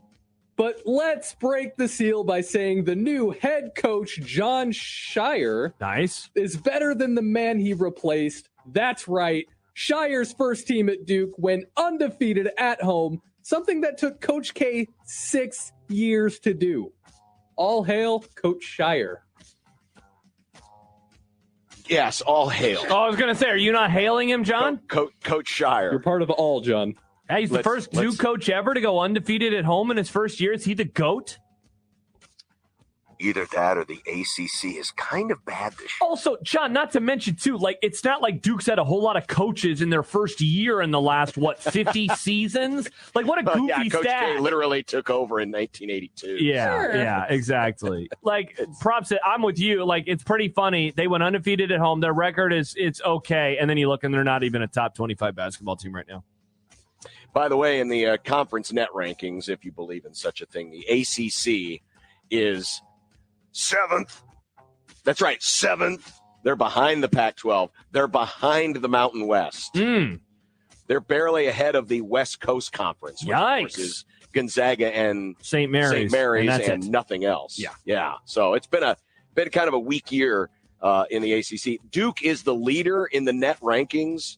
And again, I know people have their objections with the net rankings, but just as something that's somewhat neutral, Duke is only 22nd in the net, and they're the best team from the ACC. Not great, Bob. Not great, Bob. More like not rankings, am I right? 3 CFB selection commissioners out, 3 new ones in. They are former Nevada coach Chris Alt, Washington AD Jennifer Cohen, and Miami University AD David Saylor. They replace Wyoming AD Tom Berman, Colorado AD Rick George, former Penn State player John Urschel. These new folks will be part of the group to pick the new 12-team field in 2 years. What do you think? Don't really care, honestly. I mean, I guess the thing, John, that stands out to me is I assume that's Miami of Ohio, David Saylor. Correct. And then Nevada. So you got a couple of G5s in there with a P5. And who knows how much longer Washington will be a P5 given that they're in the Pac-12. And they're replacing G5, P5, and P5. So I don't know if that was on purpose. Maybe try to add a little bit more from the Group 5 angle. But in an era where Group of 5 teams will be in the playoff every single year, I guess that's the one notable thing to me. Oh, it is rather notable because Nevada is not a Power 5 school. You mentioned Washington. Who knows where the Pac-12 is going to be in a couple of years, and Miami of Ohio, obviously a MAC school. And this group, and they do this all the time. They rotate out, different commissioners. So, I don't remember what the terms are. I think it's 4 years. I'm not 100% sure on that. But this group will be among those commissioners who will be picking the 12-team playoff, of which there is the more likely chance you're going to get some oddball or non-Power 5 selections. So that's where I find this to be rather interesting. That and, obviously Rick George, he has no time to serve on this committee. He's got to ride herd on Coach Prime. Have you seen this? Have you heard about this? Michael Wilbon of ESPN doesn't have a morning routine. In fact, he has an anti-routine. He added, "My days are never measured by morning. If you've really been a sports writer your whole life, which is what I consider myself, mornings don't count. They're just in the way." Cool. First of all, John, before you answer, can we talk about Nick's weird Southern accent there? What was going on? I just kind of vibed it out. Oh, but damn, it's me, Michael Wilbon. Yeah, you needed to sound more hoity-toity. Yes. I come from Northwestern and thought Nebraska should have been kicked out of the conference because they dared to want to play football, even though I conveniently ignored that Ohio State wanted the exact same thing. That's the kind of accent you needed for Wilbon. This is stupid. Sorry for getting it anti-routine. And by the way, Wilbon, you're not a sports writer anymore. You haven't been a sports writer in 25 years. Boom roasted. No, he's a TV personality. No, I mean, either way, that part doesn't matter, but you're not a sports What does that mean? Mornings don't count? I've turned into a bit of a morning person. Also, he travels in the morning, so I don't understand how mornings don't count. He is such a goober. He is a goober. Goofy goober. Oh, yeah. Yeah, goofy goober. A fired former employee of NFL Films has filed a discrimination lawsuit against the league's official film archivist. In the lawsuit, she claims that NFL Films has a chat room log tracking timestamps of their footage showing close-ups of cheerleaders and female fans' buttocks and cleavage. It's gross. I'm guessing this stuff won't end up in NFL Films Presents. Yeah, John, you and I have talked over the years about, how we've gotten into the league, how we've learned about the history of the NFL. I've always told stories about watching NFL films on sick days, whether I was actually sick or not. I don't think that this will be showing up on ESPN Classic on one of those weekends for the future generations. I mean, quite honestly, I'm surprised that these weren't the tapes that they were giving out with your free paid year subscription to Sports Illustrated. You know how they used to do that, where it was like, hey, and if you buy a year subscription to Sports Illustrated, get Football Follies, Volume 17 from NFL Films. Get Cheerleaders' Boobs, Volume 69. Exactly. I don't want to say nice to that. Well, John did. Thank you, John. Well, I did because you said Volume 69. And by the way, this is... Now, would it surprise me if there was a tracking log of these things? And by the way, NFL Films says, well, yes, we have that because when people come and use our archive, we tell them these are things you cannot use. That's why we've marked the time. But there's also been a long-standing tradition in the video and film gathering sports media. Oh, yeah. That there are usually the inappropriate shots. Oh, yeah. That have been taken by photogs over the years. Yep. A list of the top 10 win percentages in World Baseball Classic history shows that the Dominican Republic is number 1, followed by Japan, Puerto Rico, and South Korea. Where's the United States at, you ask? Where's the United States at, Nick? How about 7th? behind Israel. I thought this was our national pastime, John. America's I pastime. thought so too, man. I mean, we're not even better than the Israelis, who've only played 1 year in the World Baseball Classic. Yikes! What are we doing? Yeah, Venezuela was 500. Mexico 7-11. What's going on there? But guessed it. Whew, boy, this is bad. U.S., you got to pick up the slack here, man. This is our game, and you're only 7th best in the history of the World Baseball Classic. Oh, the shame. Probably because no one cares. All right. Right? I don't care. I don't care about the baseball. Do you care about the baseball classic? Well, I do now. Okay. I mean, we have to be number one. I keep getting told by you people on this show how much, oh my gosh, yeah, how can you not root for the United States? It's the Olympics. It's the greatest thing ever. You shame me. And so now I'm giving you an example of where we need to root for the United States because we're obviously not good enough. We need the dream team. Mm-hmm. We need Charles Barkley and Michael Jordan, who did play baseball professionally. People forget. People forget that. Uh-huh. He once hit a fluke double against the Cubs in an exhibition game. We need MJ back to help bring the U.S. Make America great again. At baseball. At baseball. Put that on the hat. At baseball.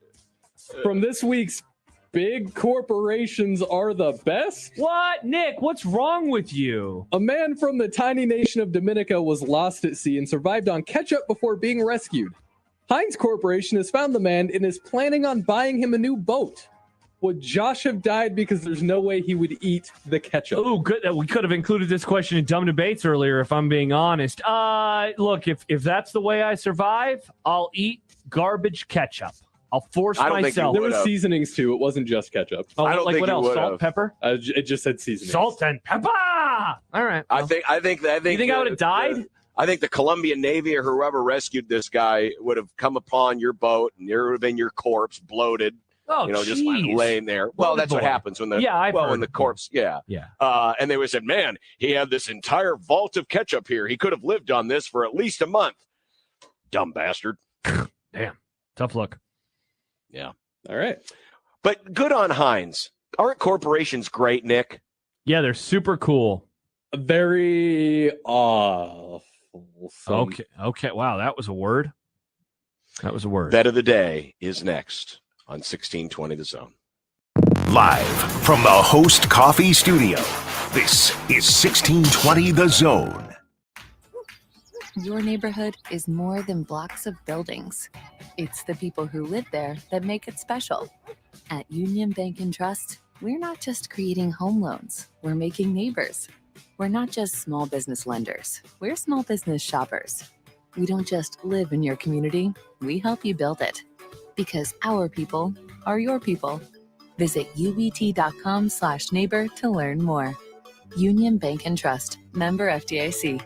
Are you looking for tickets for the next big event? Be sure to check out my friends at ticketsforless.com. They're going to take care of you, all of the best seats to the biggest local events, and they've also got great seats to events nationwide. Now, the one thing with ticketsforless.com that I love is they never charge per ticket fees. And you know what? With that, you can save hundreds of dollars over other resale websites. You can lock in a special discount right now when you use the special code THEZONE at checkout at ticketsforless.com. Simply enter the code THEZONE at checkout, and you're going to earn an exclusive listener discount. Memories for life start at ticketsforless.com. My, how time flies. Nick Handley here for my friends at DJ's Dugout. Did you know DJ's is celebrating its 30-year anniversary? Yep, everyone at DJ's Dugout says thank you, Omaha Metro, for your amazing support since 1993.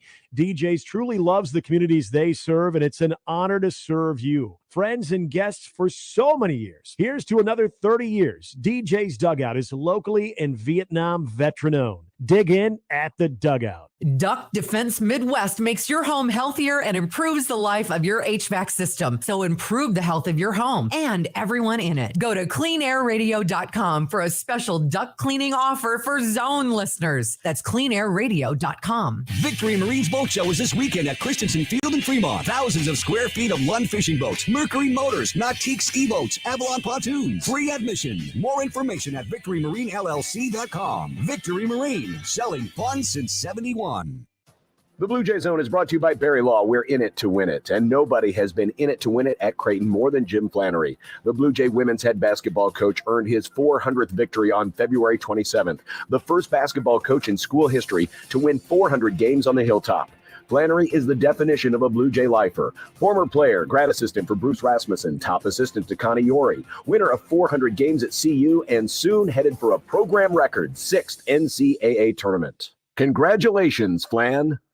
Winning comes without a guarantee. Focus, discipline, and extraordinary effort make winning more likely. Sometimes our greatest wins come from major setbacks. Coming back from a serious injury is a win that requires teamwork. At Barry Law, we're in it to win it. If you have been seriously injured in an accident, call Barry Law today. 402-999-7777. Reading may be the most valuable skill your child will ever learn. And research proves that when children read outside the classroom, they do much better in school. I'm Jenny Vinson, president of the Nebraska State Education Association. It's easy to picture yourself reading with a young child curled up in your lap, but don't forget about your older children. They also need encouragement to read. So set aside some time to read together and help your child achieve and succeed. Sponsored by the Nebraska State Education Association, aired by the Nebraska Broadcasters Association and this station. It's unsportsmanlike conduct. They have to play with themselves. The 1620. The Zone. And you know why I'm laughing, don't you? Now, it's time for the unsportsmanlike conduct bet of the day. Just a little bit under where some folks would like to see this one wind up. Brought to you by Peerless Energy Systems. Time for another edition of the Peerless Energy Systems Bet of the Day. Yesterday, two of us had a rough go. One of us won. Not that Tua. John had Nebraska on the money line. Look, that looked like an amazing Bet of the Day pick until it wasn't. I had San Diego State on the money line as a road dog at Boise State. They lost. But Nick had the Bucks, the Grizzlies, and the Nuggets to win. So he won 100 fake dollars. Peerless, Nick is going to send you his invoice right now to get those $100. I am looking, John, at tonight's game between Creighton and Georgetown. Give me Georgetown to cover the 17.5. Jays will win, but Georgetown covers the 17.5. The juice is minus 102. It is the Iron Bowl of basketball tonight. Oh, baby. Auburn at Alabama. I'm going to take Alabama minus 9.5 and parlay that with Providence on the money line at home against Xavier plus 191. I'm going back to basketball. Give me Padilla's Phoenix Suns and the Chicago Bulls minus 138. All right, that's the bet of the day brought to you by Peerless Energy Systems. Peerless. Tomorrow is Thursday, which means we'll recap tonight's action here at CHI Health Center with Robbie Lula. We will also talk with Robin Washut as the Huskers now get ready for Iowa this weekend. That's the regular season finale, and then the Big Ten tournament. And goodness knows what other fine things we'll have for you on tomorrow's Grum. Lots of stuff, I'm sure. Lots of stuff. Mm-hmm. Lots of stuff. Lots of stuff. So stay tuned. Robbie Lula, Blue Jay shoot-around coming up next, and then it's live coverage of Creighton and Georgetown, the home finale, right here from CHI Health Center, Omaha. Have yourselves a fine Thursday. Well, Thursday morning, yes. Wednesday night. And then, Wednesday night, Thursday morning, Thursday midday, Thursday at lunch, and then join us at 2. Well, that's what midday is. Yeah, I know. Bye! Bye. 1620, The Zone. Traffic. From the Zoom Drain Time-Saving Traffic Center, looks like an earlier crash on westbound Dodge at 42nd is still causing a few delays. Traffic lights still flashing red on northbound and southbound 52nd between Western Ave and Northwest Radial at each intersection. If you're east on 370, delays between 84th and 72nd, and delays on Cornhusker for both directions between 25th and Fort Crook Road. I'm Mike Neville. This time-saving traffic is brought to you by Prairie Construction. Are you or someone you know in the commercial construction business and your job's hit a dead end? Are you ready for a new job with a quality construction company? Well, maybe it's time to make that change, and Prairie Construction might be just right for you. Learn about us at prairie-construction.com. Your 14th ranked Omaha hockey team is currently second in the NCHC and has secured home ice for the playoffs for the first